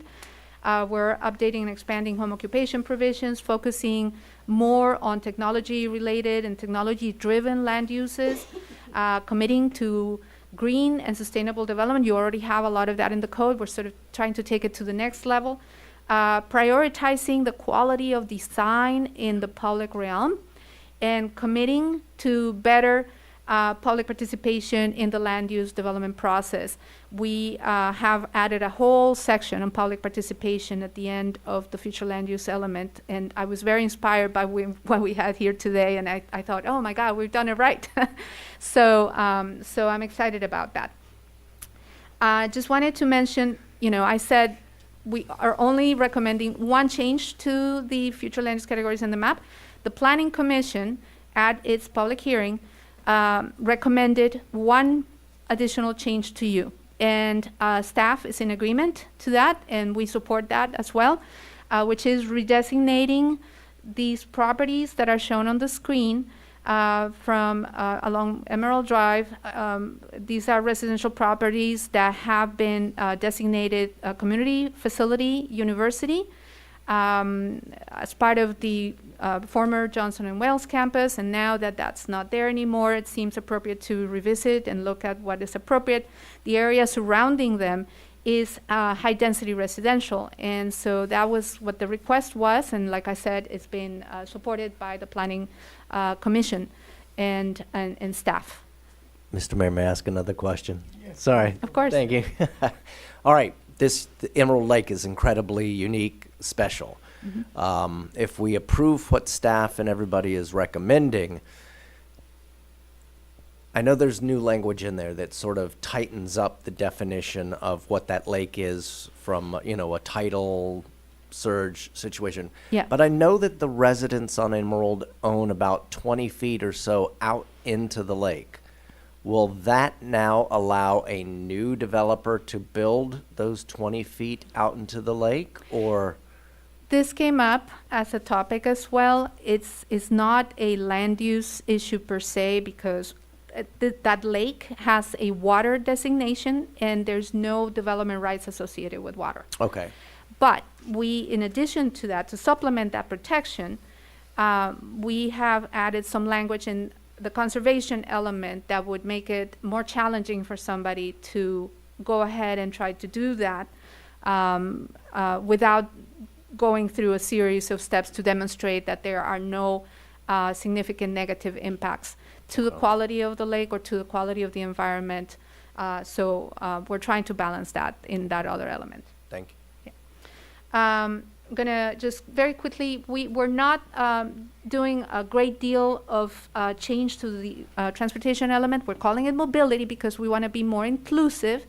And the emphasis here is on a connected, multimodal transportation system that puts more emphasis on completing and improving your pedestrian infrastructure system throughout the city, your bicycle infrastructure.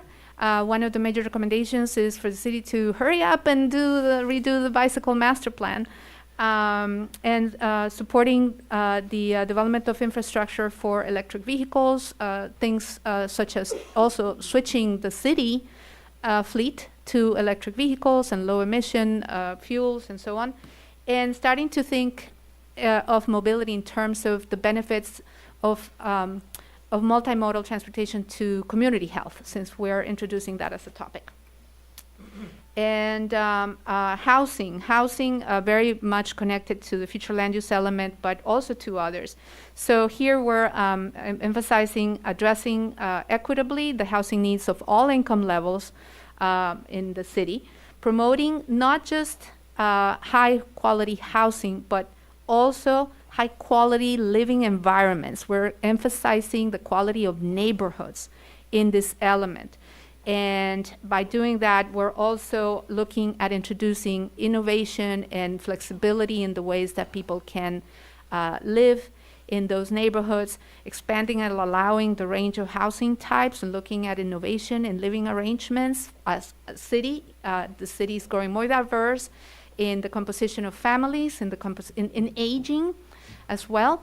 And so having more varied housing and flexibility in living arrangements is going to be really important. There are some innovations now that are coming into the market, both in construction and in ownership types and that kind of thing. So we're putting in place flexibility here to accommodate the evolution of these things that we don't know yet where they're going to land.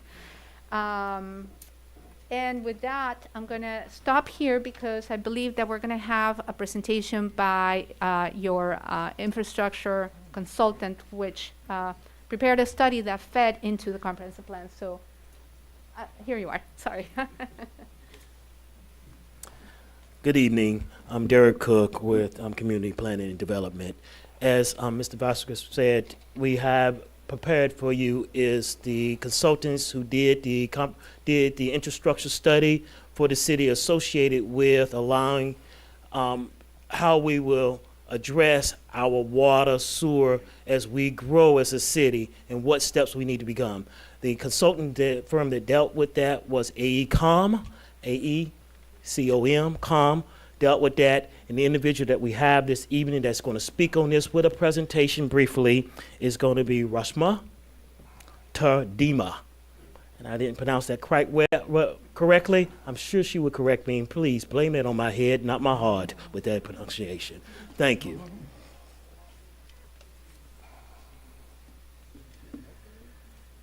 It's on the phone. It's one of those presentations. Is it working?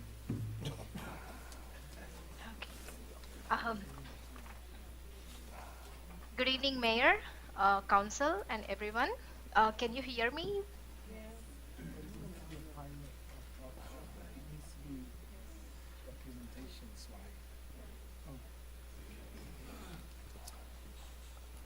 Could you raise the volume just a little bit? We can't hear her. And then presentation slides. And the slide's not working? No, the PowerPoint. The presentation. I'm sorry? Okay. Okay. It's up. He didn't hear. Yeah, he didn't hear. Presentation stuff. Hold on. Please put it in presentation format. Yes.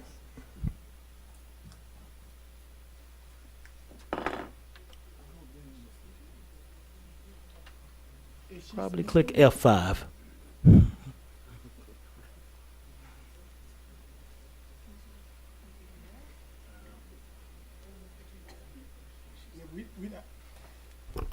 We're not able to hear the consultant if she's speaking.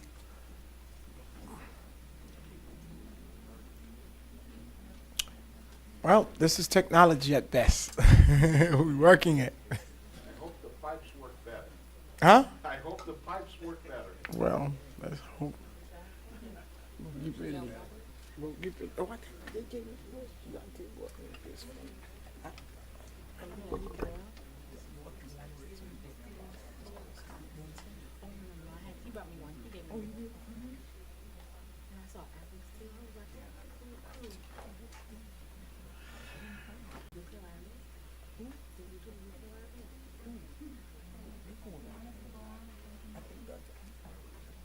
So while we deal with these technical difficulties, we don't allow for the consultants here to move forward, and then we don't work these out. We'll give a call. Thank you. Sorry for the inconvenience.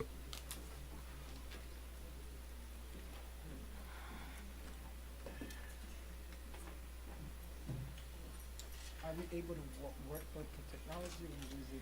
All right, now that takes the wind a little bit out of the next slide because it was, the presentation, AECOM's presentation was supposed to lead into this, but essentially their study, as was mentioned, was looking at Can our... I close and join again? At our growth projections and... Can you hear me now? Okay. It's low. You'd have to bring it up a little bit. I don't know what's going on. Can you try a little more? Me? All right, so I'm just going to try to go on in the interest of time because I don't want to keep you here. But one of the most important things that they have done was come up with a list of projects that are needed in order for the city to be able to accommodate future growth. The future growth that we're projecting, these 8,725 units, right? There are projects in the area of wastewater and potable water that would be improvements in addition to every project that the city already has is in its 5-year capital improvement plan. And we'll get to that, and they will, hopefully, when they get back on, we'll be able to go through the details. But one of the things that they recommended, they looked at the level of service standards for both water and sewer, and their expert opinion was that the city's level of service standards as they currently are a little bit high, and so we adjusted them based on the recommendation. We also realized that in order to achieve this growth that we're projecting over time, these improvements have to happen over time. Not everybody is going to show up at the end of the 20-year period, right, and build a house. So you're going to have growth happening over these 20 years. And from Eric's data, we know that construction that has been happening, the absorption in the city has been about between 300 and 400 units per year. So that's kind of the basis of saying these are the improvements over time. So in order to keep up with the development that we're projecting, one of the things that, again, coming out of the public input concerns that people have expressed, have to keeping the same kind of tight control and maybe even tighter control over the development approvals as they happen to make sure that the city can keep up with the pace of development in terms of infrastructure capacity. AECOM also recommended conducting an unaccounted water loss study. We know that there is about 28% water leakage happening in the potable water system in the city because the pipes are old. This is not unique to North Miami by any means. It happens in almost every city in Miami-Dade County.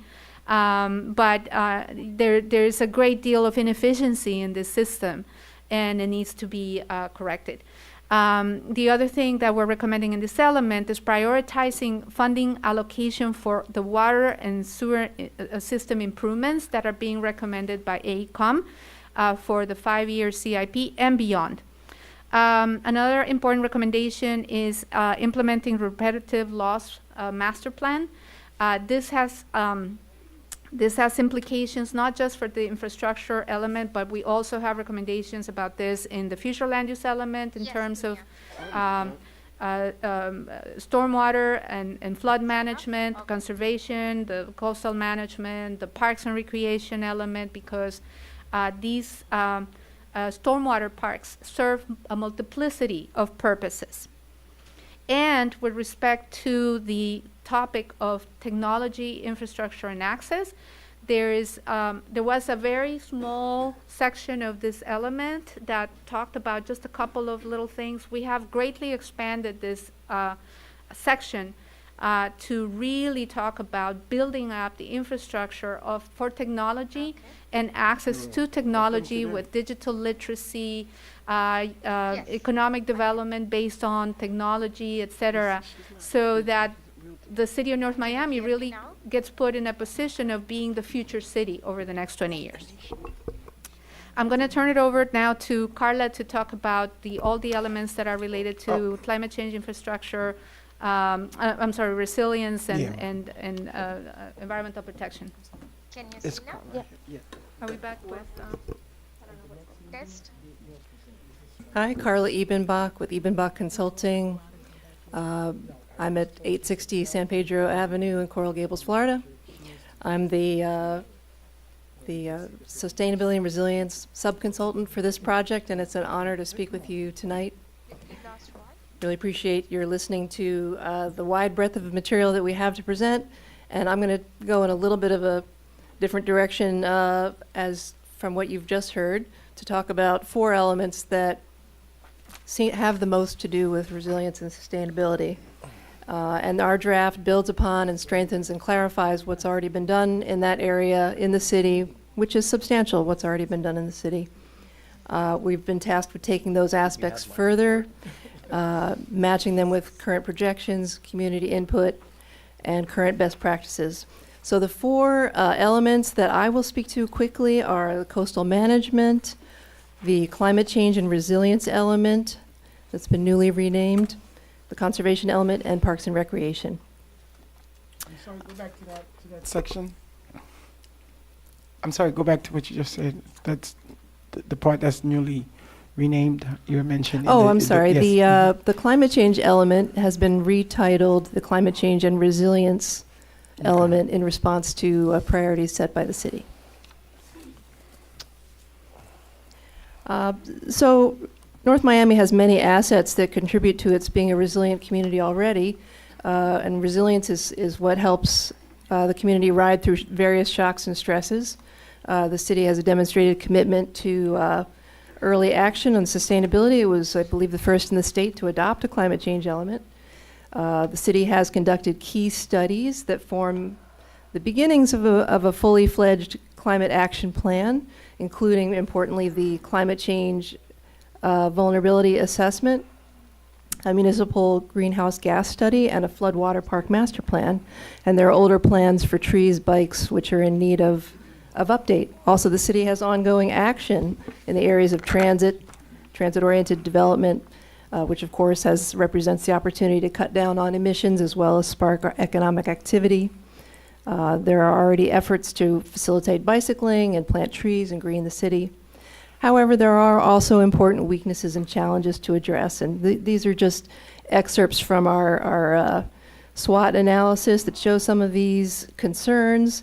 These things are relevant to the community's readiness to deal with future storms, manage floodwater, endure the longer, hotter summers that are coming our way, to work together and take an active role and get through the crises of the future.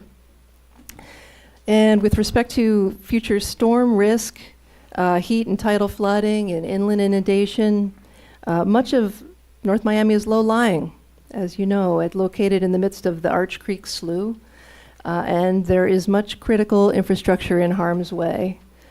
But where there are challenges, there are also opportunities, and we'll get into those as well.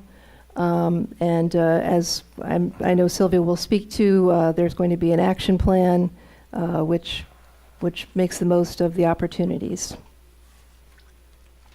Moving right into the coastal management element, we took time to examine the specific concerns of the coastal planning area, and in general, because of the city's general location on the coast of this peninsula, it's a consideration throughout the community to protect the natural assets for all to enjoy, to manage the water-dependent uses, and of course address the greater exposure to flooding, storm surge, and associated damage that may occur over time, even in the city's most inland areas. That climate change vulnerability assessment found very real and practical implications for coastal living in the city due to sea level rise. You can see a little illustration of that on the screen. These concerns are timely, and so the sooner that policy and regulation and action are undertaken and aligned, the better the city will fare under these changing conditions. So the new draft of the element, the primary goal, of course, remains to protect human life and property, and includes new reinforced language about reducing risk when making development decisions, as has already been mentioned, with special scrutiny to development in high-risk areas, and limiting development when possible, especially where storm surge and severe flooding are issues. This element also aligns policy and regulations, new language about maintaining shoreline development performance standards for the coastal planning area in the land development regulations and the development review process. We are also here prioritizing the incremental development of a network of green infrastructure, as Sylvia alluded to, comprised of repetitive lost properties that could be acquired over time to form a network of floodwater parks in the city, absorbing stormwater and serving the neighborhoods all around. Just like Good Neighbors Park, which you already have, these parks would divert and drain floodwater away from the surrounding neighborhood and serve during non-flood times as passive recreation, educational park space. The goal for this should be equitable and thoughtful distribution, developed with sensitivity and engagement of the park neighbors, and heeding the advice and standards that came through that 2020 Stormwaters Parks report. The other really big point to make out of the coastal management element is to highlight the prioritizing of the evacuation procedures, and especially the needs of the most vulnerable. That's something that we tried to raise up in this element. And finally, the designation of resilience hubs, as the city of Miami has similarly undertaken move towards having safe, unflooded locations where residents can access information, shelter, resources in times of extreme weather or disaster conditions, and coordinated very much with a public and resilient technology network and installation. Moving on to the second of the four elements, the climate change and resilience element, again with the new title. I probably don't need to go into too much detail to describe to you the reasons for undertaking this, but it is important to say that the warming atmosphere is definitively linked to the contributions of carbon and other emission from our built environment. So the way we treat our built environment through the policies we establish here is quite important.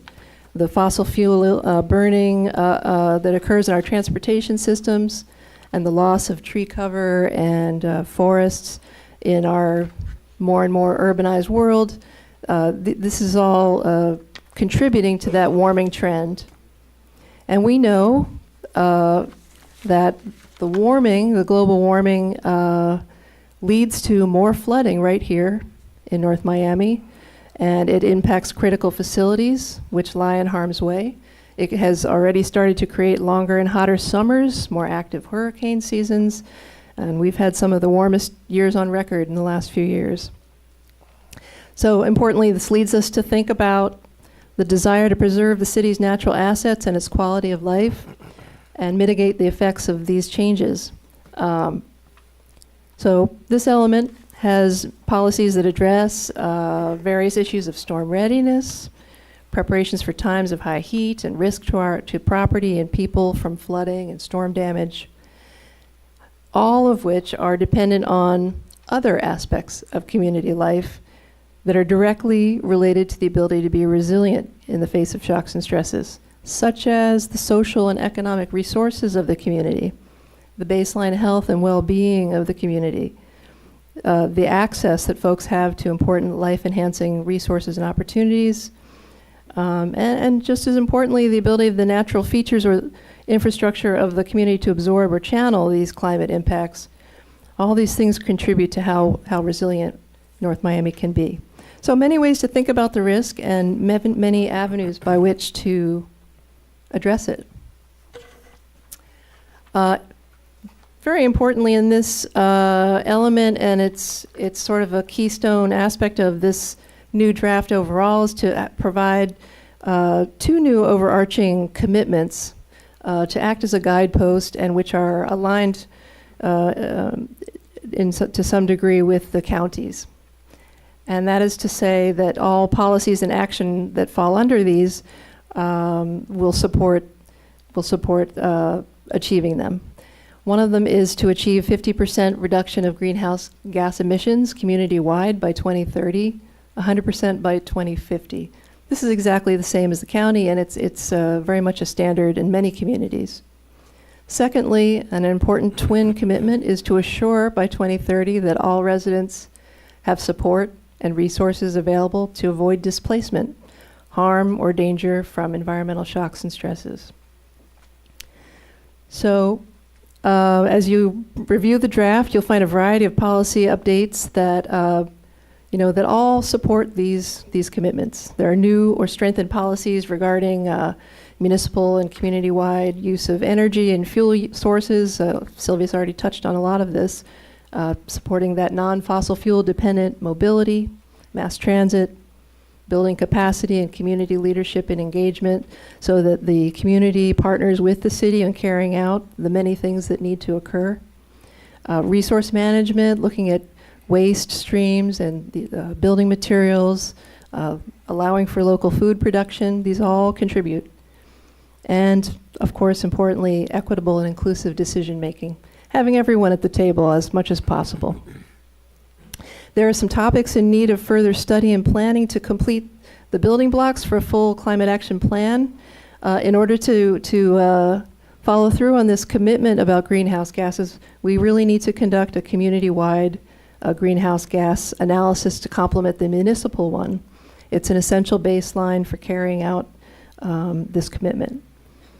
Secondly, very much need a tree canopy master plan to figure out how to use tree infrastructure to provide green infrastructure to the city, to capture carbon and cool the places where people dwell. And also importantly, an electric vehicle infrastructure plan, which could well be modeled on what's being done in Coral Gables. We need to make it possible for people to own and operate, park, and charge their vehicles, and many of these things can be accomplished in partnership with the new development that's expected in the city, and that's why we have recommended strengthening the land development regulations and the green building program in many ways to incentivize or require those things. Speaking of the LDRs, we are recommending in this plan a 2-foot base finished floor elevation for new construction, and incentivizing walking arcades, tree planting, the use of alternative energy and resources, as means to achieve these goals. The third of the 4 elements is the conservation element. There are many overlaps with the last one, but this, of course, is the element that represents the full set of conservation-related issues that are of concern for the city. Everything from assuring water quality protection, water conservation, to attending to the environmentally sensitive or compromised resources of the city, conserving energy in the built environment. But one of the key changes here is new attention to atmosphere protection as a means of naming what it is that we're trying to accomplish in our response to changing climate conditions. That is, slowing the warming of the atmosphere, which is the why behind reducing fossil fuel dependence, creating transit-friendly zones, changing where and how we build, engaging more people more widely in the private decision-making that will lower the community's carbon footprint overall. This element also restates that overarching commitment to reduce greenhouse gases, and includes many of the policies that we've already referred to. Sylvia's already mentioned, I won't take too much time, about energy standards, the municipal fleet converting to alternative fuels or electric, tree canopy expansion and maintenance. And we're providing meaningful performance indicators for all the above, which will also appear in the action plan which follows this plan. There are topics in need of further study and planning. I already mentioned the community-wide greenhouse gas study, but also a community-wide baseline environmental quality assessment to ascertain the state of the city's natural resources. You know, we've been talking a lot about Emerald Lake, especially at the Planning Commission meetings. We need to know what is the state of the natural environment in North Miami so that we know when we take actions, how to measure the changes that we see, how to measure progress or the reverse of progress. There are new and strengthened directives for zoning and the LDRs to promote conservation of energy in the built environment, sustainable lighting choices, maximizing the use of pervious paving, for water recharge into the ground, water reuse systems, just to name a few. And the fourth and final element in my presentation is the Parks and Recreation element. The primary purpose of this draft element is to assure that active and passive recreation's needs of the community get met, and that residents have access to the diverse array of positive benefits that parks provide, which we all know: health and wellness, social and cultural opportunity, environmental and ecological services, flood control and heat mitigation. And so the policies of this plan promote high-quality, interconnected, diverse, and geographically well-distributed and accessible park facilities across the whole park system. And we are aiming for parks that are reachable by foot, by bike, in wheelchairs, that serve a variety of functions. Some of the key updates to point out: there's been a shift in the level of service standard from population-based to a service shed standard of a half-mile or 10-minute walk for every resident to a park. That's our aspiration. And we need to fill the inequities in that system so that every resident really does have a park within reach. For this reason, the Parks, Recreation, and Open Space Master Plan should be updated as soon as possible to guide this system further. And the floodwater park network that we talked about, which would be incrementally acquired over time, should be folded into this system of parks. We've updated provisions for dedication, public space agreements, park impact fees, and fees in lieu, land dedication, and called for improved access in waterfront park spaces. And finally, we've underscored the importance of adequately staffing the Parks Department and training that staff for the operation and upkeep of the resources. I think the pandemic demonstrated to many of the staff that I interacted with that there's just not enough capacity to care for and operate the parks as you might like. So, as I hope I've made clear over the last 4 elements anyway, the sustainability and resilience considerations are interdisciplinary. They require thinking across different aspects of our community. And so not only did I work on these 4, but we've added policies that strengthen almost all the plan elements with respect to sustainability. But I'll close here, turn it back to Sylvia, and I'll look forward to your questions. Mr. Mayor, may we ask that the presenters sort of cut to the chase with their presentation, so that because we've got folks in the audience here who are ready to speak as well. Absolutely. We're going to go very fast through we only have a few left in any case, but we're going to go fast through them. Is it, Mr. Mayor, yeah. Is there something that legally still needs to be said, or you're just still making? I'll be honest. You said at the top you're going to be quick, and we're now, I don't know, close to 2 hours into the presentation. So I don't. I can't believe the time flew so fast. Close to an hour. I'll rewind. But in other words, like it. We'll get through it very fast. I think that with respect to the economic development element, there's just an emphasis on diversifying. You have a lot of studies that have been done over the last few years that we're trying to incorporate here to create a basis for that diversification. Some of the focus is going again into some of those areas that haven't received a lot of attention, such as the Northwest 7th Avenue corridor. With recommendations for some additional studies to bring more focus.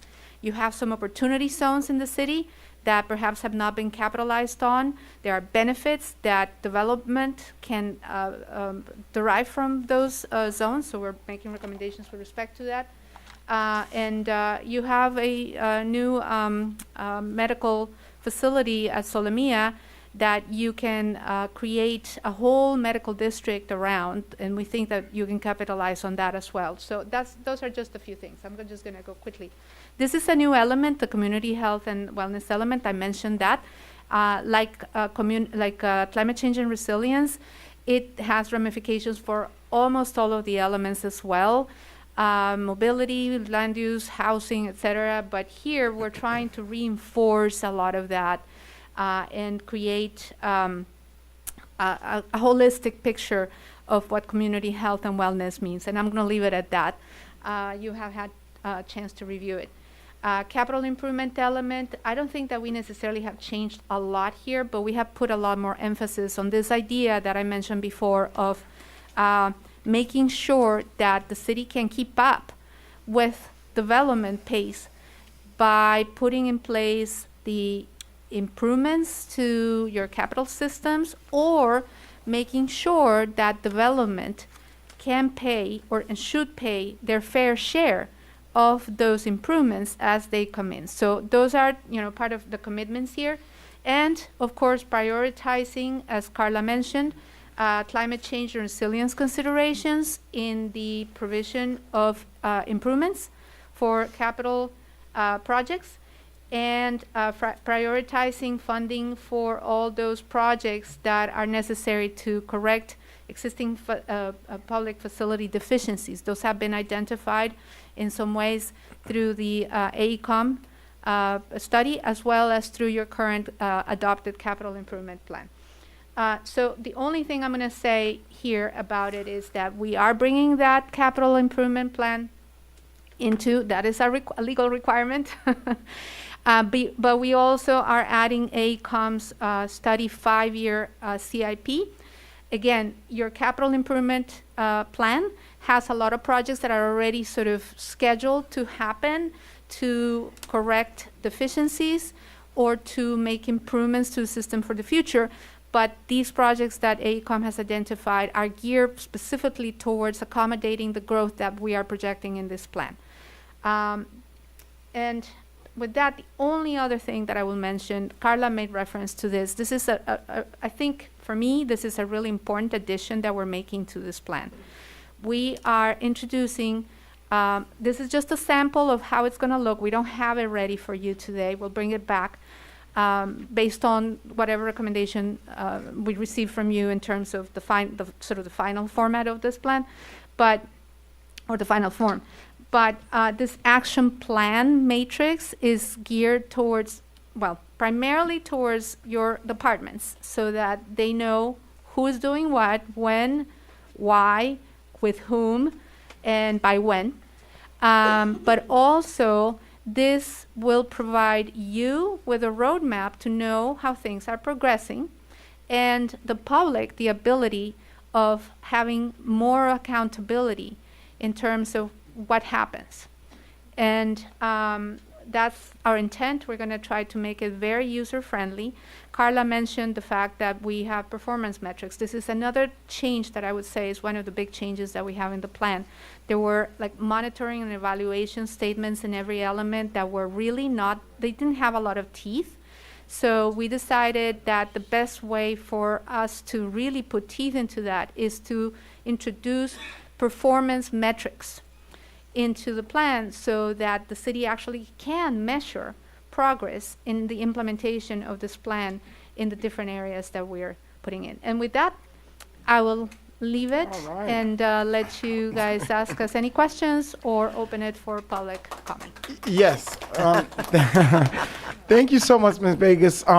Just previously, most of us here, I know I've met with Ms. Vegas, and we're going to continue to do that. So tonight, in the interest of time, and we know it's been a lot, so we are going to open public hearing. There's 2 mics. We're going to ask you to come up and do what you do, and then we'll close it, and then we'll do what we do.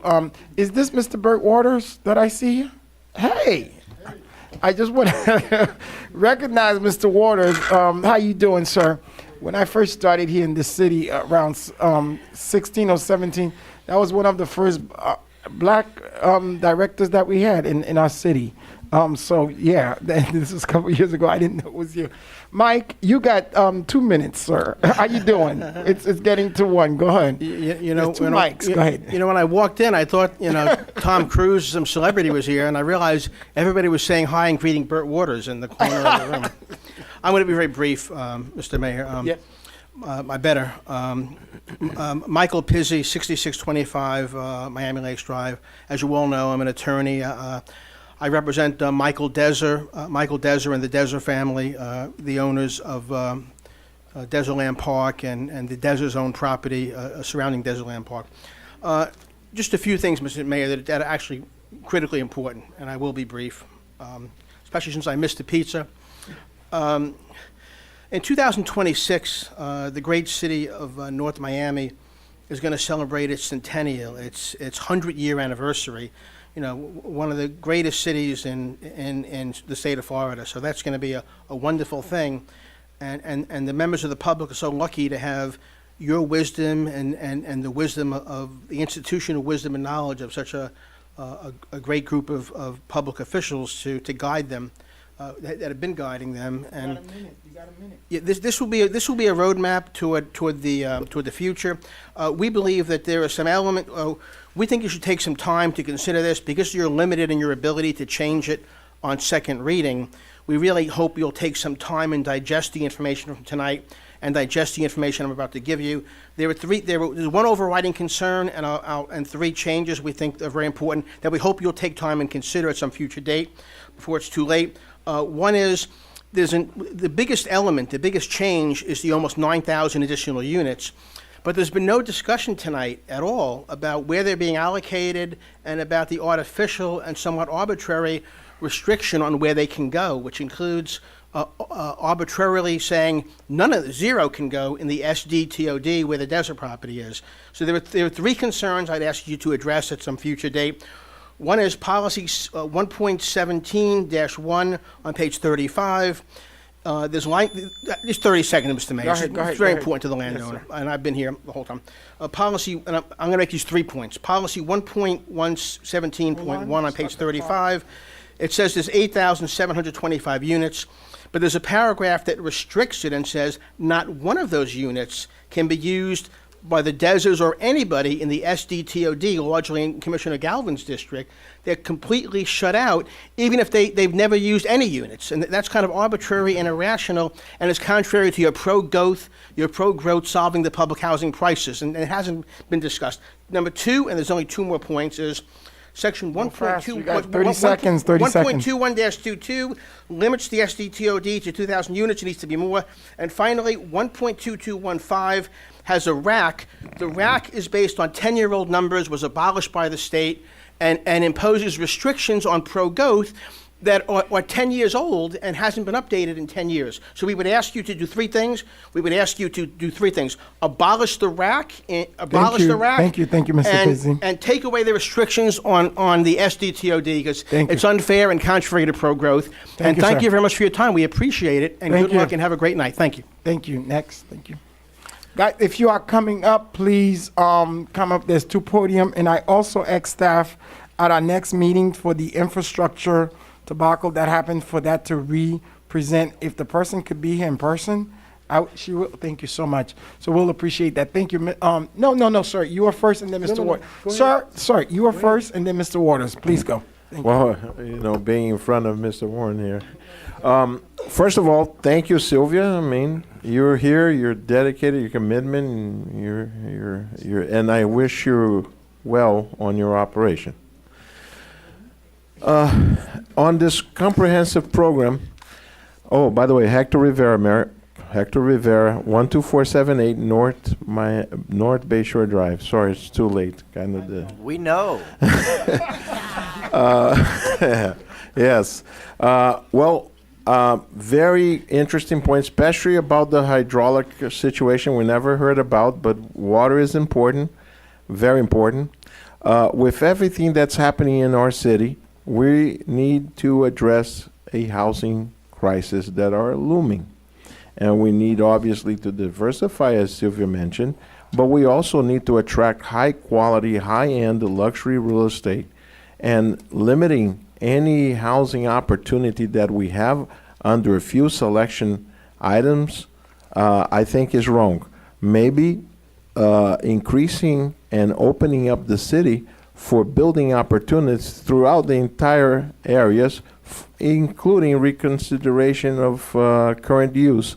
I think let the developers come with their offers, let the people invest in the infrastructures, let all the projects that we can attract to become the #1 city to live in be in place, so everybody out there that has some interest in developing, rather it's affordable housing or high-end luxury, looking over the open bay, will come to our city and bring their proposals and hopefully increase the quality of service and living opportunities throughout the entire city. I am supportive of increasing heights, getting parks. Thank you very much. Have a blessed day. Good evening, Mr. Mayor and members of the council. For the record, my name is Albert Waters, E.L. Waters and Company, LLC. I'm here in collaboration with Attorney Mike Peasy. He's already stipulated and stated the 3 areas that we would like for the council to consider, but I want to add one other item that was not discussed and which is very important to this community, but also Miami-Dade County as a whole. All of you may be aware that Miami-Dade County has initiated what is titled Homes Plan. That Homes Plan is to bring forth a substantial number of housing units throughout the county, of which the greatest need has to do with the affordability of housing within the entire Miami-Dade County, but more specifically as it relates to the growth areas that are articulated in your comp plan for North Miami. It is very, very important. So with that, Mr. Mayor and members of the council, we would ask that you look at that through your consultants to make certain that you're able to accommodate those projections as it relates to the home plan that is being implemented or at least prepared by Miami-Dade County. Thank you. There is to Mike. Please come up. It's getting late. It's, I think, past. Is it almost 12 o'clock?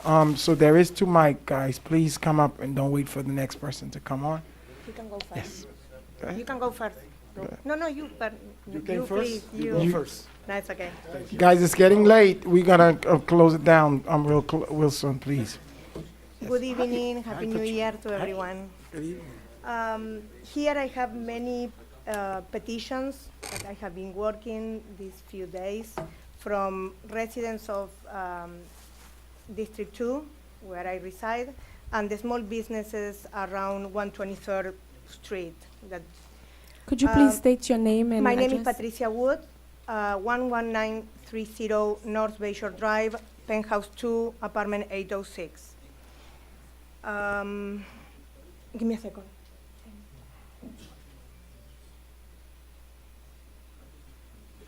Sorry. I have been waiting 7 years for this day to come. I was in the previous comprehensive plan, and well, we need to give an opportunity, waiting for this day, we need to give an opportunity to the city to improve and grow. So please, I'm asking all of you not to lose this opportunity of supporting, hasn't been mentioned too much, supporting a new increment in the high of the North Bayshore zone on the water side. This is cost nothing to the city, brings 10 millions or more on tax revenues, creates hundreds of jobs, and is really needed in the city. And well, as I mentioned before, I have many petitions here that they have the same support that I'm asking you to have with me and be sympathetic with my petition. I think we can't be losing this opportunity and wait another 7 years for this moment to come. We have been waiting so long. The waterfront is a very remunerable area, and we all need this money for making improvements around the whole entire city. Thank you. Good evening. Thank you, Fred. Thank you. Good evening. My name is Hernando Barreto. I live in 11930 North Bayshore Drive. I am here as I have been in all the previous workshops, meetings, public hearings, planning and zoning commissions, representing more than 70 people. We are already almost 100. I already submitted petitions to some of the council members, to Ms. Cassandra, Mr. Galvin, and also I believe Dr. Alice de Sulme. Those signed petitions by residents in the area related to North Bayshore Drive in order to oppose an increase in the height limit in the area for reasons of infrastructure. This is an area that gets flooded very easily. As the expert mentioned a few minutes ago, is an area susceptible to storm surge. We have suffered that already in the past. In 2017, we have to rebuild the entire parking lot. And the North Bayshore Drive is very narrow, allowing building more than 11 floors, which is what is permitted today.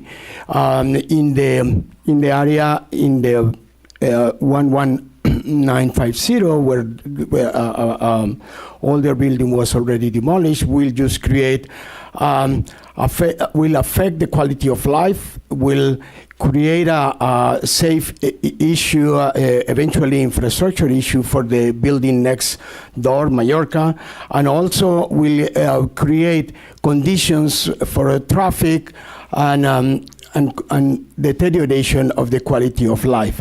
The money that the city needs is not coming from that, only from that single street. Then, thank you very much. Thank you. Buenas noches. Can I translate for him, or you guys Mi have it? nombre es Carlos Manuel Chavarría. Can I translate? Yes. Yes? Vivo, Dígame el nombre de nuevo. mi nombre es Carlos Manuel Chavarría. His name is Carlos Manuel Chavarria. Mi dirección es 11607. Mi dirección es 11607 Canal Drive, North Miami. Can you use this mic to translate, if you can, just to make it go faster? That one? Yeah, if you can. Yeah, this too. Go ahead, sir. Yes, please. He said his address was 11607 Canal Drive, North Miami 33181. Vengo a hablar sobre del área North Beach, de que la altura en construcción, ¿verdad? Es algo grande, es algo que mejora, trae mejoría para la ciudad. Okay, he's saying that he is here to talk about the Bayshore area, that he believes that increasing the height will bring better things for the city. Es una fuente de empleo permanente, ¿verdad? A partir de la construcción, y eso es una fuente de empleo para el ciudadano, ¿verdad? He's saying that it is a fountain for new jobs and citizens of the city. La opinión mía es porque yo trabajo acá en la ciudad y sería algo maravilloso, algo, ¿verdad?, mejoría para la ciudad, porque eso genera más taxis, permanentemente generaría empleo actualmente. He said that he goes with this, that he approves this, that he would like for this to happen because he works here and he knows that this will bring more taxes to the city. And that's it. That's all he said, right? And that's it. Thank you. Thank you. Yes or no? Hello, my name is Rafael Enrique Erazo. Used to live in 11950 North Bay Shore Drive. Moved to 240 Northwest 82nd Street. I am planning to come in the city, back to the city. I see this opportunity that was presented to us. And here in front of me, I have more than 70 people that I came across, and we shared thoughts and we shared the same idea, all from District 2. I even learned new words in Creole, Ukaedem Zimbuple, meaning we need help. We need help because the people that we have in front of us right now, to me, it feels very selfish that they just don't want anything to do with the height of a city. Something that can open a gate of opportunities throughout the city. Something that can bring new jobs. It can have a tax revenue up to $10 million.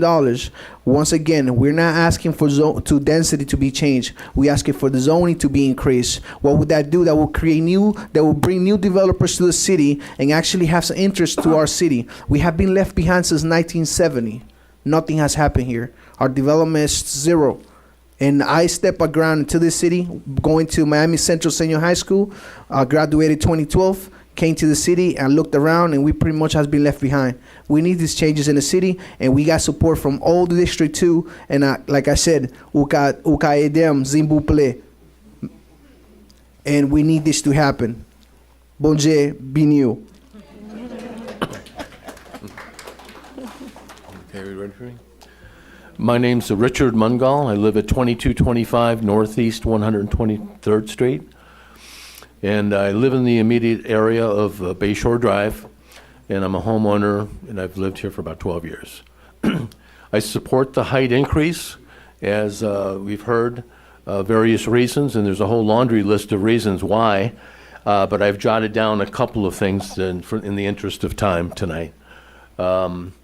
As we know, it will bring in more tax revenue for our city, and it will improve the image of the neighborhood, plain and simple. And that's what I have for tonight. Thank you. Thank you.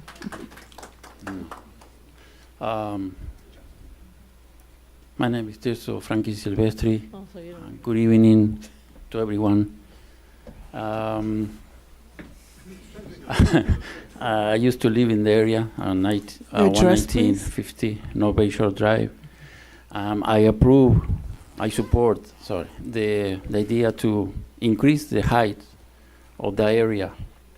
Like I said last time, I'm working for 15 years in the tallest building in Miami, that's Four Seasons Hotel Miami, 70 floors high. We have like 5 floors of parking, and it's 70. We have like 186 residences. We have 221 rooms, hotel rooms. We have 72 condos rooms. We have 7 floors of offices, only 5 floors for parking, and everybody fit. I think the city deserves, North Miami deserve a better quality of life. Starting with that tall building, I think that makes the difference, not only for me, for everybody that lives in here. And I used to live here, and I love the city. Okay, I wish I can come back earlier or soon. Thank you. Guys, the next mic, please move. Thank you, Daria. Jerry, no, we're trying to. Go ahead, sir. Yes, sir. Yes, please. Okay. My name is Hal Schoenfeld. I live at Majorca, 11930 North Bayshore Drive. Hello, Mayor and Scott Galvin, the only people I know here. Everyone else, hello.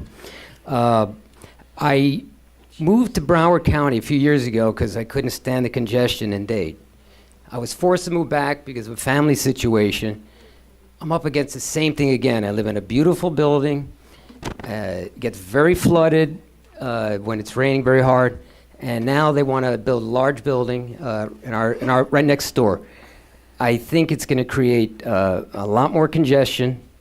I feel that the developers, they're going to come into the area, make their money. They're not going to live there. We're going to have to live there. I respect them, the risk. I understand all the problems they have, the interest they're paying on their loans. I got it. But I just feel that what about us? They leave the area. They have homes elsewhere. Some of us, this is our only house. We're not all wealthy. And we feel it's just coming and basically forcing us out. It's a slow process. And yes, the future is coming. I get it. But I just feel that and also the Champlain Tower situation, we're concerned about we have an older building. How's their construction going to affect us? I'm not an engineer, but it's a concern. And there's a lot of development coming already.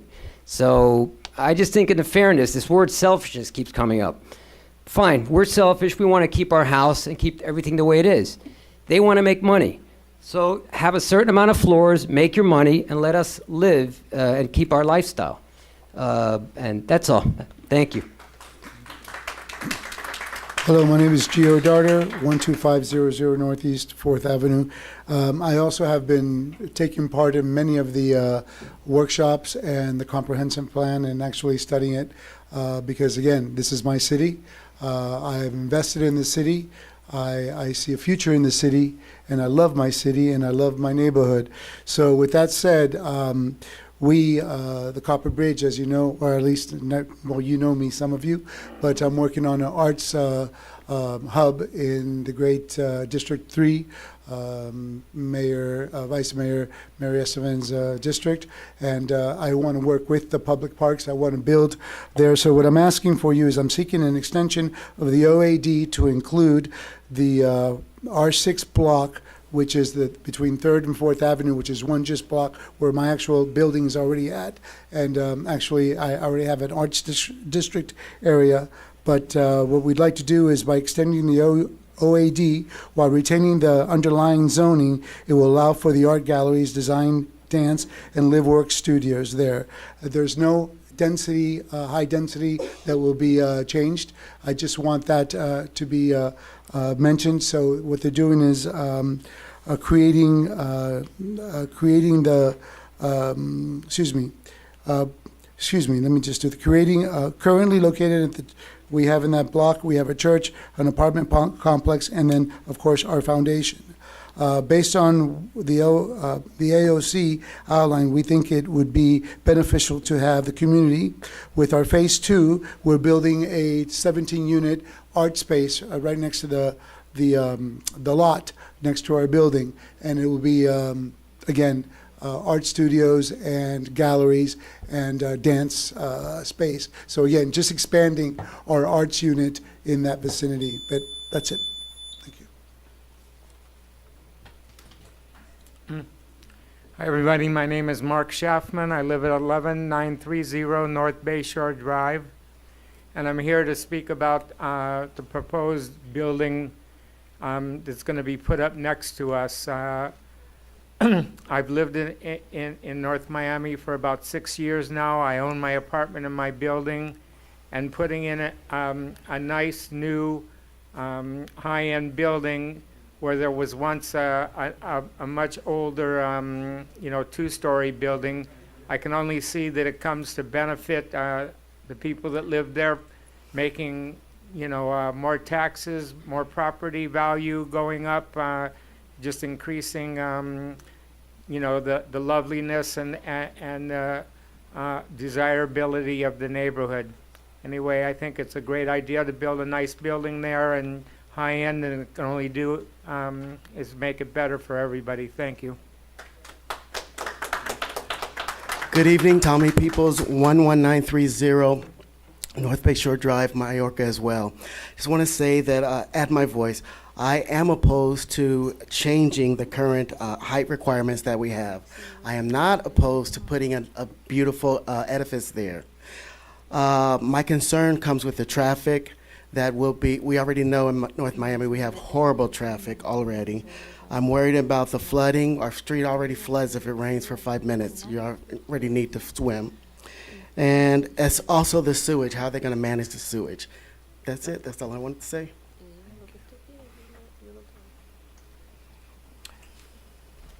Anyone else? This will be the last speaker. Please come forward, or if forever, please hold your thing. Please come up. Thank you. Ms. Marisol, you coming up? I am. Okay, she'll be the last one. Thank you so much. Go ahead, sir. Sir? Sir? Sir? Hello? Sir? Please. Yes. I think you were. Yeah. You could stay there. Yeah. Buenas noches, mi nombre es Julián Salazar, Daisy. Good evening. His name is Julian Salazar. Vivo en North Miami, 2400 North 82, calle. I live in Miami, 2400 Northwest 82nd Street. Mi opinión es, necesitamos gente con más dinero para progresar nuestro negocio.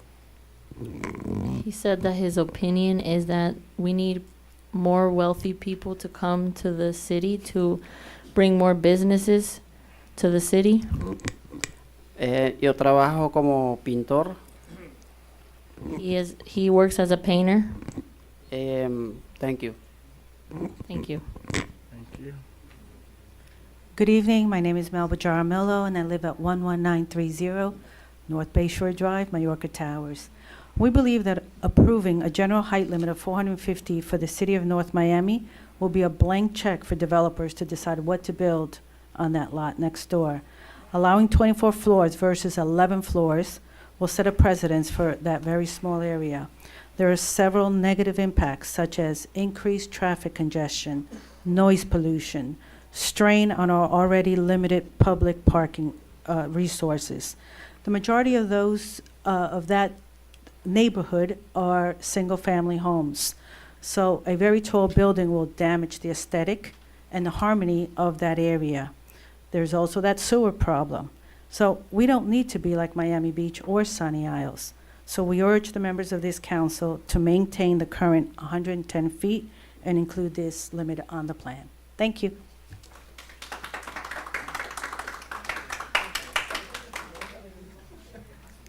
Hello, my name is Marisol Medina. I live at 1270 Northeast 24th Street. Excuse me, as the hours progress, right?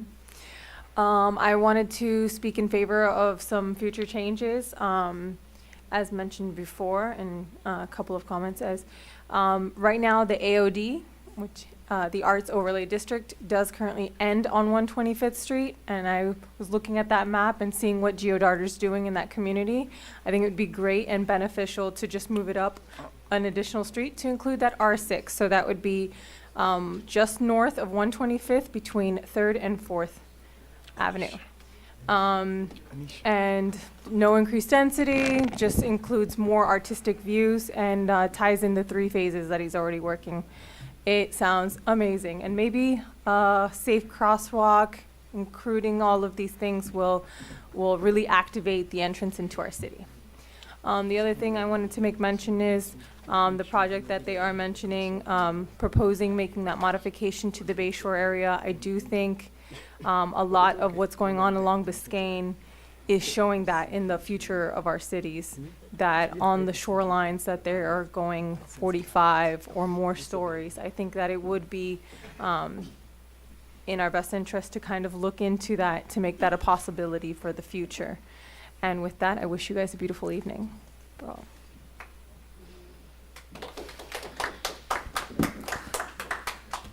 William Previtel, 12,000 North Bayshore Drive. Let me point out these are nearly 100 handwritten petitions, not just signatures, but they have comments.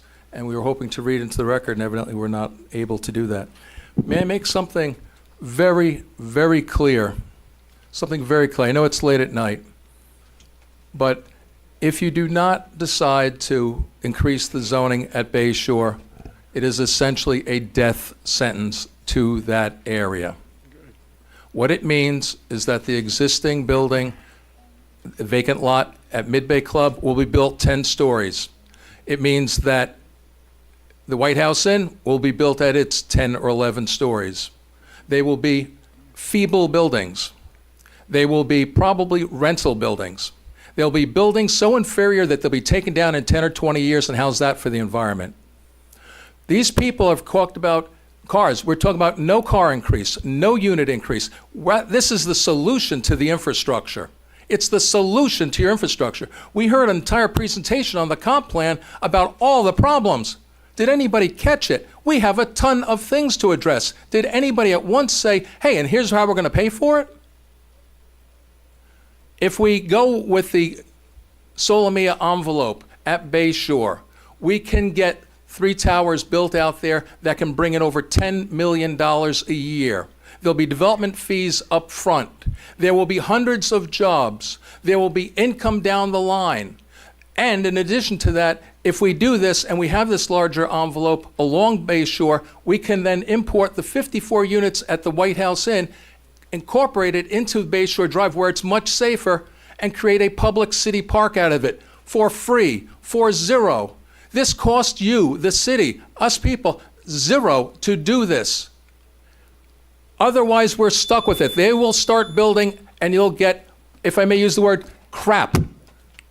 It will be craptastic. And we've seen how that's happened elsewhere in the city when we had other options and we didn't quite follow them. Thank you so much, sir. So please, please with the clock. Thank you. Public hearing is now closed. Council members, we have time to talk about the comp plan. And Mr. Attorney, what I wanted to ask is, I know we're having the infrastructure presentation next meeting.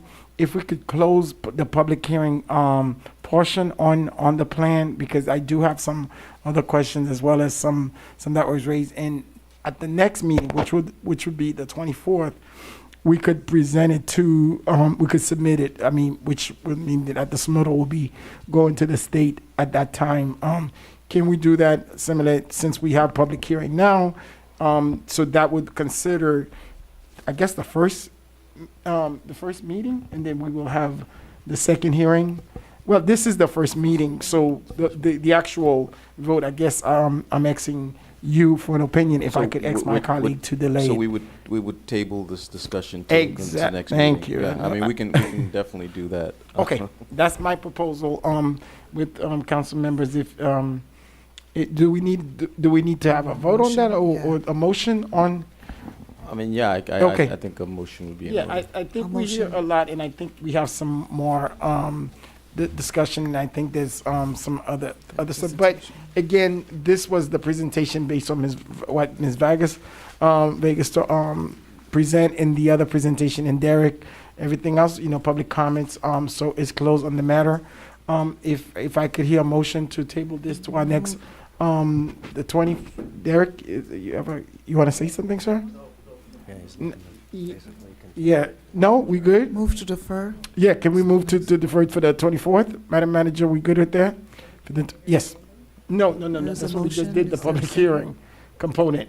So it'll just be us deliberating on the 24th on that, and then submit it to the state with that. Is that okay? So I made a motion. Yes, I think there was a motion on that. Can I have a second? Yes, hold on. Yeah.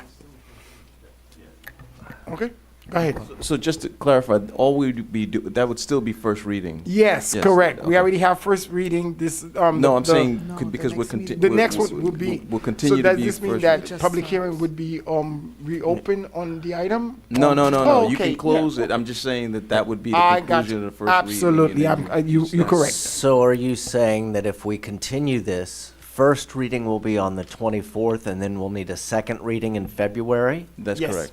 Yes. Okay. Yes, go ahead. Just procedurally. Yes. You would go through first reading, which today was part of, right? Yes, So you would be continuing. Correct. Once you have first reading completed with the approval of the plan, we will send it up to the state and to the reviewing agencies. Yes. The process of review, this is a coordinated state review, takes 60 days. Yes. So once we get their feedback, if they have recommendations, objections, concerns, whatever, we will address those, and then we'll have second reading. Awesome. Yes. So it could be two and a half months. Okay. Mhm. Yes.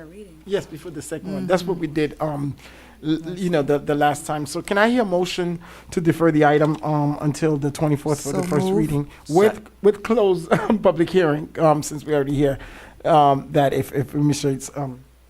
Madam Clerk? Who seconded? Second. I have a motion made by Vice Mayor Estime Irvin to defer the item. The motion was seconded by Councilman Galvin. Vice Mayor Estime Irvin, how do you vote? Yes. Councilwoman Timothy, how do you vote? Yes. Mayor Desulme, how do you vote? Yes. Councilman Galvin, how do you vote? Yes. Motion carries with a 4-0 vote. And so late. Next. Mr. Mayor, unless there's Yes, sir. like I know, we're reports getting from there. staff, can we? Yes, there's nothing. That was the last item, if I believe, right? I know we're tired. It's 12. I'm sorry? Good morning. Oh, good morning, good morning. Move to adjourn. Council okay, I guess. Second the motion Move to adjourn. I know that was coming. Thank you. Good night, everyone. Motion. Oh, no. I'm Motion sorry. to adjourn. Citizen Forum. That we do have to do. I am sorry. So you could go, Mr. Papatel. I mean, Out of respect, if anybody's going to speak on Citizens Forum, please make it something that new. we have not already heard. discussed this I am evening, sorry. please. So public hearing. Thank you, sir. Public hearing is now. Citizen Forum is now open. Thank you. Seeing nobody come forward, I'd motion to close public forum. Second that. You want to say, sir? Go ahead for 2 minutes. Go ahead. You're the last person. Yes. You wanted to say yes. Yes. You have 2 minutes. Yes. I wasn't planning on it. Oh, but I doubt that. I gotta. Thank you. I have to clarify. You know, the people who just say no, the audacity of sort of being in a tall structure and saying that nobody else should be like this, even though you've had 54 years of that opportunity. 54 years. And you can't say, you can't even come up as high as I am. I know. Well, what was happened when they building next to it 5 years earlier was 3 stories and you built something that's 16 stories?